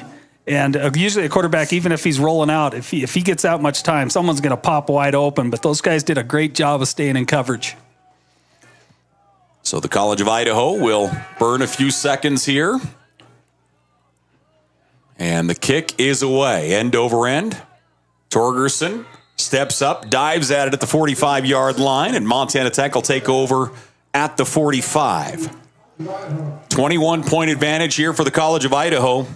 Torgerson slides in there. I mean, he's a little slow to get up. Yeah. He kind of took a shot on the side of the head. I don't know if it's his head or if he hurt something going to the ground to field that ball. So Levi Torgerson will come over to the sidelines. Montana Tech 1st and 10 at the Yotes 45-yard line. Looking to make a miracle happen here, trailing by 3 scores with 4:44 left to play. Trips receivers, 1 back. Milanowski in the backfield with Jared Wilson. He's thrown for 262 and a score today. 1 interception, sacked twice. Wilson rolls right, airs it up downfield. Yeah. Contact at the 25, and that one is going to fall incomplete. It looked like the defender maybe got there just a half a second early. It certainly affects Derek Pierce's ability to go up and catch this ball. Brings up 2nd and 10 here for the Digs. Defense, number 0. Oh, there you go. They did get the pass interference. I thought so. And it was just, it was, I wouldn't say blatantly obvious, but it affects Pierce going up to get this football. I never did see the flag come out. Yeah, I think it might have got buried in the sideline. So he'll throw it downfield. Right there. Yeah, there you go. So Noyes gets to him early. 1st down and 10, Montana Tech at the 30-yard line of the Yotes. Wilson gets the snap, looking left the whole way. Has time. He's going to air it up, looking for Torgerson. He makes the catch, but is he inbounds? They're going to call it a catch. They'll call it a catch at the 5-yard line. Torgerson hauls it in at the 5-yard line. A 25-yard reception. Get up and get this ball snapped. You don't want him to kill any time here and take a look at it, but I think he's in. This is going to be a great angle on it, honestly. Looks like he drags the back foot. So that'll bring up 1st and goal from the 5 inside the Case IH red zone. 2 receivers right, 1 left. Torgerson, 11 catches on the day. And he'll go in motion. Puts on the brakes, cuts back to his right side. Milanowski gets the block. Wilson drops it off. Pierce is wide open. Touchdown, Montana Tech. So the Digs will get in. 41-26 our score. Wilson's got the ability to throw the softest passes, and we'll watch this. This looks like he's floating a balloon to him. And Pierce hauls it in. So Pierce with the reception, his first touchdown here of the afternoon. And don't discredit the athletic play in the backfield. Wilson avoiding the rush that time of Mason Mitchell and getting out and getting himself some room to make that pass. So the kicking unit for the PAT. Snap bobbled for a moment. It's blocked. It goes to the turf. And the Yotes trying to get the return down the far sideline. As spinning through the middle, cut back, still on his feet. Down the left side. And finally, they do lateral it. It's still alive. And now it looks like blown dead.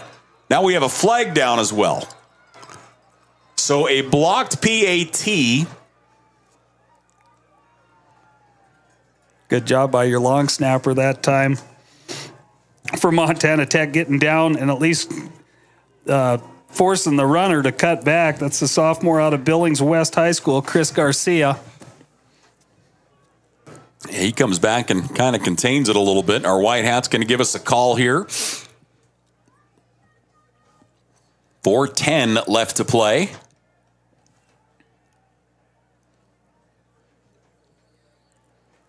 College of Idaho was expecting the onside. Nice hit by Casey Koutzman.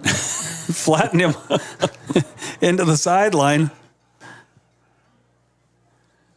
So they're still chatting it over here. You know, the Yotes were ready for the onside attempt last time, and you're certainly going to expect it this time.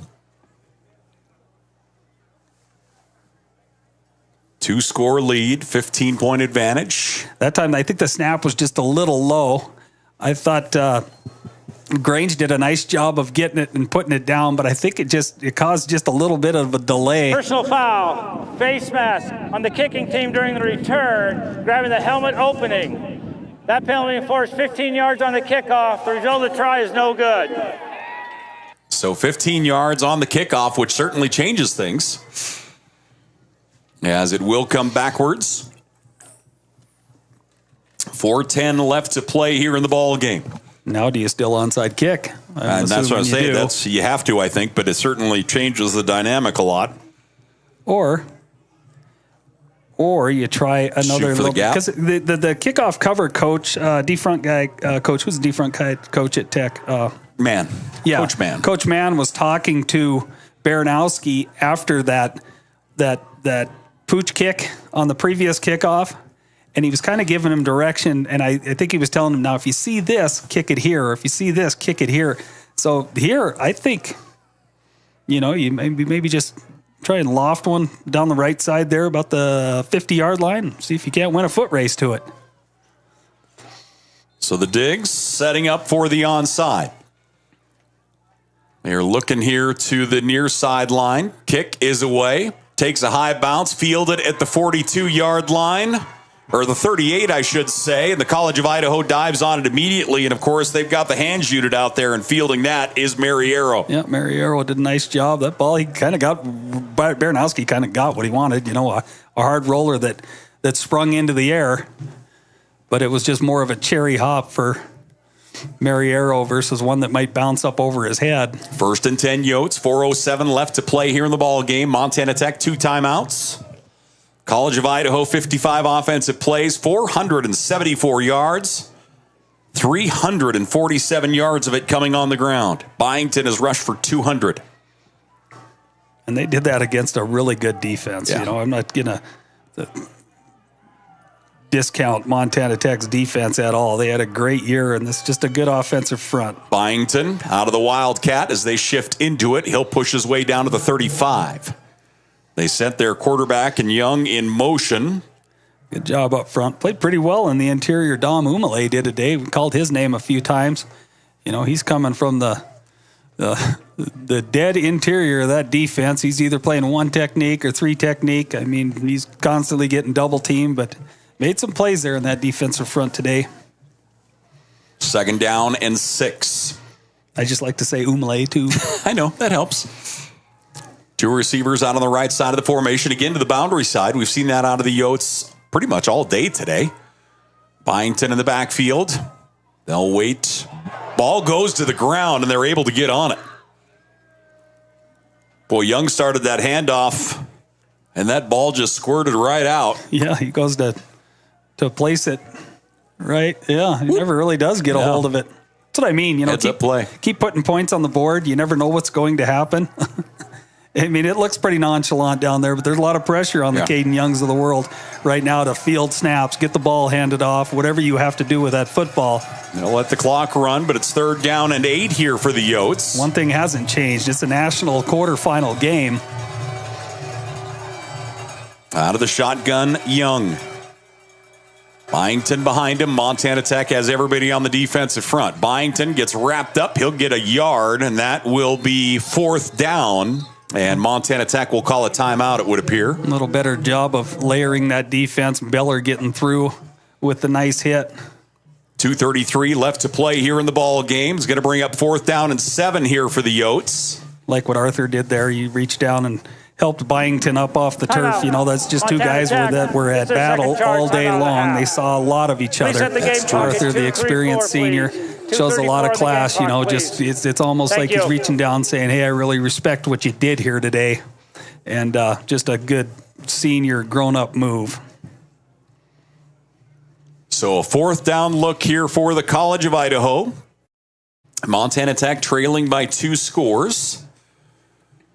And what a year we have been treated to. Again, the Frontier Conference, especially for those, not in our area watching from around the country, the Frontier Conference this year added a whole new footprint, bringing the DAC schools in, or the North Star schools, if you'd like. And we're seeing it. 234, please. So they'll change the clock for a moment. But we have, an East and a West now as our footprint. The Frontier football footprint is as big as anything in the nation right now, with schools in Montana, Idaho, Oregon, California, Arizona, and North and South Dakota. Yeah, it was a real unique experience. I mean, just all of a sudden the conference essentially doubles. Yeah. And, it's been a great thing to be a part of. I don't know how sustainable it is or not, Mm-hmm. Those are long trips. Yep. Expensive seasons. Couple seasons, you'll see things shake out. 4th and 8, the offense stays out. Young going to roll the pocket to his left. Airs it up deep into the end zone, 1-on-1, and that one's going to be overthrown, incomplete. Turnover on downs will go to the Digs as they'll take over at the 35-yard line. Good job. Oh, deep flag. There's a flag down at the 14-yard line. And it looks like a defensive holding call against Tech is the signal. What's defensive holding and call it 5 or 10 holding, yards? 10? Defense, number 5. 10 yards previous spot. Automatic 1st down. Automatic 1st down. I never saw Take a look flag. here. I didn't see it till it was on the ground.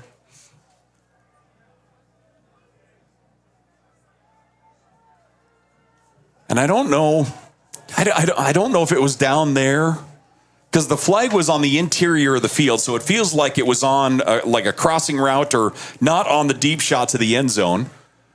So the penalty will give the College of Idaho a fresh set of downs rather than the turnover on downs. Receiver each way, 1 back. Young out of the shotgun. Boy, that's a dagger. Hand off to the tailback straight ahead. That's just huge. What looked like it was going to be a turnover on downs. Yeah, that was a big penalty. But, if Mariero doesn't get slowed down by that hold, he may have been standing in the end zone off that little double move with the football.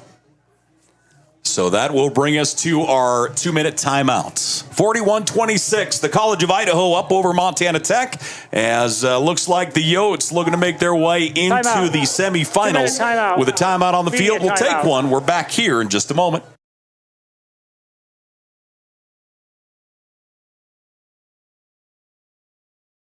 Hi, I'm Matt Steppen, Athletic Director at Montana Tech, and I want to welcome all members of the Oredigger family, past, present, and future, to the brand new Montana Tech Hyper Complex.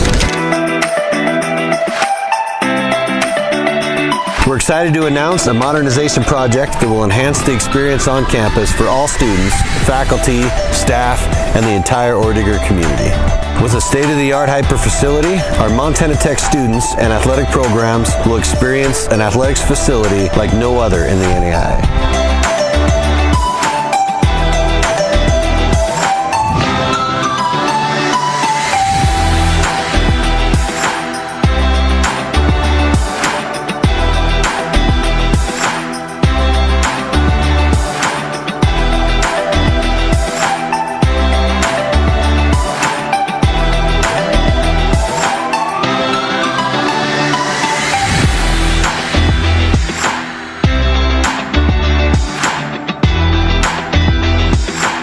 Excited to present to you the future of Montana Tech athletics.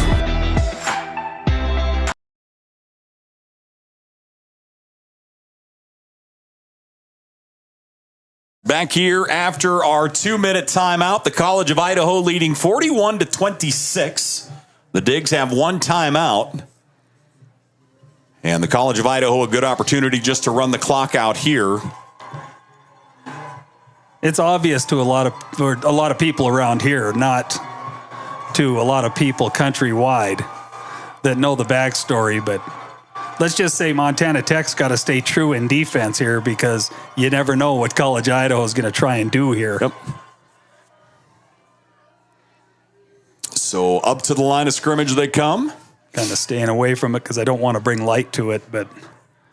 One back, trips receivers. Young out of the shotgun. He's completed 75% of his passes for $127. College Idaho has to burn a timeout there. They broke the huddle with 12. College of Idaho. So the College of Idaho, as Haskett mentioned, forced to call a timeout. Tory Watkins, the tight end, was late getting off the field. So the College of Idaho try and run the clock out here. Both teams with one timeout remaining. Montana Tech can stop the clock once.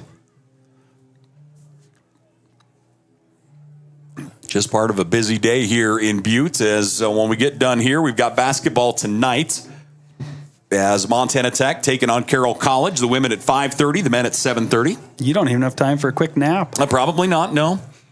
I might get a cup of coffee and a Red Bull, and we'll call it breakfast, lunch, and dinner. You like Red Bull? Yeah, I'm not sure if I like it. I think I tasted it, but I've never had one. You know what I mean? But it likes me when I have to call 3 games. Yeah. No, I shouldn't say have to. I get to call 3 games. Let me put it that way. Yes.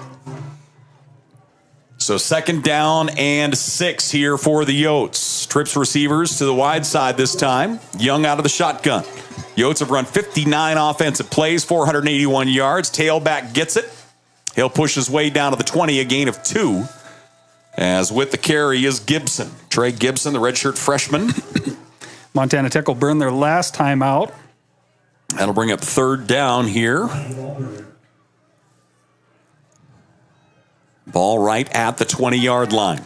Timeout. Montana Tech. This is their 3rd and final timeout of the half. So Montana Tech calls their final timeouts. The NAIA quarterfinals. And I believe this round is the first round we've seen what you'd call upsets. I think the seeding is thus far has held. And we'll have what looks to be a pair of upsets here. This has been the rivalry, if you will, between just the games. And I don't want to, it isn't a rivalry, or I'm not even going there. I'm just talking the level of football between these programs over the last couple of years between the College of Idaho and Montana Tech have been fantastic games. Yep. I mean, when they bring the football, they bring football back at the College of Idaho. And boy, they caught momentum quickly. And they got a good, from what I hear, they got a good game day experience down there as well. Yep.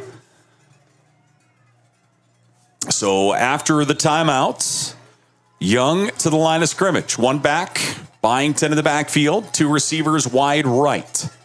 3rd down and 5. Byington will get it, and he'll be driven to the ground right at the line of scrimmage, so the clock will run. That'll bring up 4th down here for the Yotes. Good active play in the defensive front that time by Zach Newton. So clock running here. There's about a 9-second differential between the game clock and the play clock here.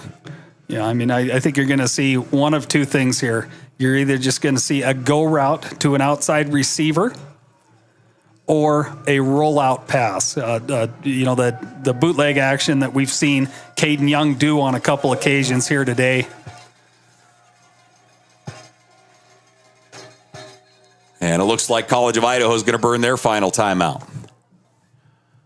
So they let the play clock run down and call a final timeout. 1:07 left to play here in the ball game.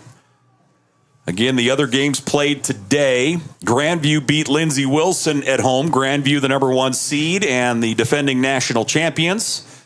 And Benedictine went on the road to Friends and beat Friends at their place, 24-18.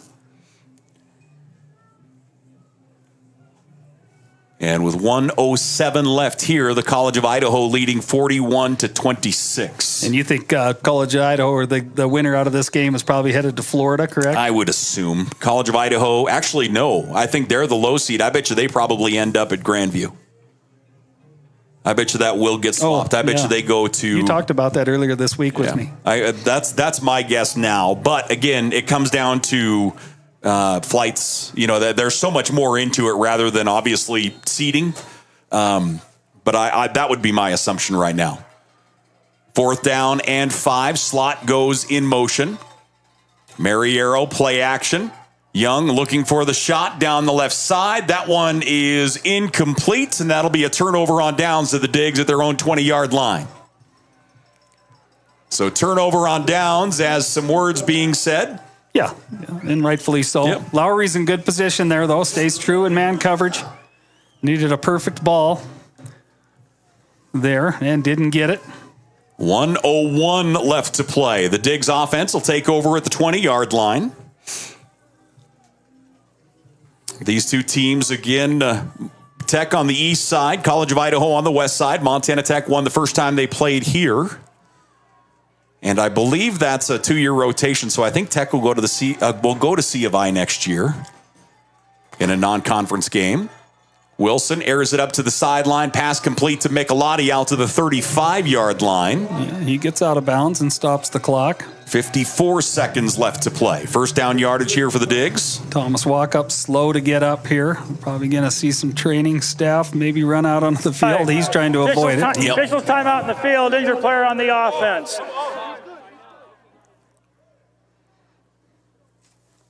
So an official timeout is Walkup flexing that leg. Play result in the first down. Drew Shoemaker.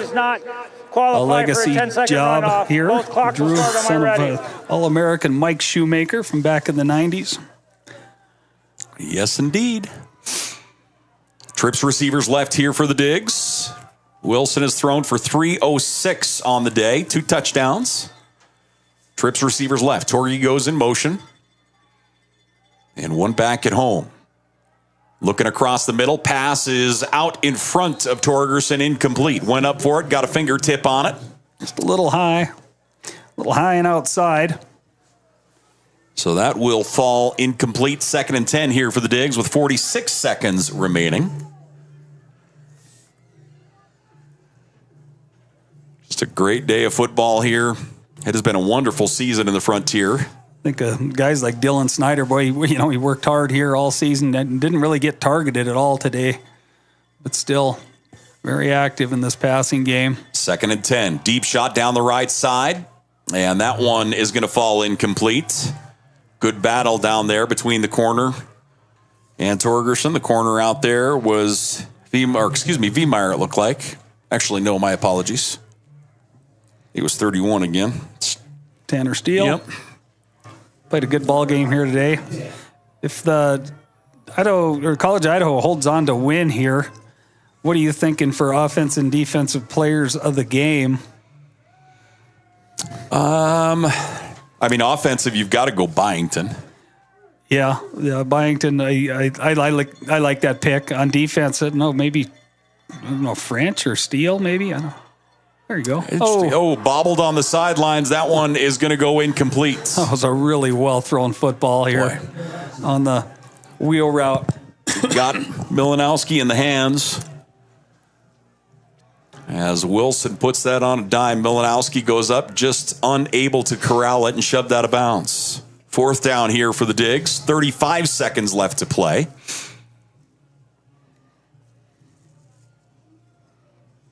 Getting the play signaled in here.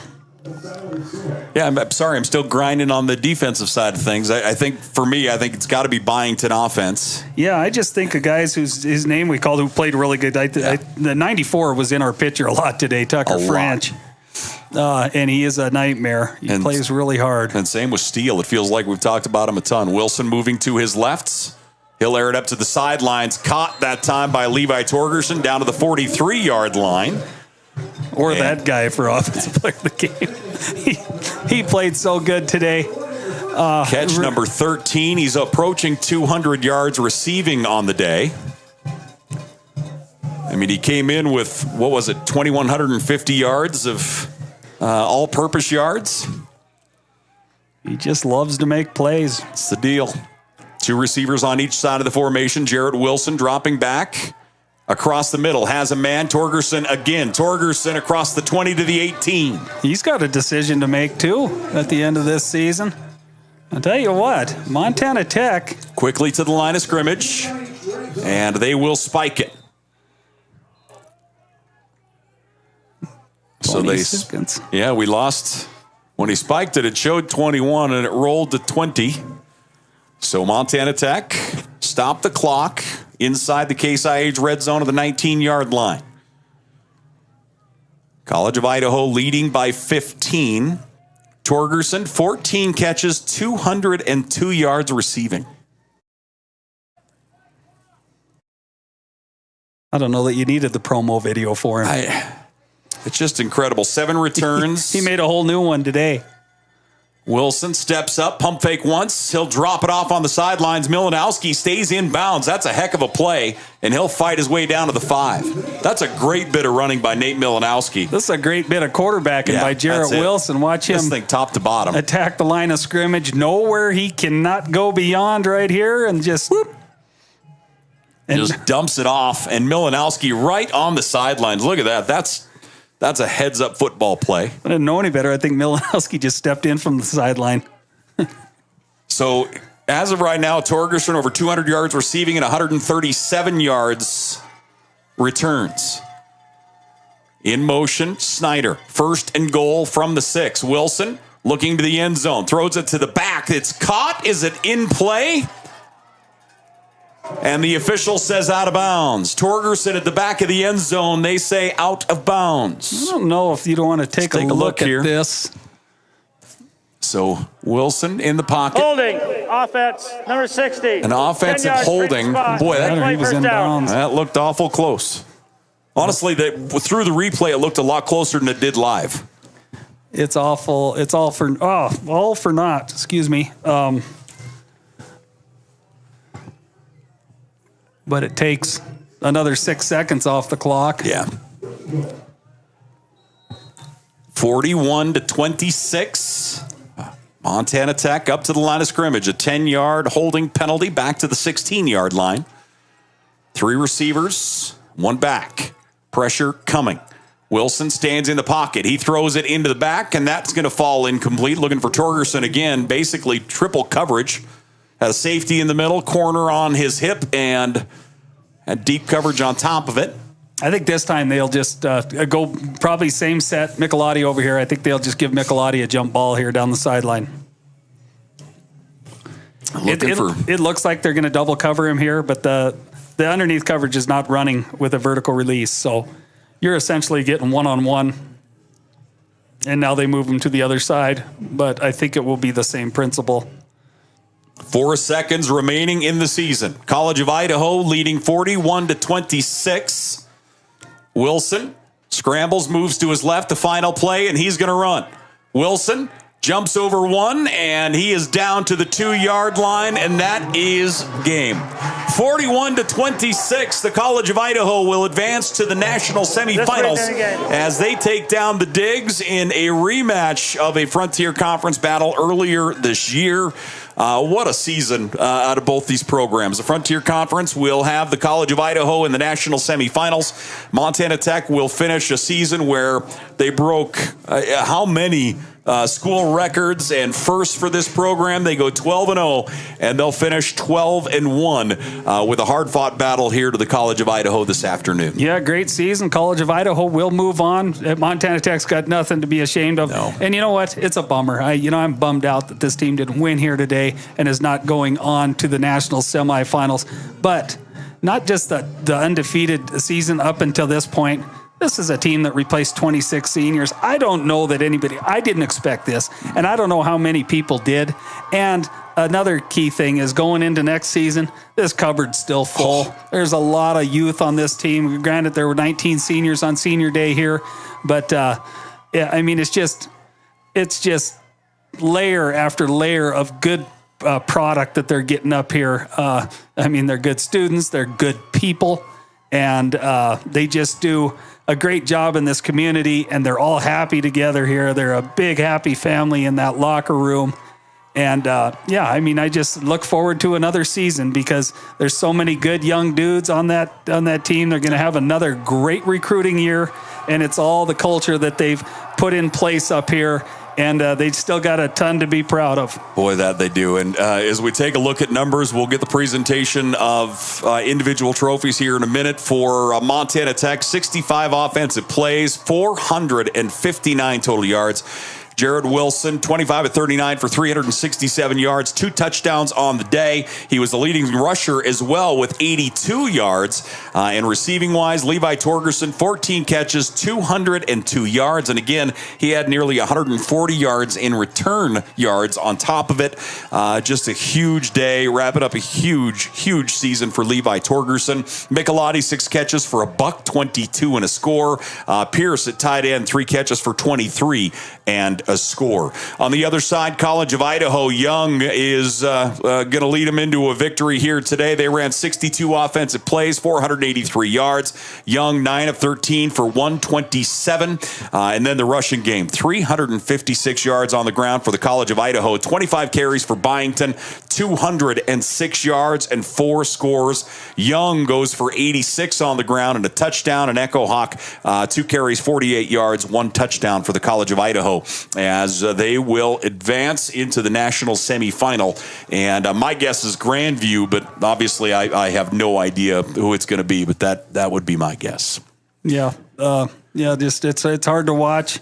I mean, this Montana Tech football team, that actually Levi Torgerson, if he wanted to, could come and get one more semester and one more football season if he wanted to. Mm-hmm. He's got I said earlier, somebody's got a decision to make. Torgerson's got a decision to make, and just add to his career numbers up here. So it's going to be kind of interesting, but so much young talent coming back on this team, and they got nothing to hang their head about on today. That's a good football team.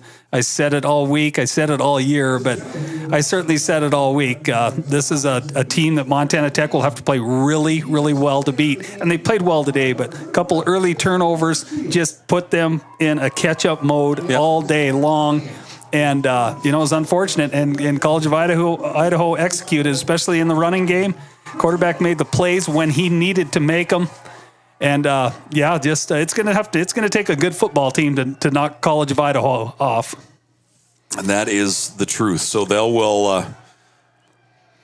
we'll get the presentation of the trophies here. And then, unfortunately, we'll call it a season. So College of Idaho gets the win, 41-26 over Montana Tech. Did we miss it? It looks like they did. I haven't seen anything awarded yet. It looked like Tanner Steele, it looked like Byington and Steele were holding them. Oh, could have been. Basically in plaque form, because I don't think they'd let them I don't think they'd allow people to come onto the field. And if I'm guessing that's the case, as those two were kind of removed, as Riley Byington, the running back, going for 206. No surprise there for offensive player of the game. And defensively, it was Tanner Steele. And we had talked about it. We'd certainly said his name a whole lot here as this one comes to a close. 41-26, our final score. Thanks, as always, for joining us. Yeah, that's the case. Thank you. And that is the case. Those were the two as far as the trophies go. And unfortunately, Montana Tech's season will end here. 12-1 on the year. And I cannot thank my crew enough. Everybody over in the booth, all our camera people, they do such a great job. And Haskett, year 20 is behind us, my friend. It was a pleasure. We got to do it together. A big, long season. A lot of records broke. A good bunch of guys to cover. It's a pleasure and an honor. I just love these teams and the coaches. Ladies and gentlemen, thanks for joining us here on Digger Vision all season long. And hats off to Kyle Sampson and his staff. They did such an incredible job this year, as they always do. They're a classy group, and they certainly represent Montana Tech the way we like to be and want to be and need to be represented. Cannot ask more out of Coach Kyle Sampson. For Ron Haskett and our tremendous crew, I'm Paul Panisco. Thanks for joining us here on Game Day. Remember, we have basketball coming up in about an hour as Montana Tech hosting Carroll College inside of Valley Bank Arena. Until then, take care.